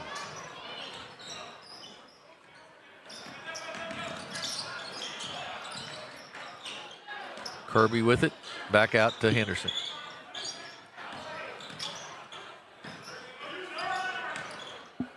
Down the lane, blocked, but a foul, and he'll go to the line to shoot 2. That is Lane to shoot 2 for the Blue Jays. I'll tell you, Charleston has not been afraid to take it inside against the size, have they? They have not. That is his second personal. Randall with his second foul. And if Charleston would have shot free throws, I mean, they're 5 of 12. If they're at 5 of 13 now. Yeah, they would be right here in a basketball game if they could hit them. Hayden King in for Marion. You know, the separation, Marion 22 shots off, Charleston 19. Not a lot of difference there. Just really, really surprised in the size difference and the strength of Marion, and they have not pushed this game out. Shot no good. Higgins tries to get it inside. He does. There's going to be a foul inside, and there'll be 2 shots coming up for Chandler Randall. You look here, Charleston, 2 of 14, though, inside the 3-point line. They just haven't been able, they've been getting shots off, they've just not been able to make very much. Yeah, and I think that's some of the size of Marion coming into play, able to defend the rim a little bit better there, pushing them out. Randall will shoot 2 free throws. First one up and good. 28-21.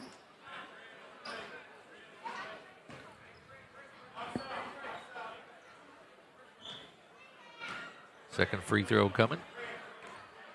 Up and off the mark, no good. Deshaun Henderson with the rebound for the Blue Jays. I'll tell you, once it goes into Henderson's hands, you're not going to take it away from the big man. No, not very well. I agree. Charleston needs a score right here. Henderson with it. Kicks it out to Lane. Henderson takes it to the basket, off the glass, no good. Rebound taken down by Randall.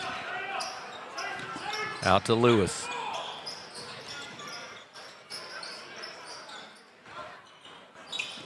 Up top to Higgins. Nice kick in the corner there. And Randall with the jumper from about 12 foot up and good. Boy, nice looking shot by Randall. 30-21. 32 seconds to go in the quarter.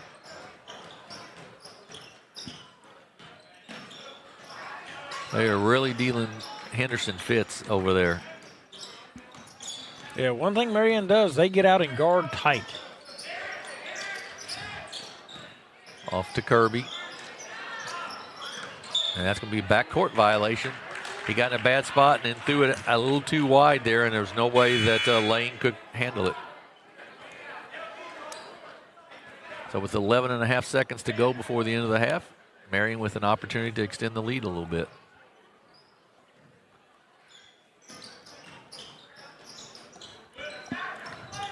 To Lewis in the corner, jumper, no good. Kirby with the rebound, out. Lane at the buzzer, just no good off the side of the backboard. So we're at halftime of Game 3 here at New Madrid County High School. It is Marion 30 and the Charleston Blue Jays 21. We'll take about a 7-minute break and be back with about 3 minutes to go before the second half with some stats and the second half of this game on Aycorp Sports.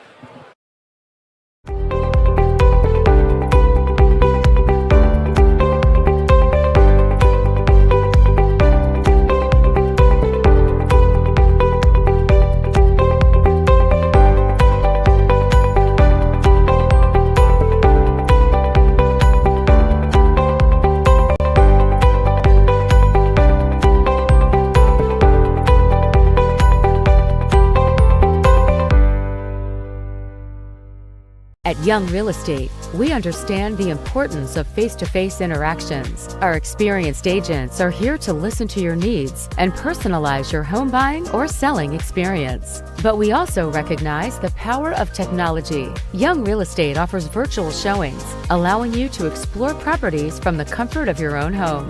Young Real Estate, where technology meets a personal touch. Your dreams, our expertise. Contact us today and let's make your dream home a reality.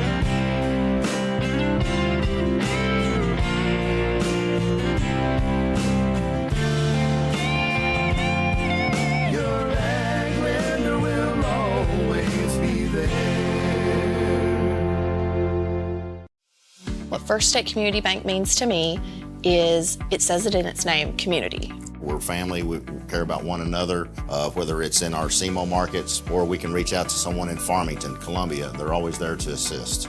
We are very customer focused. Our employees do a great job with listening to the customers. The tellers know 100% of all customers by their name. If you want to feel at home, then walk into the doors of First State Community Bank. At Focus Bank, we understand your community because it's our community too. With branches across Southeast Missouri and Northeast Arkansas, Focus Bank offers services such as fraud protection, really free checking, and mobile banking that lets you bank simply and securely, anytime, anywhere. Stop by any of our branches or visit us online to open an account today. Plus, you'll receive an awesome free gift just from opening your really free checking account. And when you refer someone who opens an account, you'll both receive a gift. Focus Bank, member FDIC, equal housing lender. First State Bank and Trust is more than just products and services. We're there for you for your first paycheck, buying a home, opening a small business, starting a family, or planning to retire, and everything in between. We're the local bank you know and trust for all of your financial needs. Visit fsbtrust.com or stop by your local First State Bank and Trust to explore all of your financial options. Equal housing lender. Member FDIC. Thank you. Thank you for letting us be a part of your family and for trusting us with the ones you love the most. Thank you for allowing us to be a part of those lifelong memories. Thank you for taking us on the job and for putting us to work. Thank you for choosing us for your first vehicle and for every vehicle after. Thank you for trusting us for 70 years. The best things in life never change. They just get better, like Hardee's Original Bag. Back and better than ever. Just $6.99. Mix and match any 2 full-size favorites. A juicy charbroiled double cheeseburger, melty hot ham and cheese sandwich, or crispy hand-breaded chicken tender wrap. Any 2 plus fries and a drink, all just $6.99. Hardee's Original Bag. Loaded with handcrafted goodness. It's the greatest meal deal for your buck. Do you need personalized merchandise? Trying to celebrate the season of that big state run? Then Juju Promotions in New Madrid has you covered. Whether it's heat presses, screen printing, or embroidery, we always have an option that will leave you satisfied and looking your best. With seasonal styles and plenty of accessories, there's something here for everyone. So come in and shop around. You'll be welcome with a smile and leave more fashionable than ever. Call us at 573-748-4040 or visit us in New Madrid.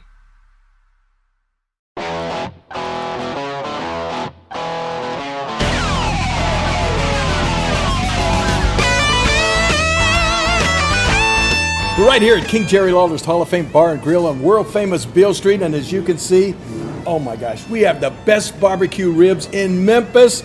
Oh my gosh, the gumbo is out of this world, but you gotta try the King's Triple Decker Slam Burger. You'll love it.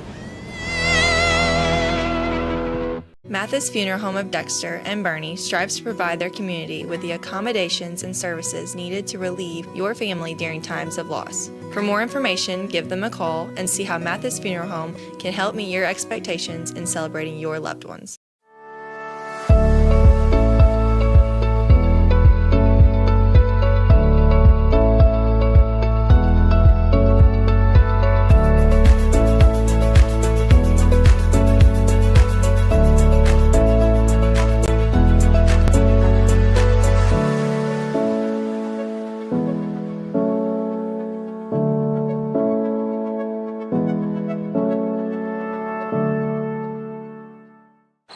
We're back at Madrid County High School. This is the Riverbend Classic, and it's the Marion, Arkansas Patriots 30, the Charleston, Missouri Blue Jays 21 at halftime. Jim Riker and Bobby Alford.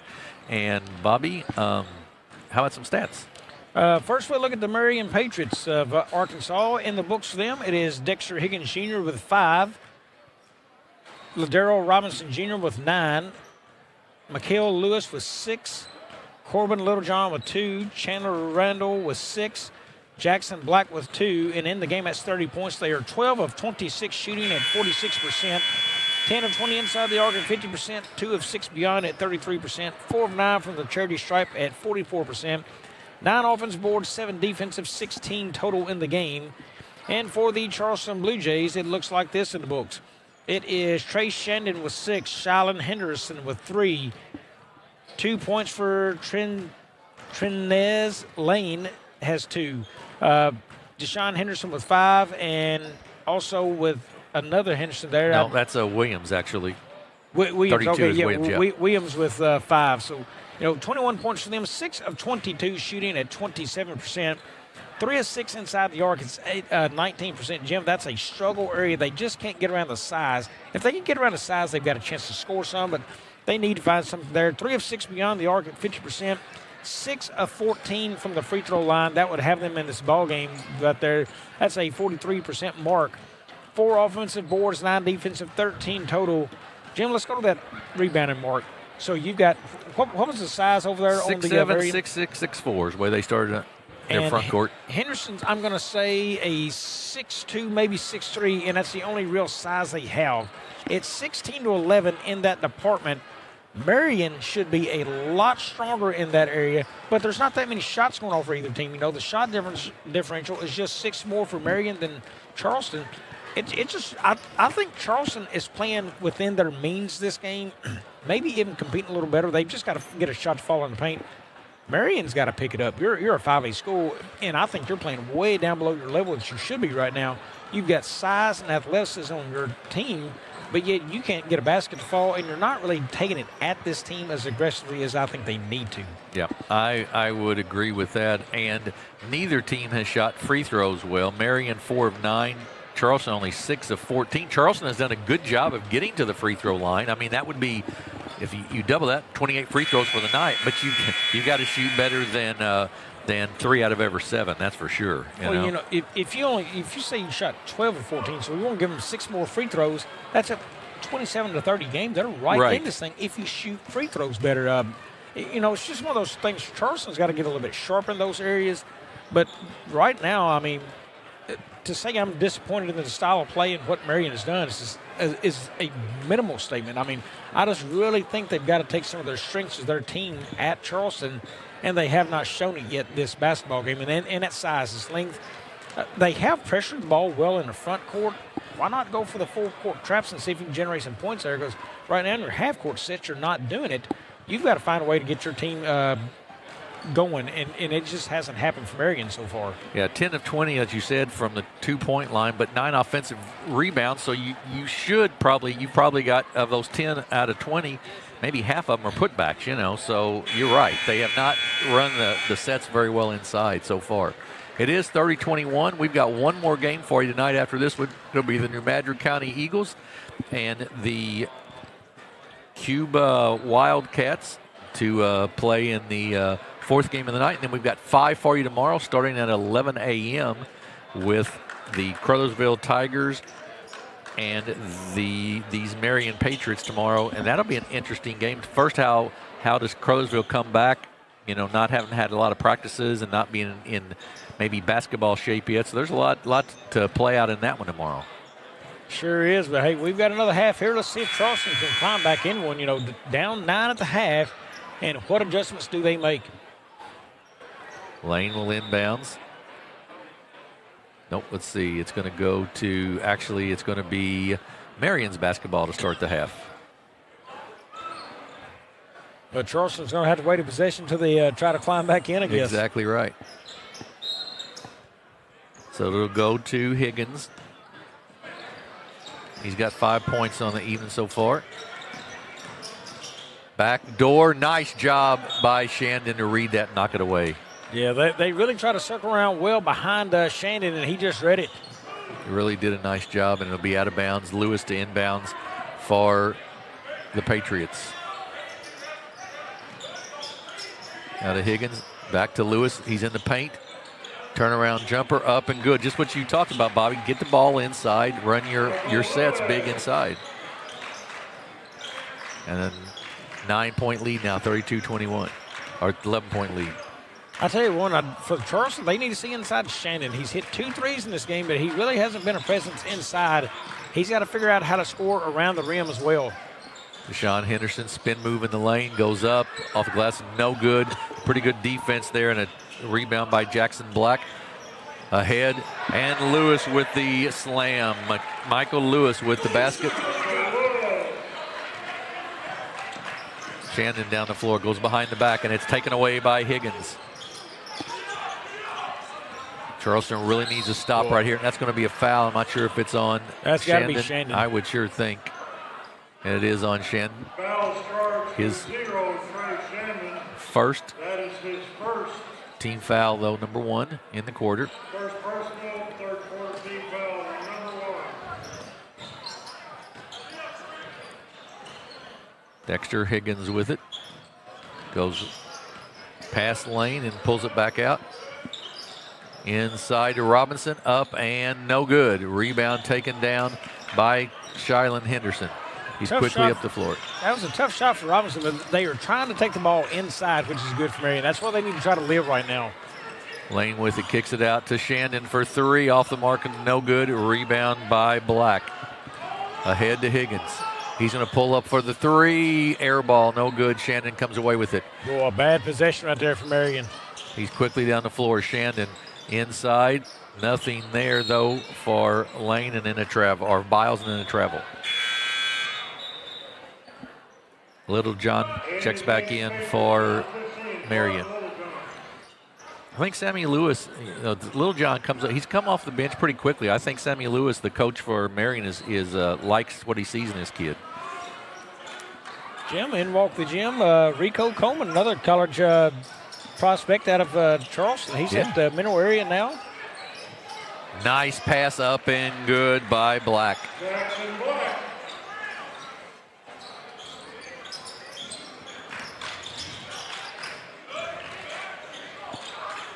Surprised he's not playing tonight. Yeah, maybe not a game. I know Jadis was here for Thanksgiving break, so maybe a little break in there. Yeah, that's true with these Thanksgiving. Guys. That is true. That is true. Little John up, no good. He'll be fouled and go to the line to shoot. May have turned the ankle there. Let's hope he's okay. Yeah, Little John has been a lot of the activity. He's been coming off the bench and played quite a bit tonight so far for Marion. He's going to hobble to the free throw line. Sheldon Henderson, that is his first third quarter team foul, number 2. Shiloh Henderson's first. And Corbin Littlejohn to shoot 2 free throws. Well, this thing was a 9 coming out of the half, and it's extended to 15. Charleston needs to do something right here. I mean, they need to find somebody who can score. Williams has not been afraid to press upon guys as he just checked into the game. Let's see if he can help jumpstart it here in the third. Yeah, they've got to find some offense here someplace. They've been outscored here. And a putback. Nobody blocked out there, Jackson Black. Williams just got beat by a lot bigger and older kid right there on that, and he quickly found out where you got to start using your body to block out. Little John with a foul there, and I think that was as much as anything to be able to get to the bench maybe with an ankle issue. Out of bounds to the Blue Jays. Third quarter team foul, number 1. Henderson with the basketball to Deshaun Henderson. Kicks it back out, Shiloh. Puts it on the floor. Good defense there by Randall. And we're going to have a foul hold on Chandler Randall as soon as I say that. It'll be Randall's third. Number 22, Chandler Randall. That is his third personal. Charleston inbounds here. Deshaun Henderson looks to get it in and does to Trey Shandon. Tough catch there by Shiloh Henderson. Henderson tries to drive to the basket, loses it out of bounds. Be off of Marion, though, and it'll go back to Charleston. Well, when Deshaun Henderson come out top, it cleared it out, and Shiloh's a smaller guy, and he went up against a lot of size for Marion right there. Inside to Shiloh Henderson. Right corner. Lane goes down the baseline on the floor. The foul will be called. And I believe that's going to go on Rylan Johnson of the Patriots. Charleston's been able to draw a lot of fouls tonight against the Patriots. The Patriots have got to improve footwork there, cut guys off the basket. Just one area they've kind of struggled in. Henderson, Shandon shots no good. Rebound, and Marion comes down with it. They get double teamed there, but he dribbles out of it. Down the baseline to Robinson, up and good. Nice floater. Basket's going to be good. Yeah, they got Henderson on the block that time. Yeah. Yes, they did. That'll be on Deshaun Henderson. And all of a sudden, we've got a 19-point game. Bobby it's been all Marion here in the third quarter. Yeah, I do not think, has Charleston scored since the half? Have not scored, yeah. Free throw no good. Robinson goes up and going to be called for a travel. Shuffled his feet in there.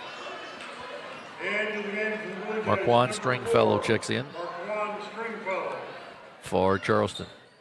Yeah, a 3-minute and 16-second drought right now for Charleston in the scoring column. And Marion's done what you said at halftime, Bobby, was they've gone inside with the basketball. Nice dish off, and that's going to be a charge on, that was on, I believe, Lane. Yeah, just when they had a look, they wanted Henderson come down the baseline right there. Turn it over on the charge. Third quarter team foul, number Full court man-to-man here. Randall right by it. Inside to Robinson. To Randall. Good kick out pass. Jump shot up. No good. Oh, great put back by Michael Lewis. Everything happening inside right now for Marion. They must have been listening to the broadcast. They often do, Jim. They do. Step through, no good. Rebound. Marion once again. This is Johnson up the floor with it. They kick it out to Robinson. Down the baseline, good move. Shots up, short, no good. Tipped again, no good. Gets his own rebound one more time. Misses again. And this time it comes down to Stringfellow. He's double teamed there, and he's going to be fouled, pushed out of bounds, and it'll be a foul on the Patriots. That time. I'll tell you, Jim, I've had my eyes on the freshman out there, Williams, a lot for Charleston. As the confidence grows and the experience grows, he's going to be a good one. You can see a little timidness in him at times, but the experience, you just can't say enough about what it's going to do about these young men's future. 2 weeks from now, I think you're going to see a different player at the CMO Conference. That's probably correct. He has the basketball right now. Tries to put a move on Randall on him. Kicks it off to Deshaun Henderson.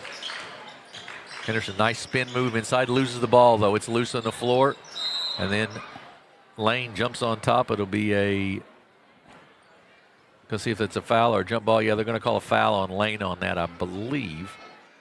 Or was, and we're going to have a timeout by Coach DeMarcus Williams of the Blue Jays as it's opened up to a 21-point game, 42-21. Bobby, we'll keep it right here. This next game should be, we think, very interesting just to see the freshmen that are going to play some for New Madrid County Central. Yeah, well, anytime you insert freshmen, and we said freshmen, not freshmen, that's multiple guys into that playing field.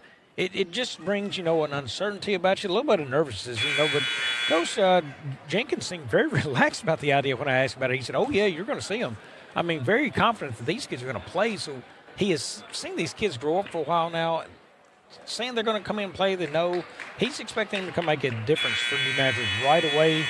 And look, let's temper some expectations from fans. They're freshmen, so there's going to be some mistakes and growing pains, but I think you're going to get a look at just how much of an impact and what kind of season you may have ahead of yourself here. Yeah, I think I'm very interested to see that. Of course, they do have Brooks back, and they also have, who was the other starter I was thinking of? Brooks and Cranford both back, who both started for him last year. We've got free throws coming for the Patriots. That's going to be, I believe, Rylan Johnson to go to the line.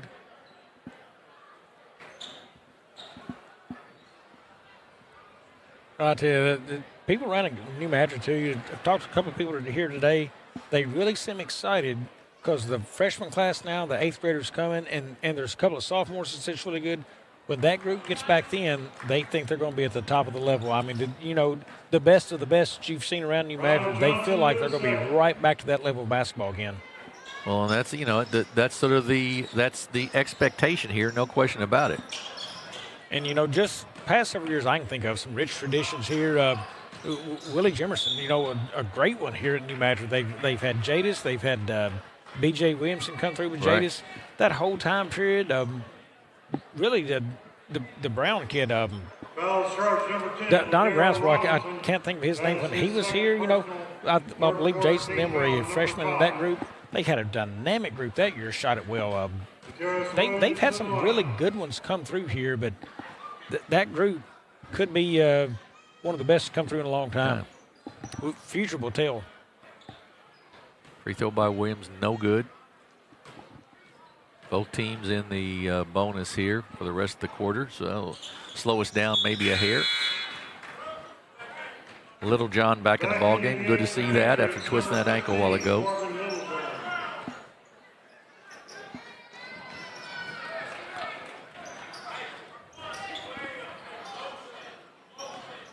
Higgins gets it across the timeline. He's guarded there by Stringfellow. Back out. Higgins back in the corner. Now they kick it out to Neal. Littlejohn for three. Right Corbin back in the Littlejohn, game. right back in the game, yeah. Didn't take him long to get warmed up, did it? Yeah, that ankle wasn't feeling too bad to get that shot off. And a travel on Lane.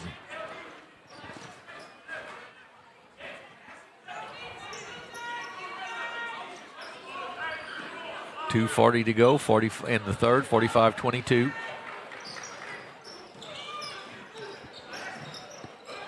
To Robinson at the free throw line, backdoor to string to Littlejohn, just a little beyond him.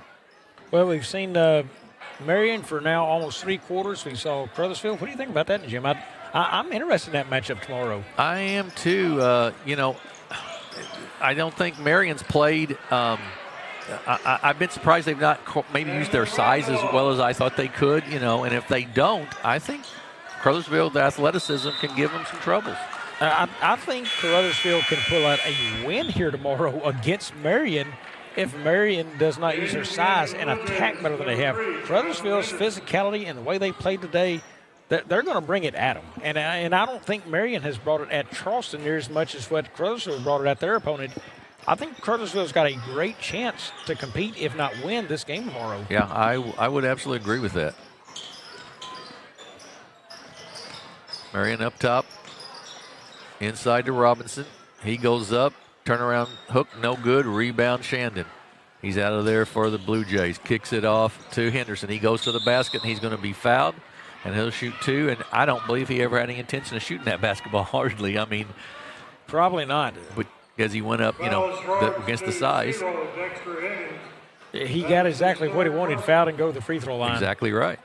Exactly right. They have just shot at 6 of 14 and 6 of 15 now. Checking in the game for the Patriots, number 13. Now, I can tell you, I think I know Jamarcus Williams well enough. I bet he goes back after the game and listens to the end of this broadcast to see where the numbers are at. That will become a focus for that coach. Oh, absolutely. Missed them both there. Shandon with the rebound. Splits the defense, misses the shot, though, and Neal with the rebound. He kicks it out to Littlejohn. Inside, nice wraparound pass to Randall from Lewis. And it's 49-22. Third quarter has been all Marion. Steal that time by Lewis.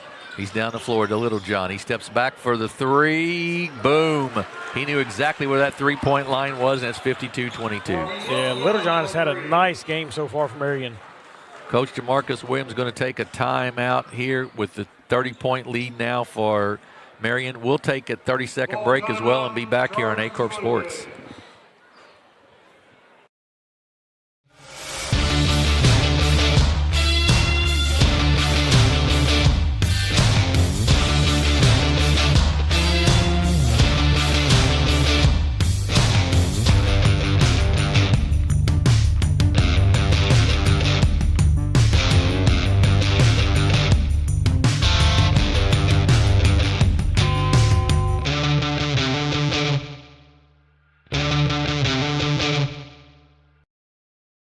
Back at New Madrid County High School, the Riverbend Classic, and this second half has been all Marion. They lead over Charleston 52-22. Only 1 point Charleston has scored here in the third quarter. Jim Riker, Bobby Alford with you. And Bobby, Marion has really taken the ball inside, and Charleston has just not been able to shoot it here in the second half. Yeah, Charleston hadn't shoot it. The rebounds are spread out, and that's because Charleston's not hitting. 31 rebounds now to 17 of Charleston's 31 from Marion. And, you're almost in a 7-minute drought, 6 minutes, 45-minute drought with only 1 point scored in that. That is a tough third quarter to swallow if you're a Blue Jay fan. Charleston will have the basketball here with the minute 15 to go in the quarter.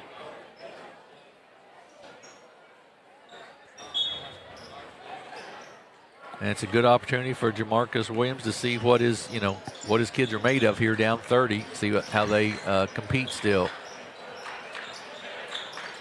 Out to Williams, the freshman, to Shandon. His 3 ball up and good. Trey Shandon for 3. He's got 9 now, all 3-pointers. Yeah, that's an area, Shandon, we said he'd score. He doesn't beyond the arc. He's just got to get stronger inside. You know, not a big guy, but he's still got to play there some for Charleston. Randall with the basketball. Back out to Randall now. Three-pointer up, well off the mark, no good, loose, taken down by Williams. Deshaun Henderson will bring it up with 20 seconds to go in the quarter. So a Stringfellow jumper off the mark, no good. Rebound by Jalen Ford. He's up the floor with it with 17 seconds to go. He loses it. Shandon is there, tied up, and it will belong to the Blue Jays. 12.6 seconds to go. 27-point lead for the Patriots of Marion, Arkansas. Right now for Charleston, close the quarter strong. One possession, make it count right here. Henderson with it. Tries to drive the basket, does drive the basket, makes the basket, and will go to the line to shoot one, and that's a nice way to finish strong right there, Bobby. Yeah, he got the basket, and he's going to go the charity stripe, knock down one here, and walk away saying, hey, we finished this quarter the last minute or so. We put together a little something, build off of it. Foul charge number 15, Corbin Littlejohn. That's his second personal. Another free throw missed by the Blue Jays. 2 seconds to go. Littlejohn with a long shot, the buzzer no good. We're at the end of three. It's a 25-point lead for Marion, 52 for Marion, 27 for Charleston. And we'll be back in 30 seconds here on Aycorp Sports.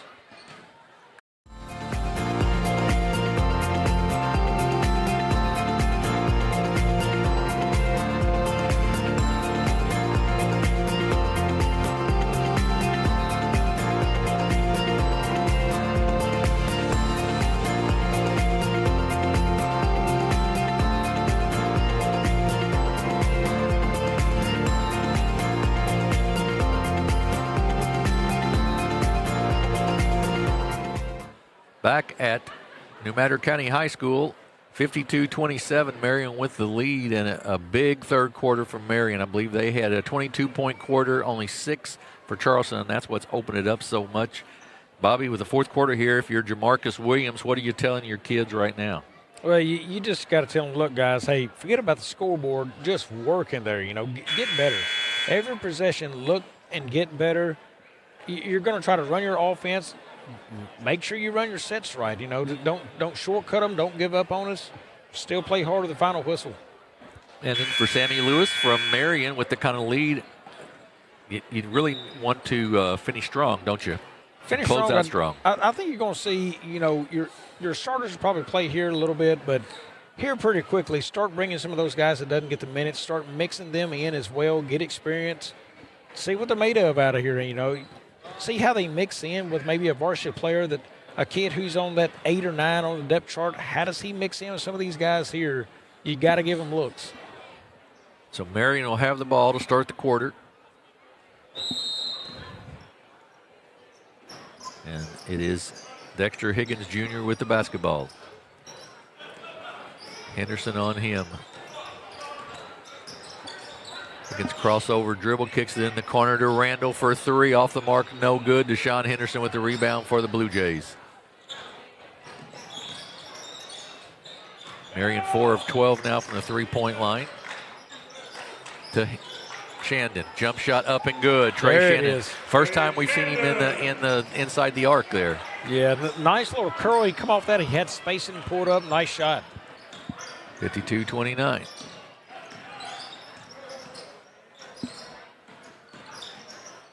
Little runner up and good by Jalen Neal.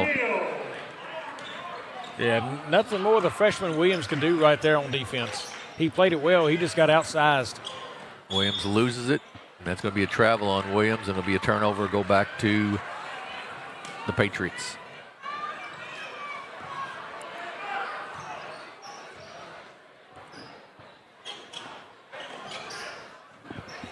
Higgins with it, guarded by Henderson.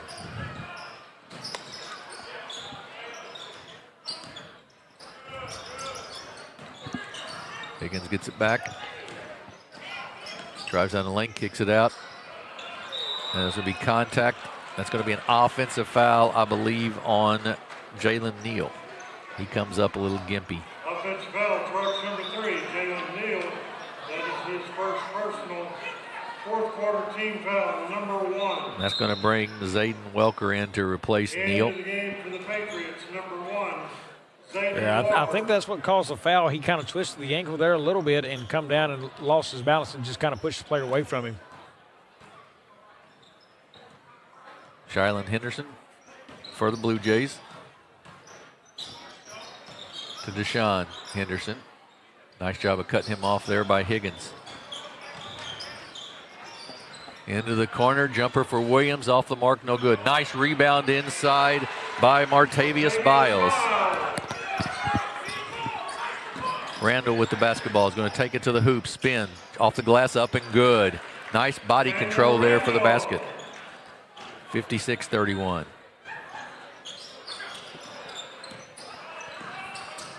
Henderson with it. Sophomore takes it in the lane, up off the glass and good. Well, the defender got behind him, and he did right. Go hard and go right toward the hole. Randall with it. Looks for some place to go, kicks it off, now inside to Randall. And he's going to be called with the travel. Just a step before he took off. 56-33, 23-point lead for the Patriots of Marion.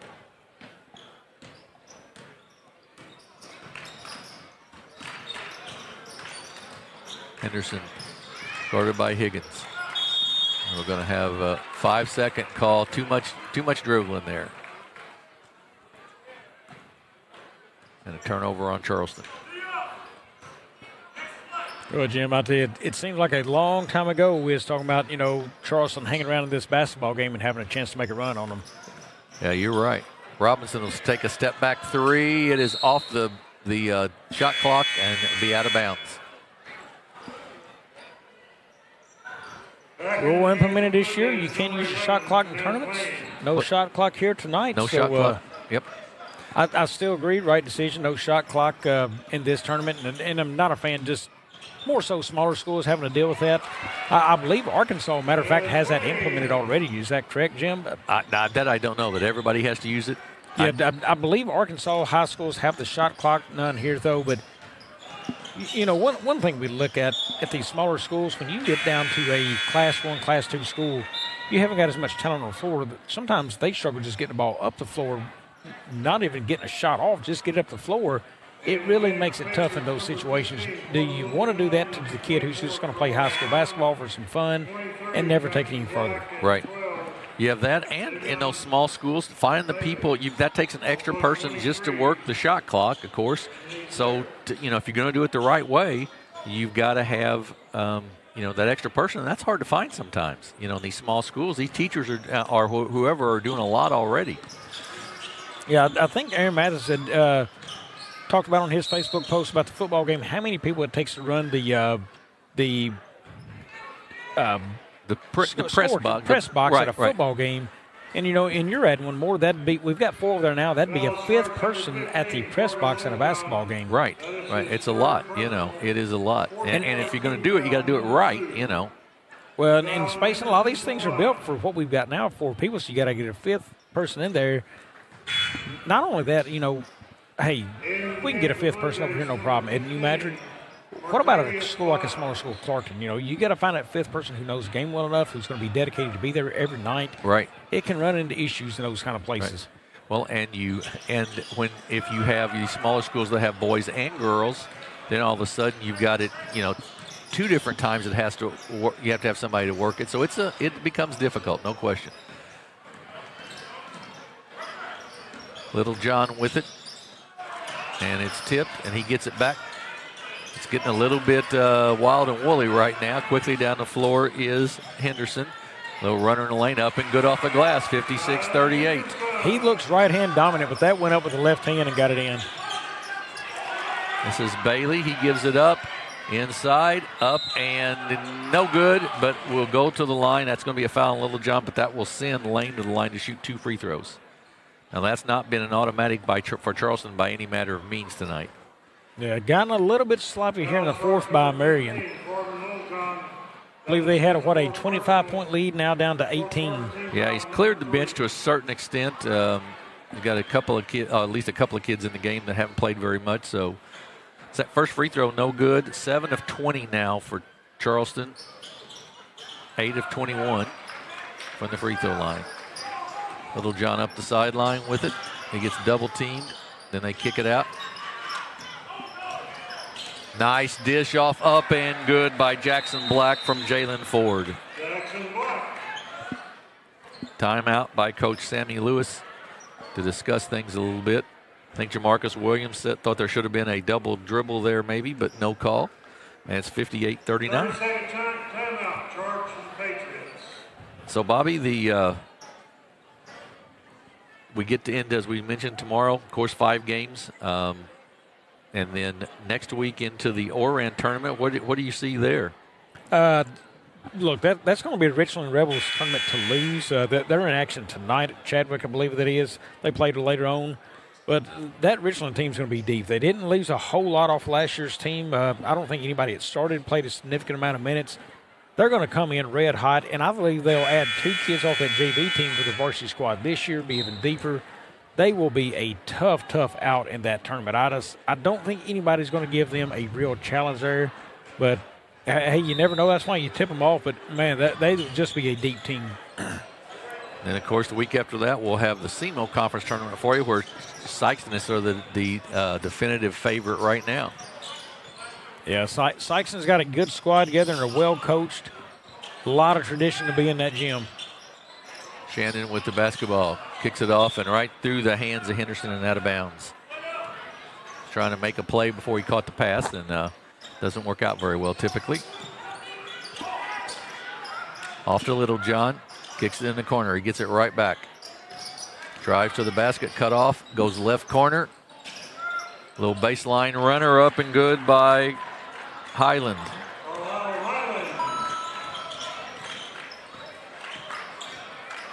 Henderson, spin move in the lane. Boy, he has used that spin move a lot tonight. Now, if you do scout him and you're the opposition, you know, you can tell your defender a little bit. If he really likes that, you probably could draw a charge on something like that. But he might not spin then, too, and go straight to the basket. Well, you know, in his spin move's not been effective tonight, but look what he's facing. You know, 6'5", Right. 6'7". That spin move will be a lot different 2 weeks from now at the SEMO Conference. You're going to see him score a lot more points off that move. He hasn't got to worry about the size coming out and defending him at the rim right there. Makes both free throws. Ahead to Ford. Inside, up and good by Jackson Black. Now, I say that, and Trey Sadler's 7-foot frame will disagree with me from Sykeston about that. That is true. That is true. Three-pointer up and off the mark, no good. Nice rebound there by Highland. Brings it down quickly down the floor. Kicks it in the corner. Three-pointer up, off the mark, no good. Rebound. Ford up and good. Jalen Ford for 2, sophomore. And it's 64-41. Well, Marion's is only the game where they need to inside against Charleston. Henderson with the basketball, tries to drive the basket, does, gets it up, no good. Rebound taken down by Bailey. Goes cross court to Jackson. Nice look, and up and good by Ford. Nice assist by Corbin Littlejohn.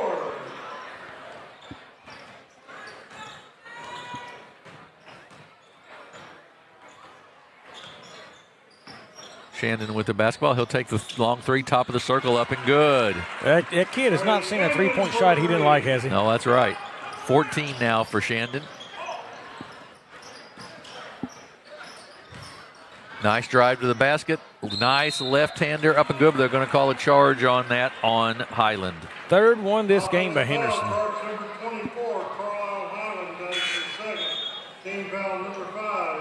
Subs in the ball game. Hayden King comes in, as does Ryland Johnson for the Patriots from Marion.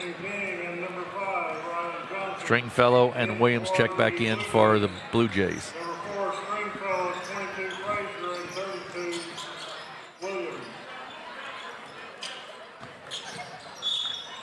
It's going to be a blocking foul. And Charleston will go to the line to shoot 2 free throws.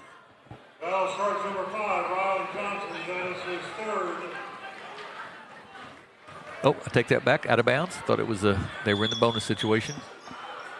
And they are in the bonus situation. So we will have 2 free throws coming up from Charleston. That will be Lane to shoot the 2 free throws. Lane to the line. Well, Jim, first day of the tournament, so far 3 blowouts. 3 blowouts and all against Southeast Missouri teams. Southeast Missouri teams have all 3 lost today. Yeah, tough start for the Southeast Missouri group, and Missouri will win. It may not be Southeast Missouri, but Missouri's going to win the next one because both teams are from Missouri. That is true. There will be a Missouri victor. You are correct. Minute 40 left. Ahead. Jackson up and good. 2-hand dunk, and it's 68-46. Yeah, just the moment I was thinking, not a whole lot of dunks in this game yet, and he throws one down. Yeah. Henderson loses it to Highland. Crossover step through, no good. Jackson puts it back up, no good. Highland gets the rebound, goes back up and good. 4 points for Highland. Williams down with it. Little runner in the lane, up and good. Little off balance, but he got it to go down. Tough shot. Head to Highland. He gets it to Jackson. Back to Highland. Cross court, knocked out of bounds by Charleston. Will stay with Marion. And Zayden Welker will check in.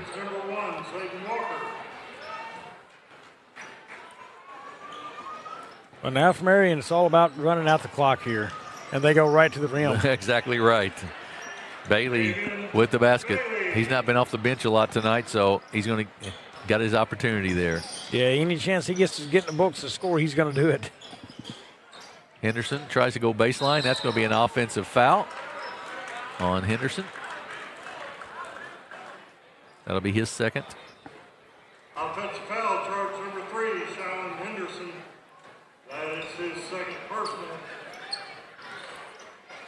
Team foul number 1. 31 seconds to go in the ball game. King with it in the backcourt. Knocked away and stolen, taken away by Stringfellow. He comes down the floor to Biles. Long 3 up and good by Lane. That's Lane for 3. We've got a looks like a double foul. Yeah. It's going to be on 12, and which I believe is Bailey, and 3, which is Shylon Henderson. We had a double foul. So it's just a double foul, not a double technical. Right. That's his third on Henderson, and number 1 on Bailey, I believe. So the ball will go out of bounds to the Patriots. Bailey with it. Kicks it off to Johnson. Inside, up, and another 2-handed flush by Jackson Black. And that's the ball game. Final is 72 for Marion, 74 for Marion, 51 for Charleston. And Bobby, what have we got in the way of any kind of statistics? In the books for Marion Patriots first, it is Dexter Higgins Jr. with 5, Jalen Neal with 2, Ladero Robinson Jr. with 11, Davion Bailey with 2, Mikael Lewis with 12, Corbin Littlejohn with 8, Chandler Randall with 12, Jackson Black with 16, 2 in the game for Carlin Highland, and 4 for Jalen Ford. That's 74 points on 33 of 62, shooting at 53% from the floor, 29 of 48 inside the arc at 60%, and 4 of 14 beyond it at 28%. 4 of 14 from the free throw line, a big area of concern for them at only 28%. 24 offensive boards, 16 defensive, total of 40 in the game for them. And for the Charleston Blue Jays, it looks like this. It is Trey Shandon, 14 points in the game, 4 of 5 from deep for him. Big game from beyond the arc. Shylon Henderson, 10 points in the game. Trendez Lane with 10 points in the game. Martavius Biles with 2. Deshaun Henderson with 7. And I do not have the young man's name, Williams. His first name, he had 8 in the game. That is their 51 points. They were 16 of 44 shooting from the floor at 36%, 10 of 31 inside the arc at 32%, 6 of 13 beyond at 46%, 13 of 27, 48% from the free throw line, 8 offensive boards, 16 defensive, 24 total in the game. You know, just tough shooting inside against the size they had of Marion. They did shoot it well outside, though, 6 of 13. That's a nice mark for Charleston, something to be proud of as they walk away from this one. Just couldn't get the win in their column, but hey, they got tomorrow to look forward to. That's exactly right. So we're going to take a break here. Our next game, last one of the night, will be the New Madrid County Eagles and the Cuba Wildcats. We'll take a break here and we'll be back with that action in around 10 to 12 minutes or so here on Aycorp Sports.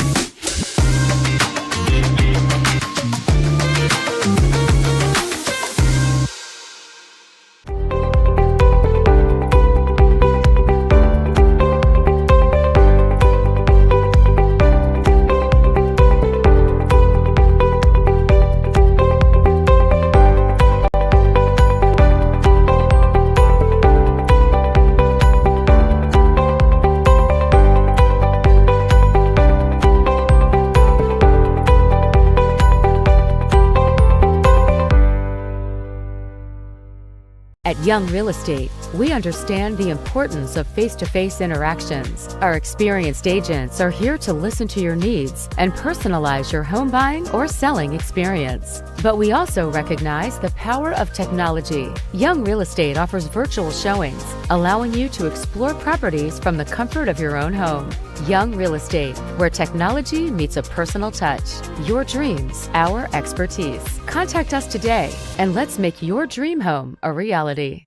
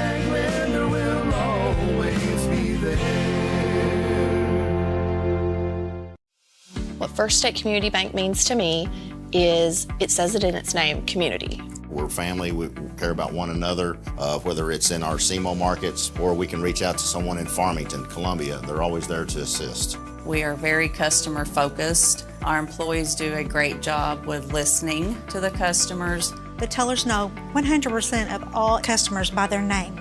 If you want to feel at home, then walk into the doors of First State Community Bank. At Focus Bank, we understand your community because it's our community too. With branches across Southeast Missouri and Northeast Arkansas, Focus Bank offers services such as fraud protection, really free checking, and mobile banking that lets you bank simply and securely, anytime, anywhere. Stop by any of our branches or visit us online to open an account today. Plus, you'll receive an awesome free gift just from opening your really free checking account. And when you refer someone who opens an account, you'll both receive a gift. Focus Bank, member FDIC, equal housing lender. First State Bank and Trust is more than just products and services. We're there for you for your first paycheck, buying a home, opening a small business, starting a family, or planning to retire, and everything in between. We're the local bank you know and trust for all of your financial needs. Visit fsbtrust.com or stop by your local First State Bank and Trust to explore all of your financial options. Equal housing lender. Member FDIC. Thank you. Thank you for letting us be a part of your family and for trusting us with the ones you love the most.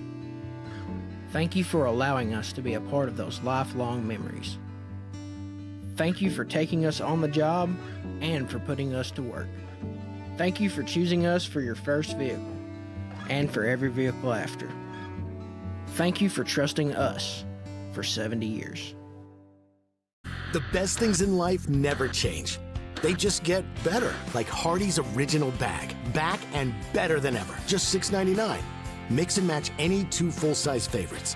A juicy charbroiled double cheeseburger, melty hot ham and cheese sandwich, or crispy hand-breaded chicken tender wrap. Any 2 plus fries and a drink, all just $6.99. Hardee's Original Bag. Loaded with handcrafted goodness. It's the greatest meal deal for your buck. Do you need personalized merchandise? Trying to celebrate the season of that big state run? Then Juju Promotions in New Madrid has you covered. Whether it's heat presses, screen printing, or embroidery, we always have an option that will leave you satisfied and looking your best. With seasonal styles and plenty of accessories, there's something here for everyone. So come in and shop around. You'll be welcome with a smile and leave more fashionable than ever. Call us at 573-748-4040 or visit us in New Madrid.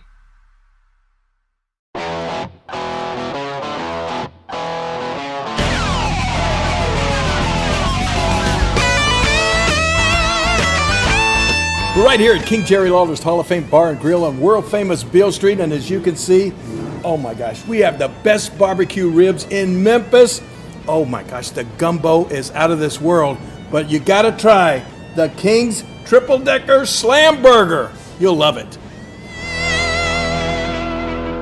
Mathis Funeral Home of Dexter and Bernie strives to provide their community with the accommodations and services needed to relieve your family during times of loss. For more information, give them a call and see how Mathis Funeral Home can help meet your expectations in celebrating your loved ones.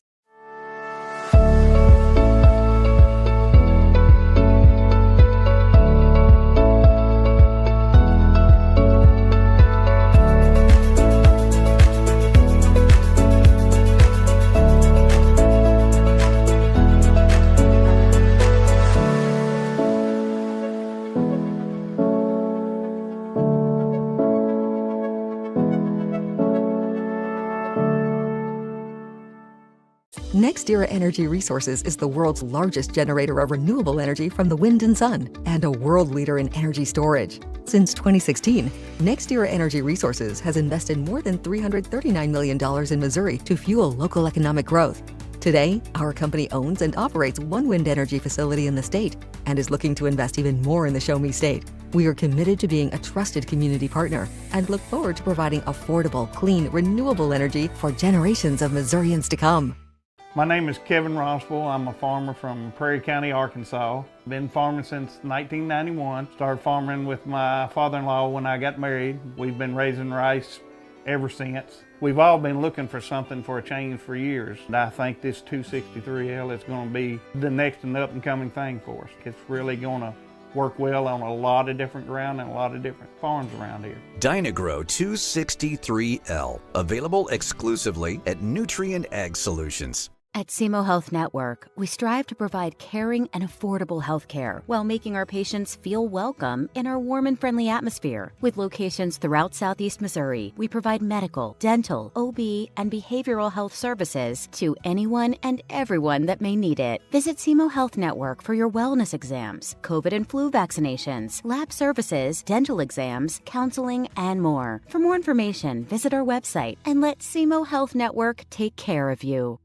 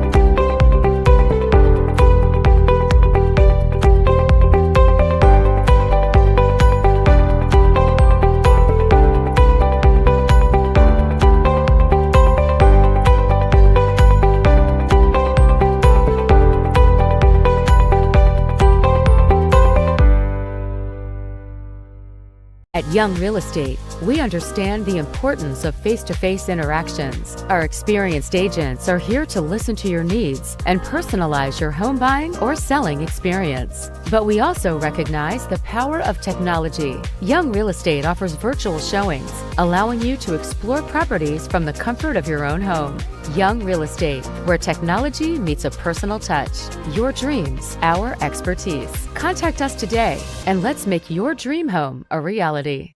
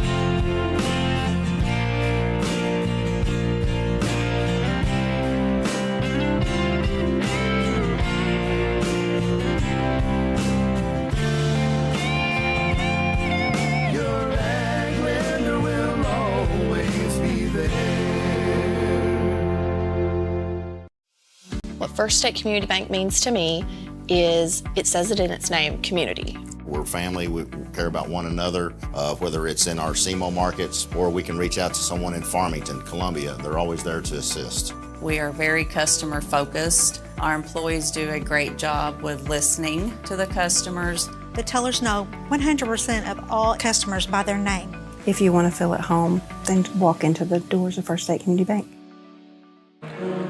Good evening and welcome back to the Riverbend Classic, coming to you from New Madrid County Central High School on Aycorp Sports.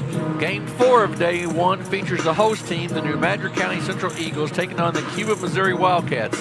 I'm Jim Riker alongside Bobby Alford to bring you the last game of the day.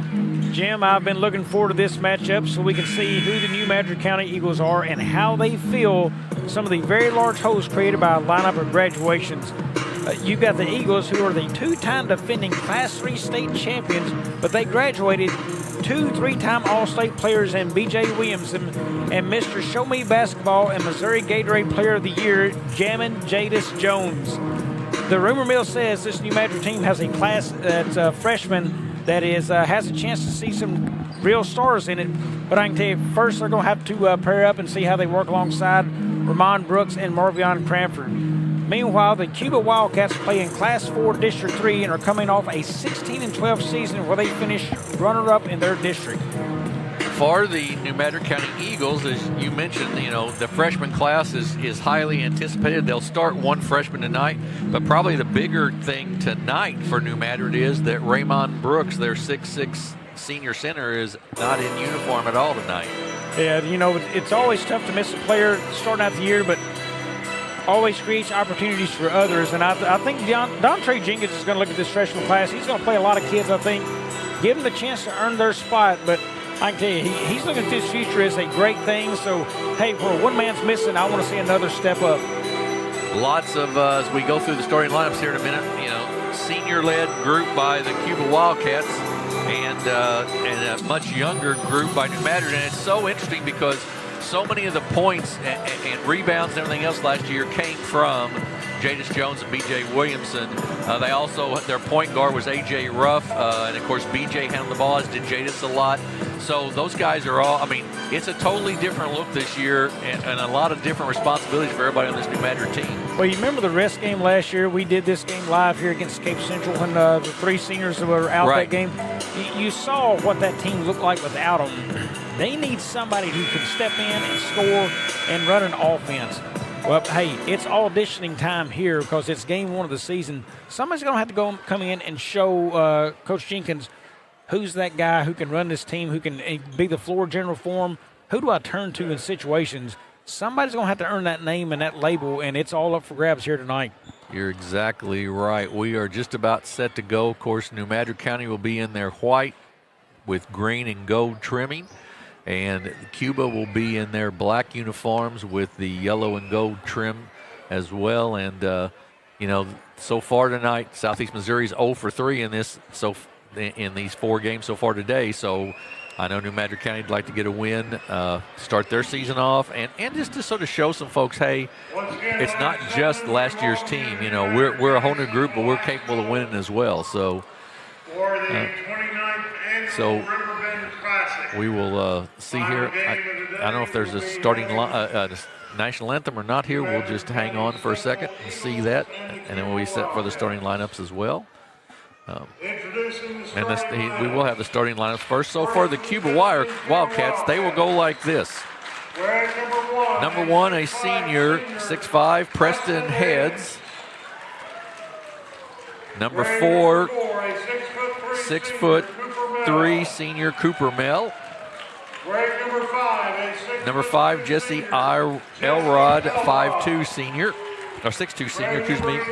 11, a 6'5" senior, Holden Greenwalt, and number 24, a 6'3" senior, Max Kimberlin. They're coached by DJ Dace, assisted by CJ Crater, and so they've got some serious size going on right there, no question. And now for the New Madrid County Central Eagles, they will start like this. A 5'11" sophomore, number 20, Jaden Guest Newsome. Number 21, a 5'10" junior, Jaquan Jones. Number 22, a 6'2" junior, Malachi Hughes.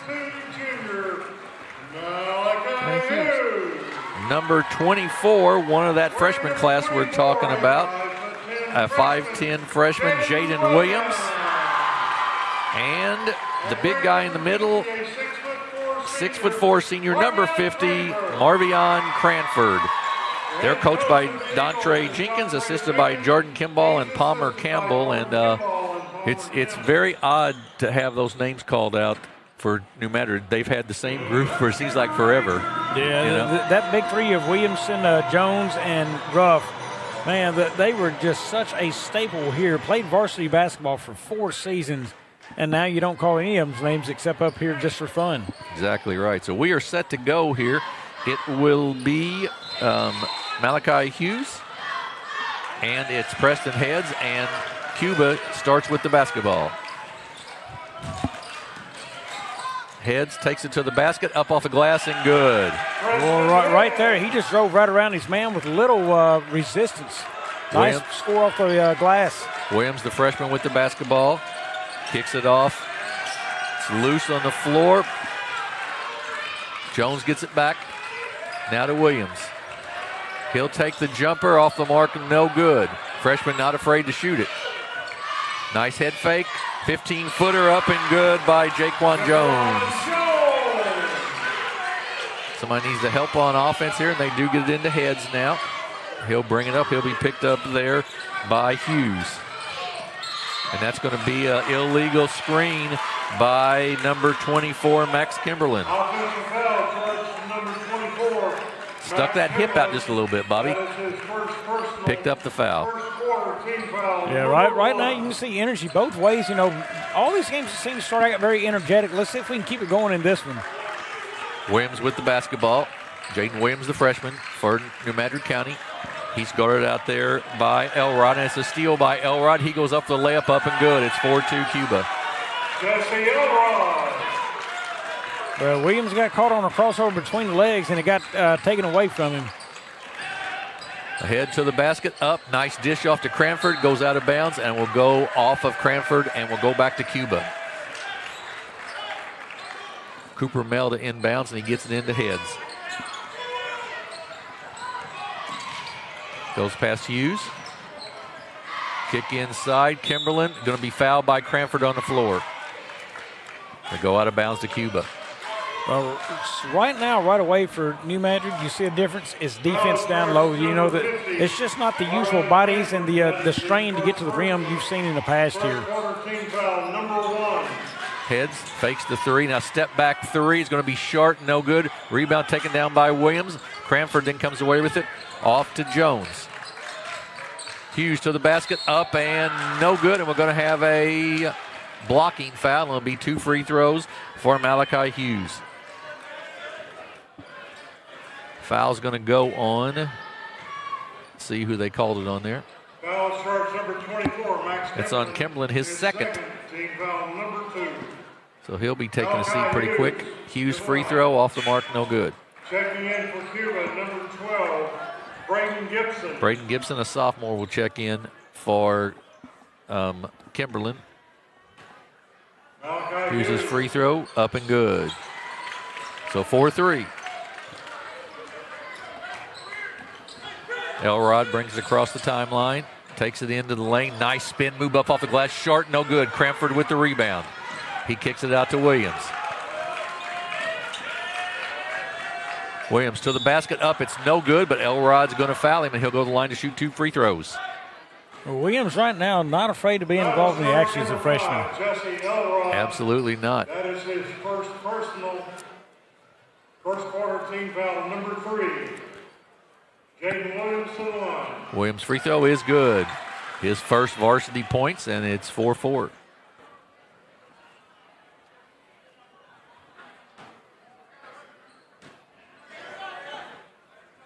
Second free throw also good. 5-4. Charleston, New Madrid County with the lead. Elrod with the basketball. Williams on him. Nice kickoff in the corner. Heads, shot no good. Rebound Williams. He quickly up the floor with it to Jones. Jaquan Jones with it to Cranford. Back out to Jones. Well, Cranford is just manhandling his guy down there. He is. He just took Holden Greenwalt to the woodshed there, and it's 7-4. He backed him down twice with no problem at all. Elrod kicks it off to Mel. Pass behind Heads, out of bounds, turnover for Cuba. The defense of New Madrid County giving Cuba some issues right off the bat here. Well, if I'm New Madrid, I'm going to go right back to Cranford here and see if he can back him down. Steal for Cuba. Mel with it, kicks it off to Elrod. He puts it on the floor, drives to the basket, up and good. Jesse Elrod with the basket at 7-6. Jesse Elrod. Williams kicks it in the corner. Jaquan Jones, jumper off the glass and no good. Rebound taken down by Greenwalt. And off to Preston Heads. Loses control of it, out of bounds. It'll be a turnover on Cuba.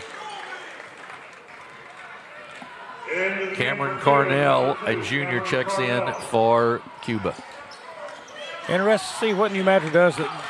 Do they go back to Cranford here? Do they identify? Yep, there it is. There they do. He turn around, little baby hook, up and good.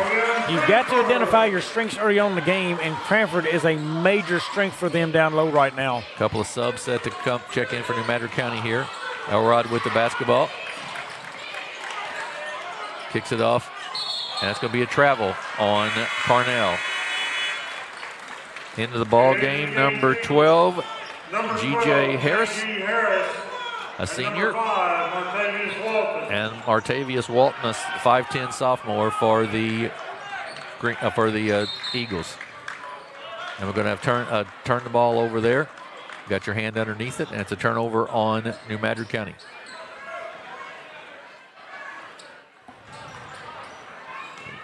Come out of bounds down here underneath the basket. Cooper Mel will be set to get it in for Cuba. Inside to Elrod, blocked in there nicely. It's loose on the floor, still loose, and Mel comes away with it. Kicks it to Heads. He's going to be fouled by Cranford. That'll be Cranford's second foul. Well, that would be a tough one to lose early on, Cranford. Marvin Cranford. That is his second personal. And we've got somebody coming off the bench. That's going to be number 54, Isaac Smith, a 6'5 freshman. I'm going to tell you that is a large freshman out there. That is a large freshman. Out to Elrod. He's guarded by Williams. And Smith with the steal. Ahead to Williams. He goes up, head, knocks it out of bounds. On the block.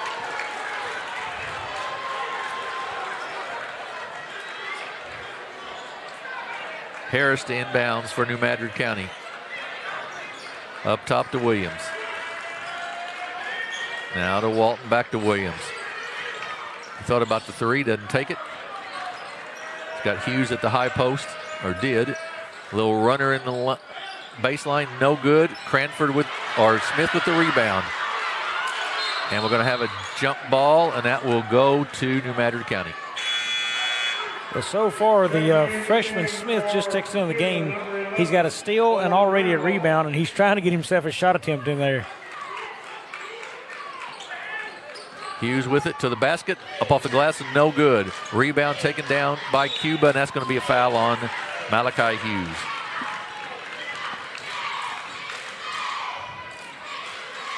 Foul charge number 22, Malachi Hughes. Number 14, that's KK McFerrin in the ball game for New Madrid County.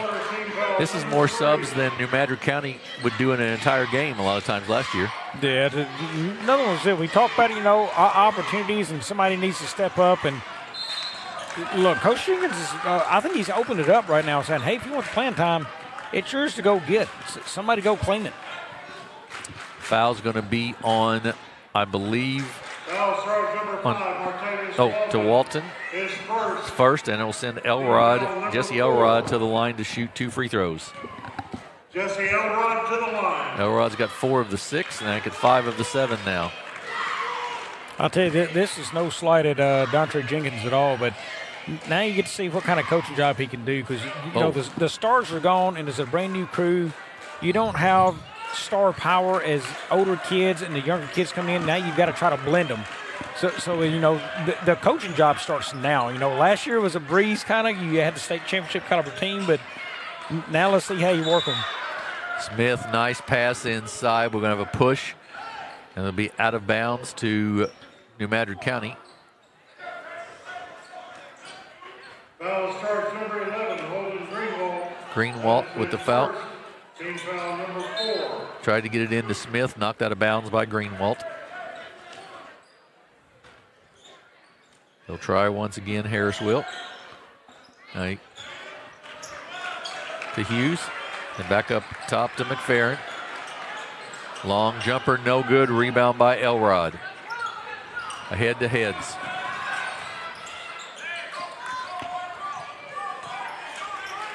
To Elrod up top. Elrod knocked away by Walton. Good hands. He gets it back on the pass. He goes up for the layup. It's blocked.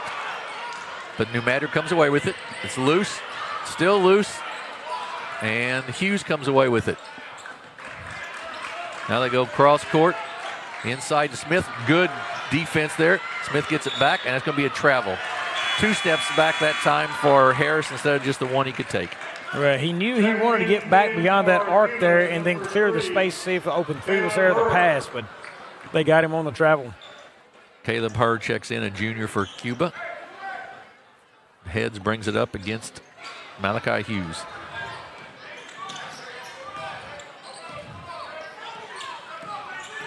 Heads in the lane, kicks it out to Cooper Mell for 3, and we're tied, it's 11-9 Cuba. Nobody picks up Walton on defense. He makes the basket, and there's a foul. That's just bad defense there by Cuba. Then nobody was paying attention. That foul will go on Mel, I believe. Basketball, Martavius Walton was Caleb Hurd will check out, and Elrod will check back in, and we're tied at 11. Charge number 4, Cooper Mell, his first. Team foul number 5. Rebound, Elrod, off of Elrod, out of bounds, and will stay with New Madrid County. Oh, referee's going to discuss it, I think, here.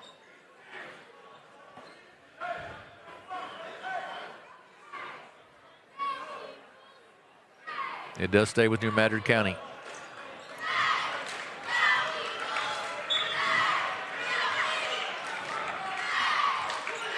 Up top to Walton, into Hughes.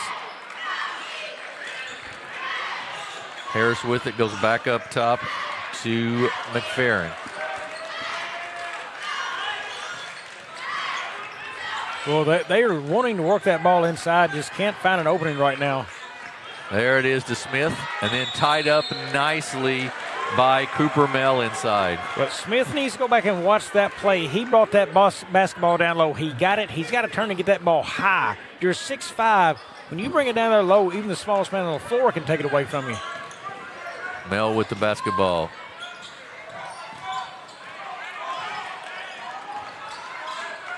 Elrod fall away jumper off the mark and no good. Loose and comes away to Smith. Then to McFerrin. Walton with it. Kicks it back out to McFerrin now. And Smith at the free throw line. Yeah, Smith again held that ball near the waist. Smith with the big rebound, missed the shot, no good. Taken down by Preston Heads. Minute to go here in the quarter, and that's going to be a foul on Martavius Walton. Yeah, no doubt that's part of the coaching job we talk about. What we will see as it progresses how well he can teach that young freshman. Keep that ball high when you're 6'5". You know, turning with it at the waist, keeping it low. Those are young guy mistakes that he will want to clean up. Preston Heads to the free throw line.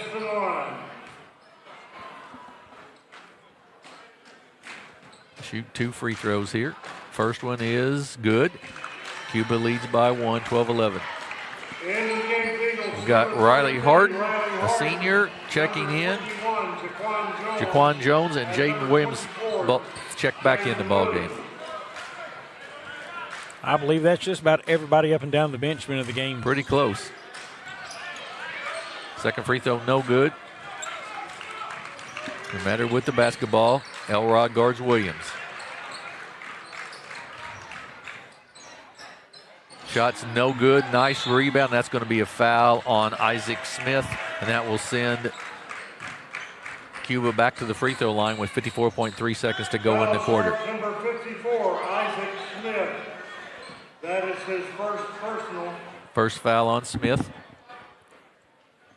Holden Greenwald to the line. Greenwald, the senior, will shoot 2 free throws. First one up and rims around and falls in. And Jim, I was talking about the coaching job source now. I've seen Jenkins already do more coaching this year of lessons and learning this game alone than I watched all of last year. Right. Well, and that's just the difference of the 3 seniors he had last year. They were coaches on the floor, basically, so. Off to Williams, to Harris. Shot no good to Elrod with 39 seconds to go in the quarter. 3-point lead. Elrod steps back, kicks it off to Heads. He drives into the lane. He goes up and good. Good body control by Preston Heads there to not draw the charge. Williams with the basketball. Kicks it off to Hughes. Inside to Smith. Taken away. Boy, it just happened to him again. Heads with it. He's going to try to take it to the basket. He's going to kick it off. Great dish out to Elrod for 3 off the mark, no good. And then a foul over the back on Greenwald with 2.5 seconds to go in the quarter. Should be free throws, I believe. Holden Greenwald. That is his second foul on Greenwald. And that'll send Riley Harden to shoot 2 free throws for the Eagles. Riley Harden to the line. Harden's free throw up and good. 16-12. Harden's first point.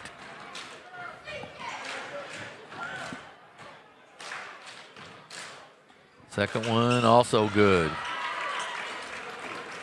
2 seconds, 1 second. Will they get it off? Elrod does get it off, but it's going to be short. So we're at the end of one, and what's been a good first quarter. It is the Cuba Wildcats 16, the New Madrid County Central Eagles 13. We'll take a 30-second break and be back with second quarter action here on Aycorp Sports.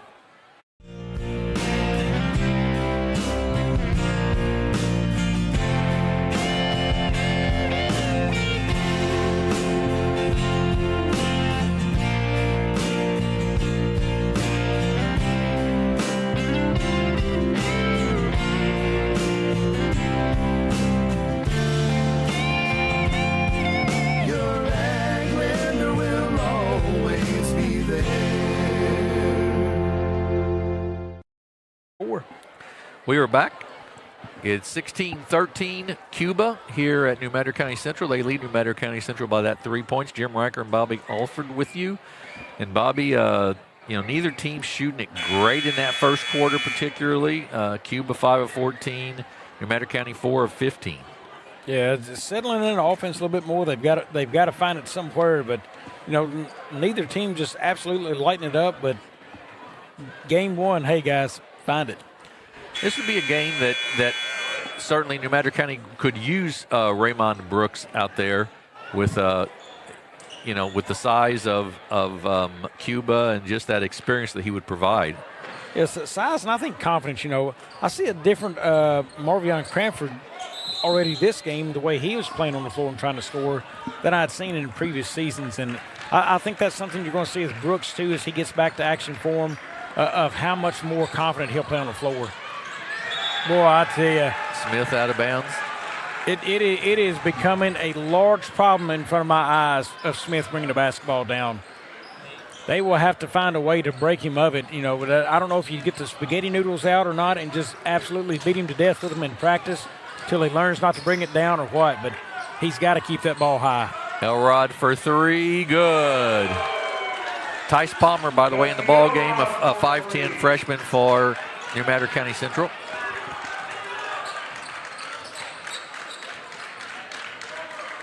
Jaquan Jones with the basketball.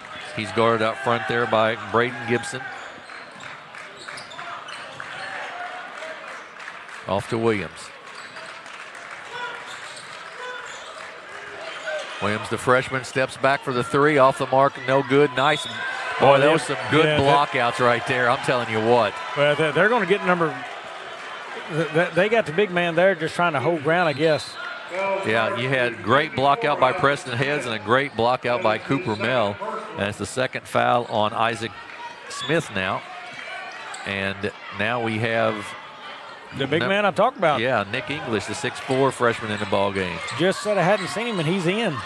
Three-pointer up and off the mark, no good. Riley Harden with the rebound for New Madrid County. Jaden Williams quickly up the floor. Kicks it off to Jaquan Jones. Inside, there's your freshman you were talking about. Well, I can tell you right away, I love the way he's clearing space. Look at him asking for the ball there.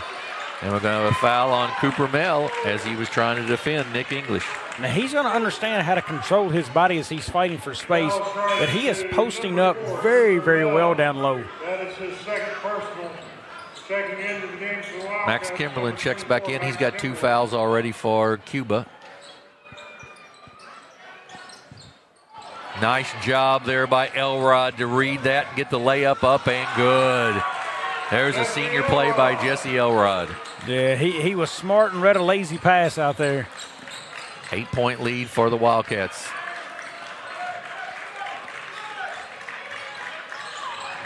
Harden with the basketball. And we've got a timeout by Coach Dontre Jenkins, a 30-second timeout.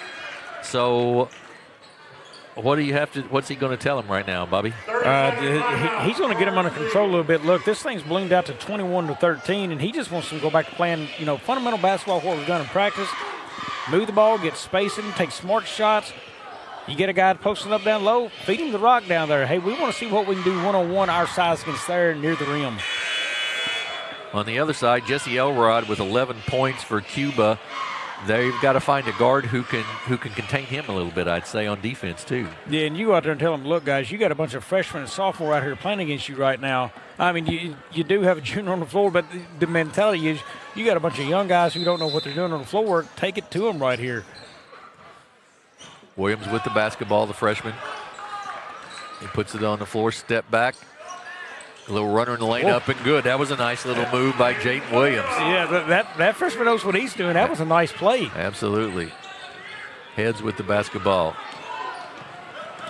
He goes around Jones to the basket, up, shot's no good, gets his own rebound, goes up, no good, but that's going to be a foul, I believe, on Nick English. That's 5 fouls now they've drawn on post players of New Madrid County. Well, I'm not sure that ball ever touched the rim. I thought he shot it, hit the backboard, and he grabbed it himself, which would be a walk. Yeah, and I would not argue that with you. I think maybe the same thing. Yeah, I think that missed the rim completely. Got away with one. Heads free throw is up and good.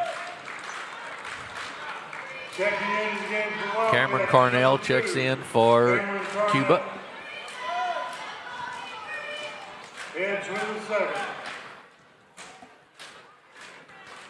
Second one by Heads is good. Cuba now 7 of 8 from the free throw line. Jones with it.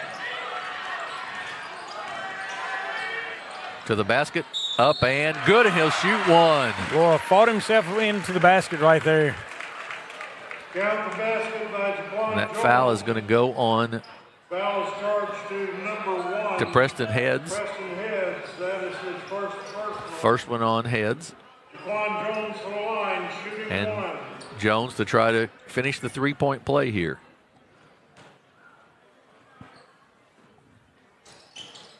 Short, no good, tipped, loose, and then out to Heads.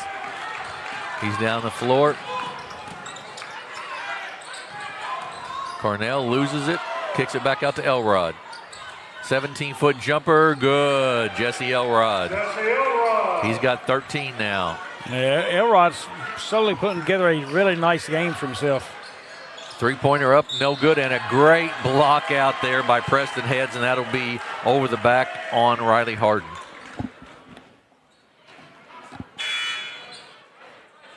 Jaden Guest Newsom in, as well as Malachi Hughes, both return for the Eagles. 25-17, 8-point lead for the Wildcats of Cuba. Williams on Elrod. And we're going to have Williams on the floor on Elrod. Elrod just knows he's got the experience on him. He can sort of take Williams there, and he's doing it down the floor. And you're right. The experience is the exact word you use right there. He's just using good basketball experience. He's been there in these roles, and he's just knowing when to go at him and when not to. Heads with the tough catch, but he does catch it, goes up inside and makes the basket. Preston Heads now with 9. It's Elrod and Heads sort of for the Wildcats. Jones with it up top. It's guarded up there by Carnell, and we're going to have a foul. That's going to go on Carnell. Another deal to coach through right here now. 10-point game. These freshmen for New Madrid are not used to being behind and losing, really. I mean, it's a different mentality for them right now because they're used to being the biggest and strongest. Stepping up to this level, you've got to coach them through that. Yeah, it's a different thing, no question. Guess Newsom will inbounds, and he'll get it into Jaden Williams. Into the corner, and inside, bad pass, taken away, just out of the reach of English there. Elrod kicks it off to Heads. He's open for 3. It's off the mark, no good. Rebound loose on the floor, still loose, and that's going to be a foul. Good call on Jesse Elrod. That'll be his second foul. And quickly, Cuba's getting into a little bit of foul trouble. A lot of kids with 2 fouls. Well, and here's where you use speed. Try to go to the basket, get them into more foul trouble, make them commit things that they don't usually commit. Williams with it. He's going to go to the basket just like you said, and we're going to have a foul, and we'll see where it's at. who it's on. If it's Elrod, that could be a big issue. Boy, you really like that out of Williams. He saw an opening in the lane, and it's to his dominant hand side. So he said, you know what, I'm going to go strong to the rim right here. Yeah, exactly right. Good job by the freshman of doing that. That was on heads. That's his second as well. Free throw by Williams is good. Caleb Herr in the ball game to replace heads. And Walton checks back in for the Eagles. I want to say Williams is 3 for 3 tonight from the line, 4 for 4. I think that may be right. He's got 6 already for him. Elrod with the basketball. Hughes trying to guard him. Kicks it off to Kimberlin. Back to Elrod. Out. Three-pointer up, air ball that time. Hughes comes away with it. He gets it down and just overthrows everybody just a little long. And you've got Tice Palmer checking back in for Hughes. In Eagles, number 30, Tice Palmer. In for the Wildcats, number 4, Cooper Mell. Cooper Mell with the basketball for Cuba. Back to Mell. He drives down the baseline, kicks it off. Kimberlin shot way too hard, and that's going to be the third foul on Kimberlin. Man, I tell you, you got a nice pass to you. You miss the shot, and then you commit the foul. It's going to bring Greenwalt back in the ball game. I think Greenwalt has 2 as well, if I remember correctly. And that's going to be free throws now for New Madrid County. According to our stats, Greenwald has 1. If I'm looking at that correctly. That could be right. That could be. You are right. I was trying to see if it came up on the board here. Martavius Walton to shoot 2 free throws for the Eagles. They trail by 8, 27-19. Just slides out of there. It's got a second one. Second one up, and this time it's good. Mell with the basketball. He's guarded there by Walton. Three-pointer up and good by Braden Gibson, the sophomore. Hey, knuckleball action, and he still finds the bottom of the net, doesn't he? 30-20 now.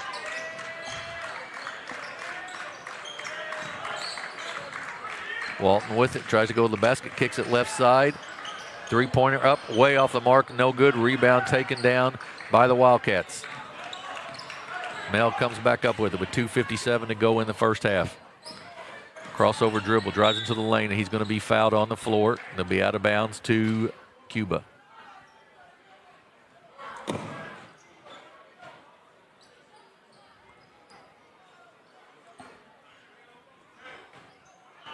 Cuba to inbounds. Oh, nice look inside. Jesse Elrod with the basket. Easy basket that time. They lost Elrod completely. 12-point lead for the Wildcats. Williams out front. Tries to drive down the lane. Does drive down the lane. Gives it off. Shot is no good. Rebound taken down by Greenwalt. Mell comes up with it.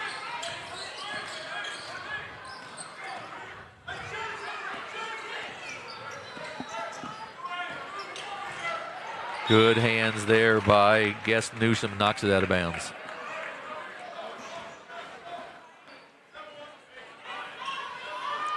It'll be Cooper Mell to inbounds, or attempt to. He does get into Elrod.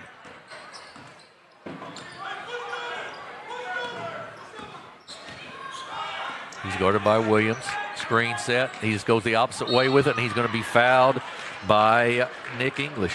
Well, that opened up too nicely for him to drive that way right there. Yeah, it sure did. He went opposite the screen, didn't he? Yeah, and English was hung out to dry there. Do you step up? Do you just stay on the block? It's the second one on English. Elrod's free throw short this time, no good. Riley Harden to check in for New Madrid County, and English will take a seat. Riley Harden.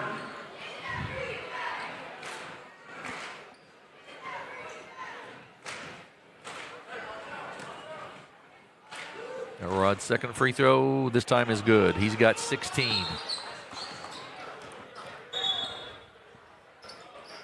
Into the game for the Wildcats, number 13, Ethan Notecamper. Ethan Notecamper in the game, a sophomore for the first time for Cuba.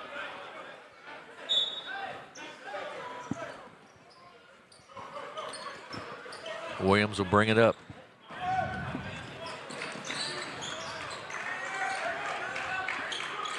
Kicks it off to Walton, left side. Jumper up, short, no good, but Walton's there for the rebound, up and good, and he'll be fouled by Cooper Mell. Nice putback. That'll be the third one on Mell. So now you've got 2 with 3 fouls. Basket by Martavius Walton. Foul is charged to Carnell comes in the ball game to replace her.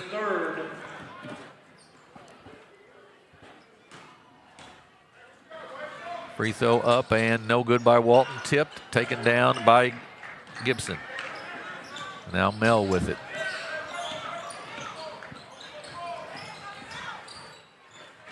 Loses control, gets it back. Goes down the baseline, goes up, gets fouled that time by Guest Newsom, and he'll shoot 2 free throws. That's the position there. He was already struggling in the corner, and he's trying to drive baseline. Step up, not jump up. When you leave your feet, you know, you're in a dangerous area, and he drew the easy foul. Mell's free throw, no good. 11-point lead for the Wildcats, 33-22. Second one, this time is good. Walton with the basketball. Kicks it off to Williams. Drives straight to the basket, kicks it off to Riley Harden, up and good. Harden wasn't, I'm not sure, was totally ready for that pass, but he managed to control it and get the basket. I'm going to tell you, Williams is a bright spot of that freshman class right now. You just see the flashes and the things he does. Gibson with it, tries to drive to the basket. Does, it gets fouled and will shoot 2. They bailed him out there as he was in the land of the tall men there. And he'll get 2 free throws. Williams has vision right now for New Madrid down the lane. He's kicking to the guys on the corners. You know, he's got the smooth free throw shot right now. I mean, he's really something that you see as this class, that freshman class, that I've seen has just kind of jumped out at me. Yeah, I would agree. Right now, at least, he's got the opportunity to be sort of the breakout star of that freshman class so far. And you're looking for somebody who takes care of the ball for you, who's going to be your point guard. I think he's starting to establish himself as that guy, you know, game 1 this season. Second free throw coming here. Gibson's free throw is good.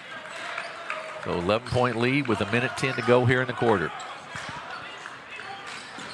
To the basket, up and good by Guest Newsom. And again, the vision there by the freshman.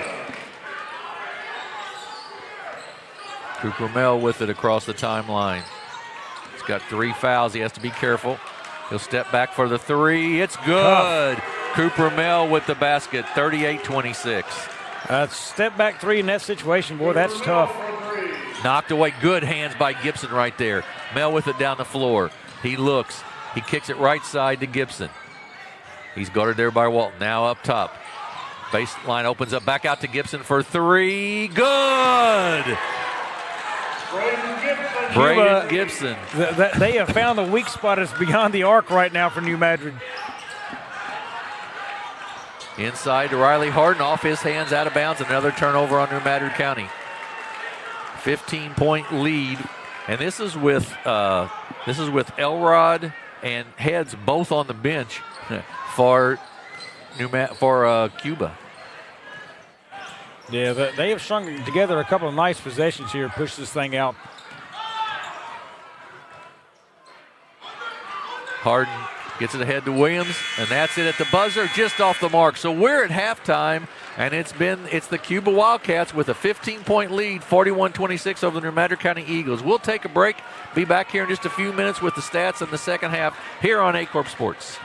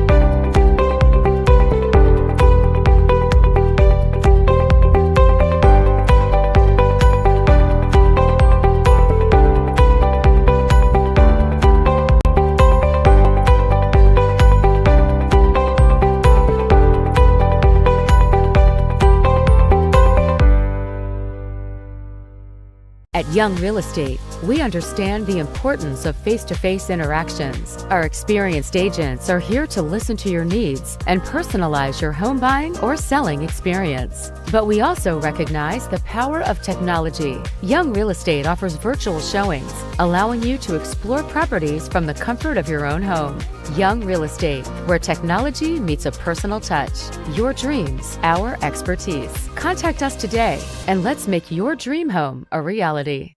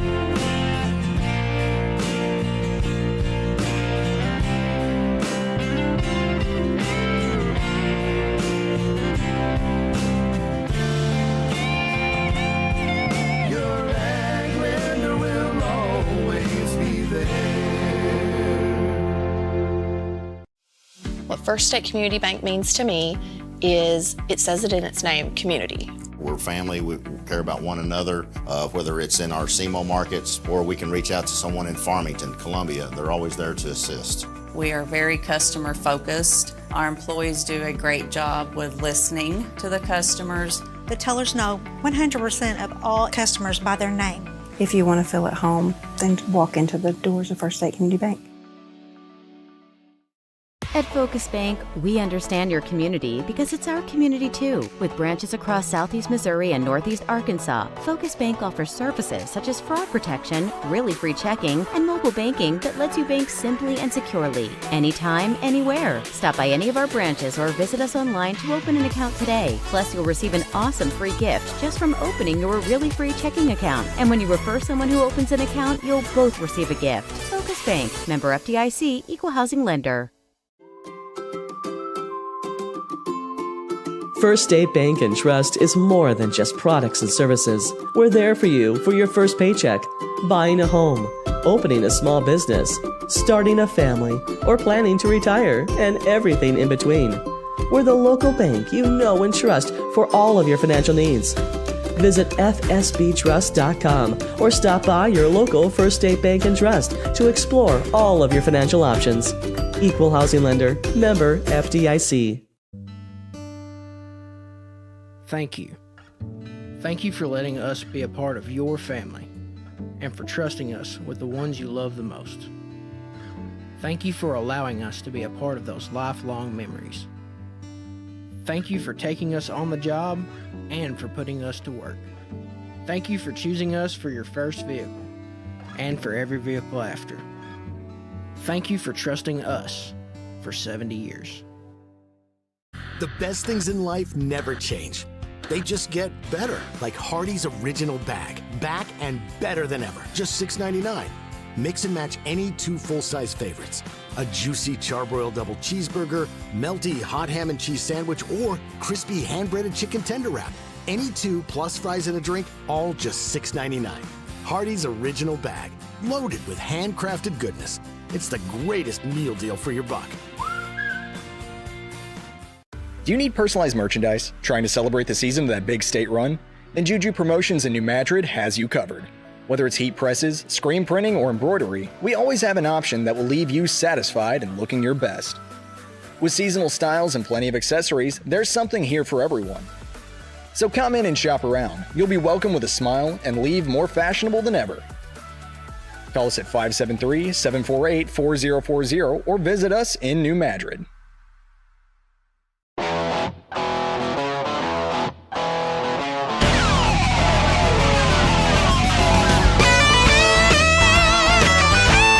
We're right here at King Jerry Lawler's Hall of Fame Bar and Grill on world-famous Beale Street, and as you can see, oh my gosh, we have the best barbecue ribs in Memphis. Oh my gosh, the gumbo is out of this world, but you gotta try the King's Triple Decker Slam Burger. You'll love it. Mathis Funeral Home of Dexter and Bernie strives to provide their community with the accommodations and services needed to relieve your family during times of loss. For more information, give them a call and see how Mathis Funeral Home can help meet your expectations in celebrating your loved ones.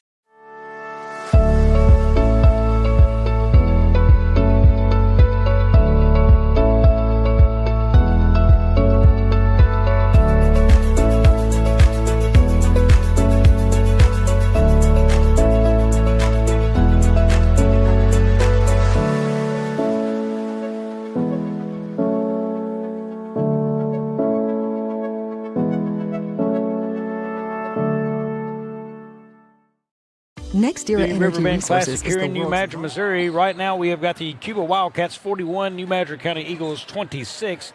Real quickly in the scorebooks in the at the half. For the Cuba Wildcats, it is Preston Head with 9, Cooper Mill with 7, Jess Elrod with 16 in the game, Holden Greenwald with 2, Braden Gibson with 7, and that rounds out their 41 points. 13 of 21 right now at 42% from the field, 8 of 20 inside the arc at 40%, 5 of 11 beyond it at 45%, 10 of 14 in the line, that's good for 71%, 3 offensive board, 9 defensive, 12 in the game total for the Wildcats. Meanwhile, for the New Madrid County Eagles, it looks like this in the books. Martavius Walton has 5. Also, Jaden Guest Newsom with 2. Jaquan Jones with 4.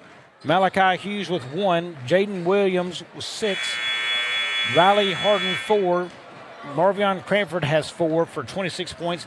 They are 9 of 27 from the field at 33%, 9 of 20 inside the arc, 45%, 0 of 7 beyond the arc, and 8 of 13 free throws at 62%, 5 offensive board, 9 defensive, 14 total.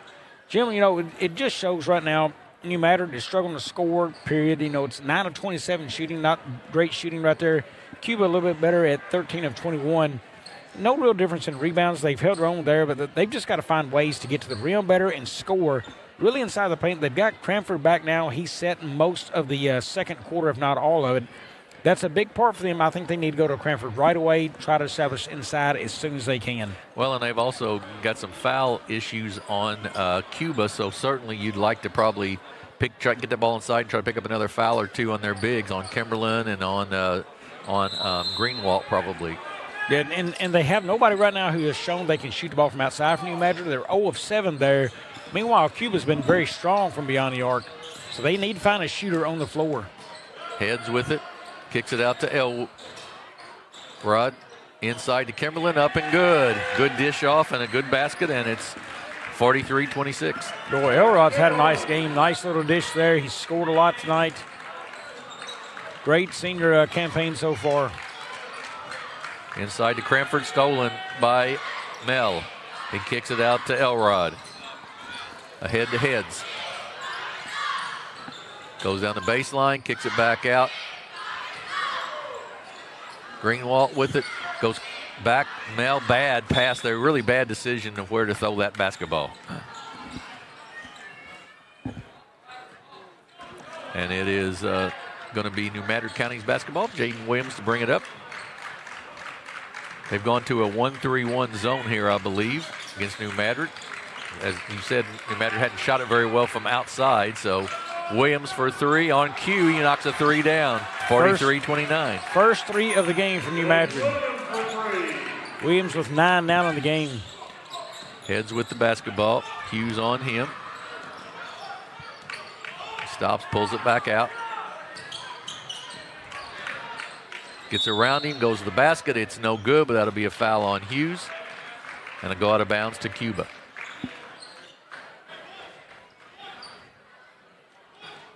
It will be Cooper Mel to inbounds.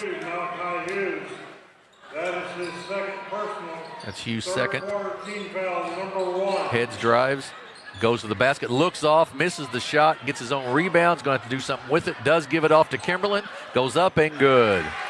Max Kimberlin. Cranford a little frustrated. Didn't get much help interiorly on the defense there. Cranford at the high post. He tries to put it on the floor. He does. And we're going to have a foul, and that's going to... Foul charge number 24. That's on Kimberlin. That'll be his fourth. That'll bring Gibson in the ball game. Third quarter team foul number 1. Coming into the game for the Wildcats, number 12, Braden Gibson. Inbounds to Williams. Nice pass into Cranford. He loses it though. Elrod comes out of there with it. Gets it ahead to Gibson. He stops, pops, puts it up and in. And that was a smart play, Bobby. Instead of going all the way to the basket, being shorter like that, he just stopped and put it up. Yeah, he did. One thing I can definitely, you see the difference in the twins right now. Cuba is a very experienced team. They share the ball well. They move the ball well. New Madrid right now really just struggles to get their offense flowing. And correctly so. I mean, they've got a lot of kids who haven't played together on the floor. You know, you've had a lot of subs this game. It's hard to get much rhythm in their offense when you're just constantly rotating bodies. Williams with it up top. Hughes, jumper, off the mark, no good. Rebound, Elrod.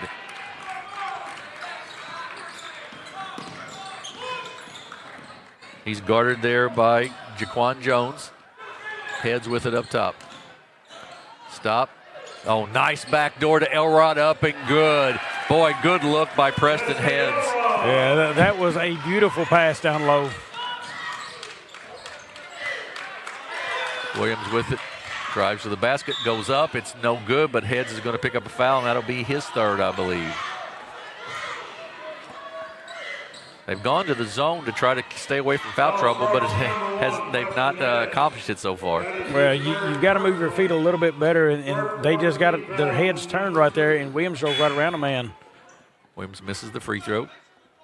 That is Walton in the ball game. He comes in for Malachi Hughes. Jaden Williams free throw up and also no good, and that's just going to be an over the back on Guest Newsom. Foul starts number 20, Jaden Guest Newsom, his second, third quarter team foul. You can most definitely identify Jaden Williams. He is going to be a large part of the new Madrid County Central future. Oh, absolutely he is. Elrod kicks it back out to Heads. Back to Elrod. He's going to drive to the basket. He's going to go up, reverse layup, and good. Elrod is having him a game, Bobby. Yeah, he has been the star of the show here tonight so far. He's got 20 now for Cuba. 51-29. Baseline runner up and off the mark, no good. Preston Heads with the rebound. Got it in the backcourt there. He's guarded by Walton.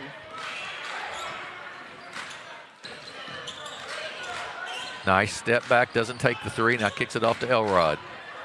They switch to Heads. He's going to drive down the lane. Nice look off and makes the basket. Boy, he made a good fake pass there and froze the defense and scored easily. Williams with it for New Madrid County. 53-29, they trail. Baseline Walton into Cranford. Good rotation on defense there to knock that out of bounds by Holden Greenwald. Checking in the game for Eagles, number 12, J.G. Harris. J.G. Harris checks in for New Madrid County. He'll replace Jaquan Jones. Looking for an inbound here. He gets it. Cranford's got it and out of bounds. It'll be off of Cuba.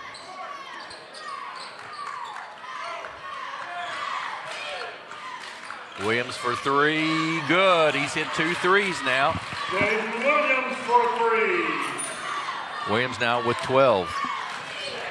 Elrod with it, going to go to the basket, going to kick it off. Nice job there of Walton to step in front. Then ahead, up and good. That is Guest Newsom with the basket, and it's 53-37. Back to a 16-point game. Elrod with it. Loses control, and that's going to be a turnover. Just lost it there. That's a turnover unforced.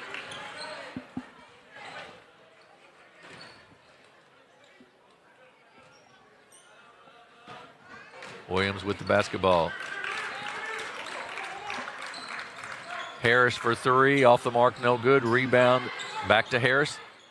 To Cranford inside. He goes up, misses the shot, no good. Tipped out and will belong to New Madrid County. Well, a couple second opportunities looked right there for New Madrid. They just couldn't convert on them. We've got a whistle. I believe the sub was at the table and they didn't get him in. Yeah, I think the ref didn't see it maybe. And they still do not let him in, so right. Continue the action. Williams with the basketball. Drives to the basket, goes up, and no good. Rebound by Mel. He'll bring it up against Cranford. Step back for three. Short, no good. Rebound, Walton. Ahead, stolen by Elrod. Good job knowing he couldn't stay in bounds, so he's kicked it back into Heads. Back to Heads. He tries to drive baseline, and it's going to be a travel. He did take an extra step there. He was saying he got held, but either way, Cameron Carnell checks back in. 53-34. Had the score wrong a while ago. Sorry about that. Walton in the corner to Harris. Back out to Williams. To Cranford on the baseline. Cranford gets it back, and that's going to be a reach-in foul on Preston Heads. That was a little ticky-tack, but he did hit him. Well, it's just not coming easy right now for New Madrid. They are trying to work, just not smooth at all on the offensive end. Heads with his fourth foul. That's a big deal for Cuba. Big freshman Smith back in here. Steele ahead to Notkamper, up and good. Just in the game, Ethan Notkamper with the basket.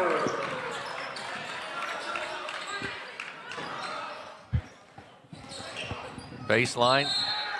Mel with a nice job of, that ball will go back on the jump ball to New Madrid County, but nice job of Cooper Mel holding his spot there. Riley Harden to check in for New Madrid County. Back into the game for Eagles, number 32, Riley Harden. He replaces Guess Newsom.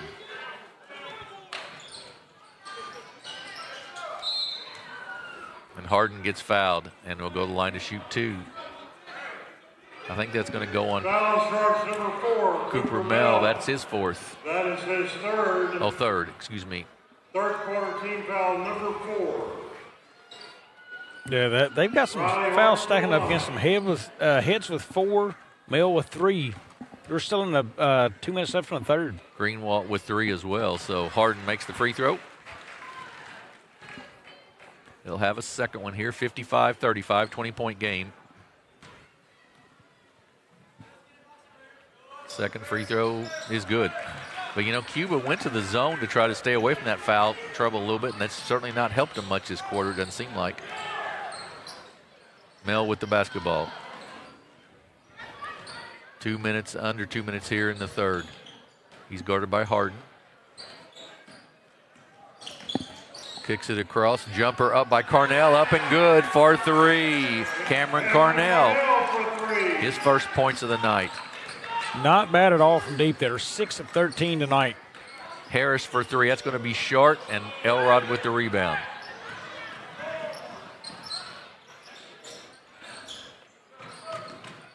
Mel drives inside, kicks it off. Jumper up and good. That is Greenwald with the basket. He's got 4 now. And it's 60-36. Cross court to Harris. To Harden. Three-pointer no good, and that's going to be a foul on Greenwald, I think, and that'll be his fourth. Foul starts number 11, Holden Greenwald. That is his fourth. Third quarter team foul number 5. I tell you, Cuba is starting to have to dig into that bench a little bit deeper and deeper. Yeah, Hurd checks in and Gibson checks in. Palmer checks in for New Madrid County. Isaac Smith to the line. Smith to shoot free throws, up and good. He'll have a second one.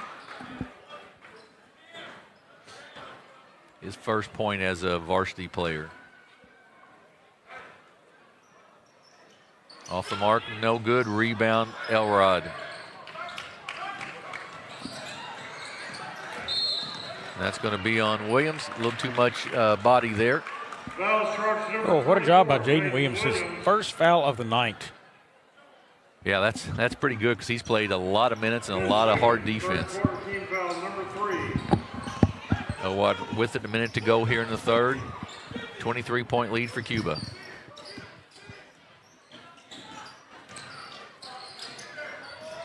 Gibson with it. By Hughes. In the corner, back out to Elrod now. He step back jumper, short, no good. Rebound, inside, nice dish out. Elrod with it. Cross court. Good ball movement by Cuba. Elrod, it opens up for him. He dishes off. It's up. It is no good. Her with the miss. Quickly down the floor is Williams.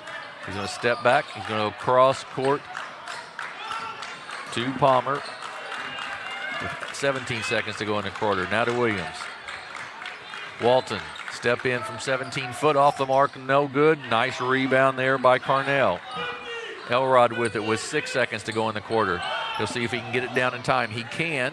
Can he get a shot off? He will. It's no good, though, at the buzzer. So we are at the end of three. It is Cuba 60 and New Madrid County 37. We'll be back in 30 seconds with the fourth quarter here on Aycorp Sports.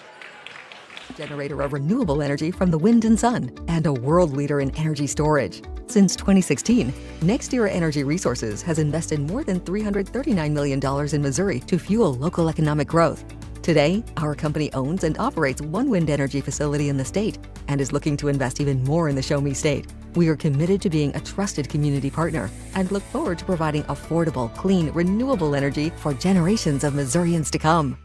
My name is Kevin Rossville. I'm a farmer from Prairie County, Arkansas. Been farming since 1991. Started farming with my father-in-law when I got married. We've been raising rice ever since. We've all been looking for something for a change for years. And I think this 263L is going to be the next and up-and-coming thing for us. It's really going to work well on a lot of different ground and a lot of different farms around here. Dynagro 263L, available exclusively at Nutrient Ag Solutions. At SEMO Health Network, we strive to provide caring and affordable.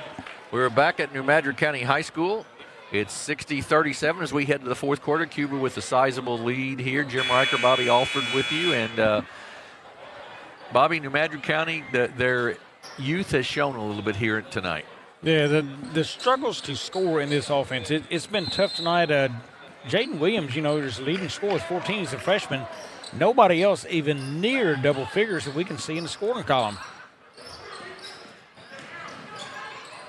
Mel with the basketball. He's got 4 fouls for Cuba. They've got a little foul trouble. Off to her. He loses it, but then Gibson gets it right back. He's been a scrappy little guy tonight. Mel with it. Tries to cut inside. He does. He's going to be fouled, and it'll be out of bounds, I believe. Palmer and Harris both hit the floor for New Madrid County. Foul charge number 12, J.G. Harris. That foul went on Harris. His first. First foul in the quarter here. Fourth quarter team foul. Inside. They give it off. Boy, Lane nice. opens up. The Red Sea sort of parted there, but Carnell missed the shot. His patience paid off to get him to the rim. He just didn't convert. Williams with it to Walton. Back to Williams. Drives to the basket, and that's going to be a blocking foul on Carnell. Again, presence mind of Williams. The defender flew past him, and he said, "I'm going to the hole." Yeah, he's done a nice job. He's the shining star tonight for New Madrid, no question. Fourth quarter team foul number 1. To Williams. He thought about the 3, doesn't take it. Goes cross court. Now to Walton, top of the circle. Back to Williams. Right side, Harris for 3. Off the mark, no good. Palmer inside to Smith, up and good. Isaac Smith with the basket. 60-39.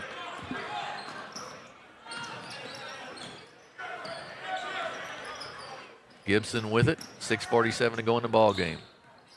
Lane opens up. He goes to the basket. It's good. Gibson with the basket. He's got 11 now for the Wildcats. Williams with it to Smith. Harris for 3, off the mark, no good. Rebound by the Wildcats. Mel with it. Gives it across to Cornell. He takes it all the way to the basket. Wow. Missed the layup. There's been a lot of easy layups right there for Cuba tonight. And a timeout by Coach Dace of the Wildcats. He's telling everybody slow down just a little bit. You know, that you're right, Bobby. They've had Cuba's had a lot of open looks at the basket down the lane, no question. Yeah, that's just coming from a lot of inexperience, a lot of youth right now from New Madrid. You know, they're not communicating or talking or switching off well on defense. A lot of things to work on, and I mean, Coach Jenkins knew that coming into this season. It was going to be a different look, and just learning the game of basketball. He does have a starter out tonight in Brooks.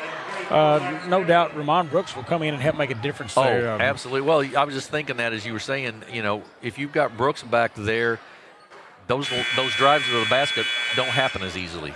Yeah, I mean, and it takes the pressure off of a freshman, maybe two freshmen, and have them come in and play down low. It lets them develop at a little bit different pace. But no doubt one is for sure here to stay. That's Jaden Williams. I mean, he's going to play at the varsity level, but, you know, they've got to clean up a lot defensively. Heads with the basketball, tries to drive baseline, kicks it out to Kimberlin. Jump shot by the sophomore, up, no good. Kimberlin with the rebound. Nice spin move, missed the shot though. And then Smith with the rebound. Up the floor is Williams. He kicks it off to Harris. Back to Williams. Walton gets it back, thought about the three, now drives in a little bit. Williams for 3, off the mark, no good. Nice block out by Kimberlin there. Into Heads. 5 minutes and change left on the clock. Heads, nice spin move. He got hit. No basket. It'll be on the floor. It'll be out of bounds to Cuba.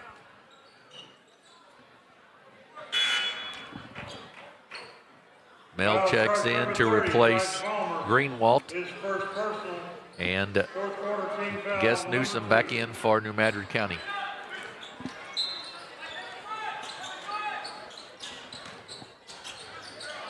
Heads pushed away from the basket and leaves it short because of that. Elrod knocks it out of Smith's hands, out of bounds. Tomorrow, 5 games tomorrow. We start at 11 a.m. Marion takes on Caruthersville. Then we'll have a girls game for you at 12:30, New Madrid County and Charleston. At 2 o'clock, Cuba and Blytheville. The first time we will have seen Blytheville. Then we'll switch off, and Bobby will have the last 2 games, and it'll be the Malden Green Wave, first time we've seen them in Overton. And then New Madrid County will take on West Memphis. Elrod with the basket. So some chances for New Madrid County to maybe correct some things tomorrow night as they see West Memphis. Yeah, and the size will give them fits again. You know, West Memphis come in and play them tough. Up and good, and they're going to call that, I think, a go 10 possibly, but it would win in anyhow. So that's another 2 for Gibson. One other thing that I was thinking as we were talking about, you know, the drives to the lane. Once this got out of control a little bit in the third quarter, we've not seen Marvion Cranford back in the ballgame either, and he would have made a difference in there as well. Now he's, you know, so I think that also makes a difference defensively. And that is Tice Palmer with the basket. And I thought Cranford come into this season looking a little leaner, and I thought he was going to look like I thought at the beginning of the night. He said, boy, he's in better basketball shape, but just really hasn't been able to be involved as much as he'd like. Kimberlin loses it. They get it. Cuba gets it back, though. Gibson with it up top. Having a little trouble handling the basketball, and then it's taken away. Ahead to Guess Newsom. He goes up and good, and it's 66-44. 3:52 to go in the ball game. Elrod gets it across to Mel. Jump shot, Greenwalt up and no good. Kimberlin with the rebound. He gets fouled. It'll be on the floor and go out of bounds to Cuba. And Coach Dace is asking Greenwalt, why are you shooting when we're up by 22 with 3:40 to go? Yeah, another area New Madrid is going to want to get better at is blocking out, getting bodies on guys and getting good blockouts. Really haven't seen, them body up well tonight. Jumper off the mark, no good. Kimberlin with the rebound. And that's going to be good travel. He switched pivot feet there, and it's a turnover. And to my point, that last rebound that just happened there, New Madrid just watched that ball go up, and they never put a body on anybody. They never put a butt to the gut and blocked out. They just kind of stood straight up and was hoping the ball would come to them. Guess Newsom on the right side here. And it's the steal. Bad pass. Elrod with the steal. He's going to go up for the layup. Up and good. Elrod with 26 and 6 rebounds tonight. Yeah, he has had a fantastic night.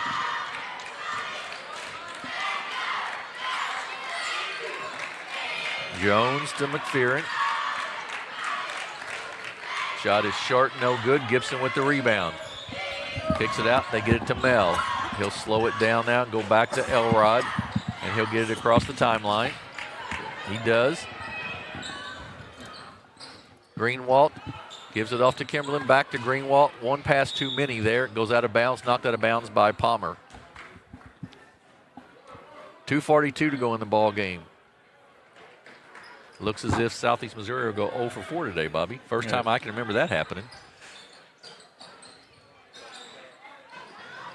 Into Gibson. This Cuba team's a nice little squad, though. They've got, a good mix. They got a lot of seniors. They got some size. They've got some sophomores who play well. They're a pretty good ball team.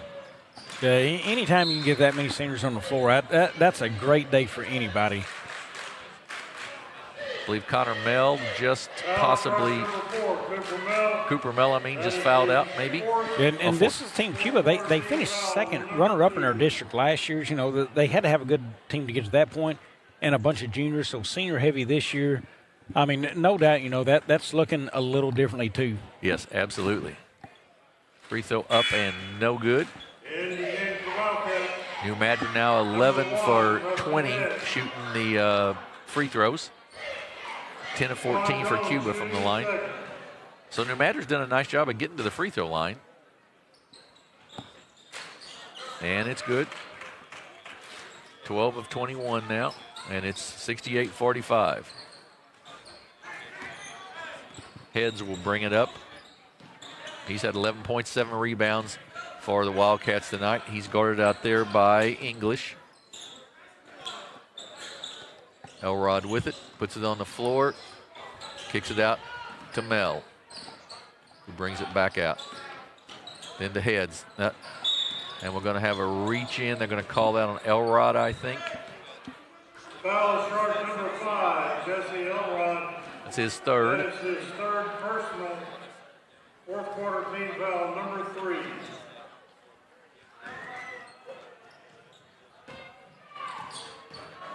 McPherson with the basketball.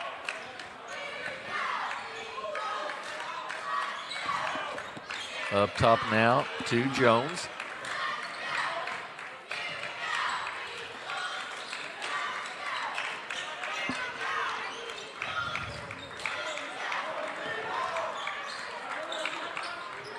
Guess Newsom for 3, no good. Rebound by Gibson. Off to Mel. He'll bring it up with a minute and a half to go. Pulls it back out. Elrod with it.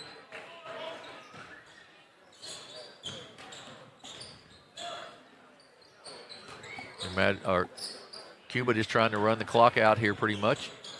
Run some offense. To Gibson. And that's going to be a foul on McPherson.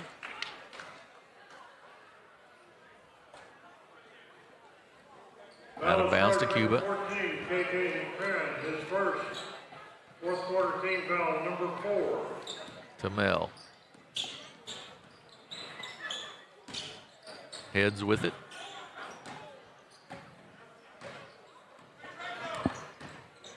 Tries to drive down the lane, cut off there, and then pulls it back out with 48 seconds to go. Off to Elrod. Going to take it to the basket, up and good. Jesse Elrod. Elrod with the basket. And it's 70-45. Guess Newsom. Long three off the mark, no good. Nice block out there by Heads.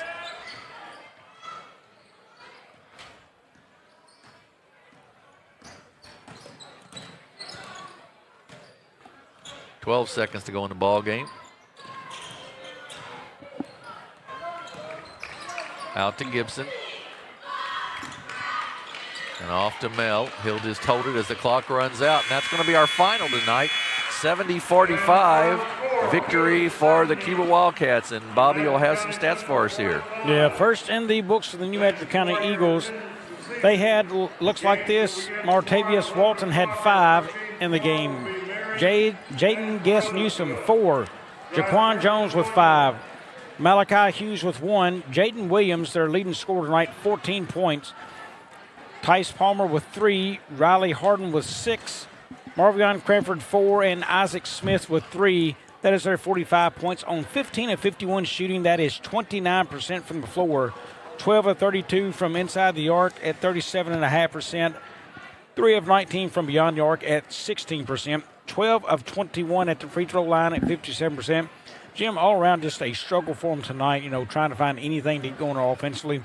They did have offensive boards, 8 of those, 14 defensive, 22 total. And for the Cuba Wildcats in the scorebooks, they look like this. It was Preston Heads with 11 points, Cameron Carnell with 3, Cooper Mel with 7, Jesse Elrod 28 points on 12 of 22 shooting. He was 11 of 19 inside the arc, 1 of 3 from beyond, 3 of 4 from the free throw line. Also Holden Greenwald with 4, Braden Gibson with 11, Max Campbell with 4, and Ethan Note Camper with 2. That is their 70 points. They were 27 of 58 shooting for 47%. 21 of 43 beyond or inside the arc at 49%, 6 of 15 from beyond at 40%, and 10 of 14 at 72% from the free throw line. 8 offensive boards, 20 defensive, 28 total. Jim, the shooting numbers right there, it just shows you a senior-led class. They had experience. They are a very good team, and it shows in the numbers right there. Overall, when you shoot 47%, that's decent. Little lower than you'd like to see at the field at 49%, but then they jump up to 40% from beyond the arc. I mean, just a great night out there shooting early in the season, game 1, and also 71% game 1 free throw line. Not bad numbers at all. Yeah, you got to be pretty happy with that. That's exactly right. So today, here it was Overton over Campbell, 81-73. West Memphis beat Caruthersville, 74-50. In our third game of the night, it was Marion, Arkansas over Charleston, 74-51. And then this one we just concluded, Cuba 70-45 over New Madrid County Central. Any final thoughts? Game 1, hey, nothing more to do than look forward to game 2 now. Southeast Missouri did not play great today. A lot of guys coming in just fresh off of football. Caruthersville, really a lot of figuring out to do. Some of these teams are down. Caruthersville, the only team that, you said coming into it, boy, they're going to have a strong season. Maybe Campbell, too. I mean, they've got a couple of shooters on that team as well. But the other guys knew there's in some rebuilds with Charleston and New Madrid. It's all about the building. Come back day 2, try to clean up some mistakes, do some things a little better, and hey, earn a spot. Well, we'll be on the air about 10:50 tomorrow morning, right around there, 10:50, 10:55, somewhere along there. Our first game will be at 11, and it'll be the Caruthersville Tigers and the Marion, Arkansas Patriots, I believe, in that first game, which we'll bring to you. We'll have 5 tomorrow, so we'll hope you'll join us then. We'll be on the air at 11 and the rest of the afternoon. From our partner, Bobby Alford, tonight, this is Jim Rucker saying good night and God bless from New Madrid County High School.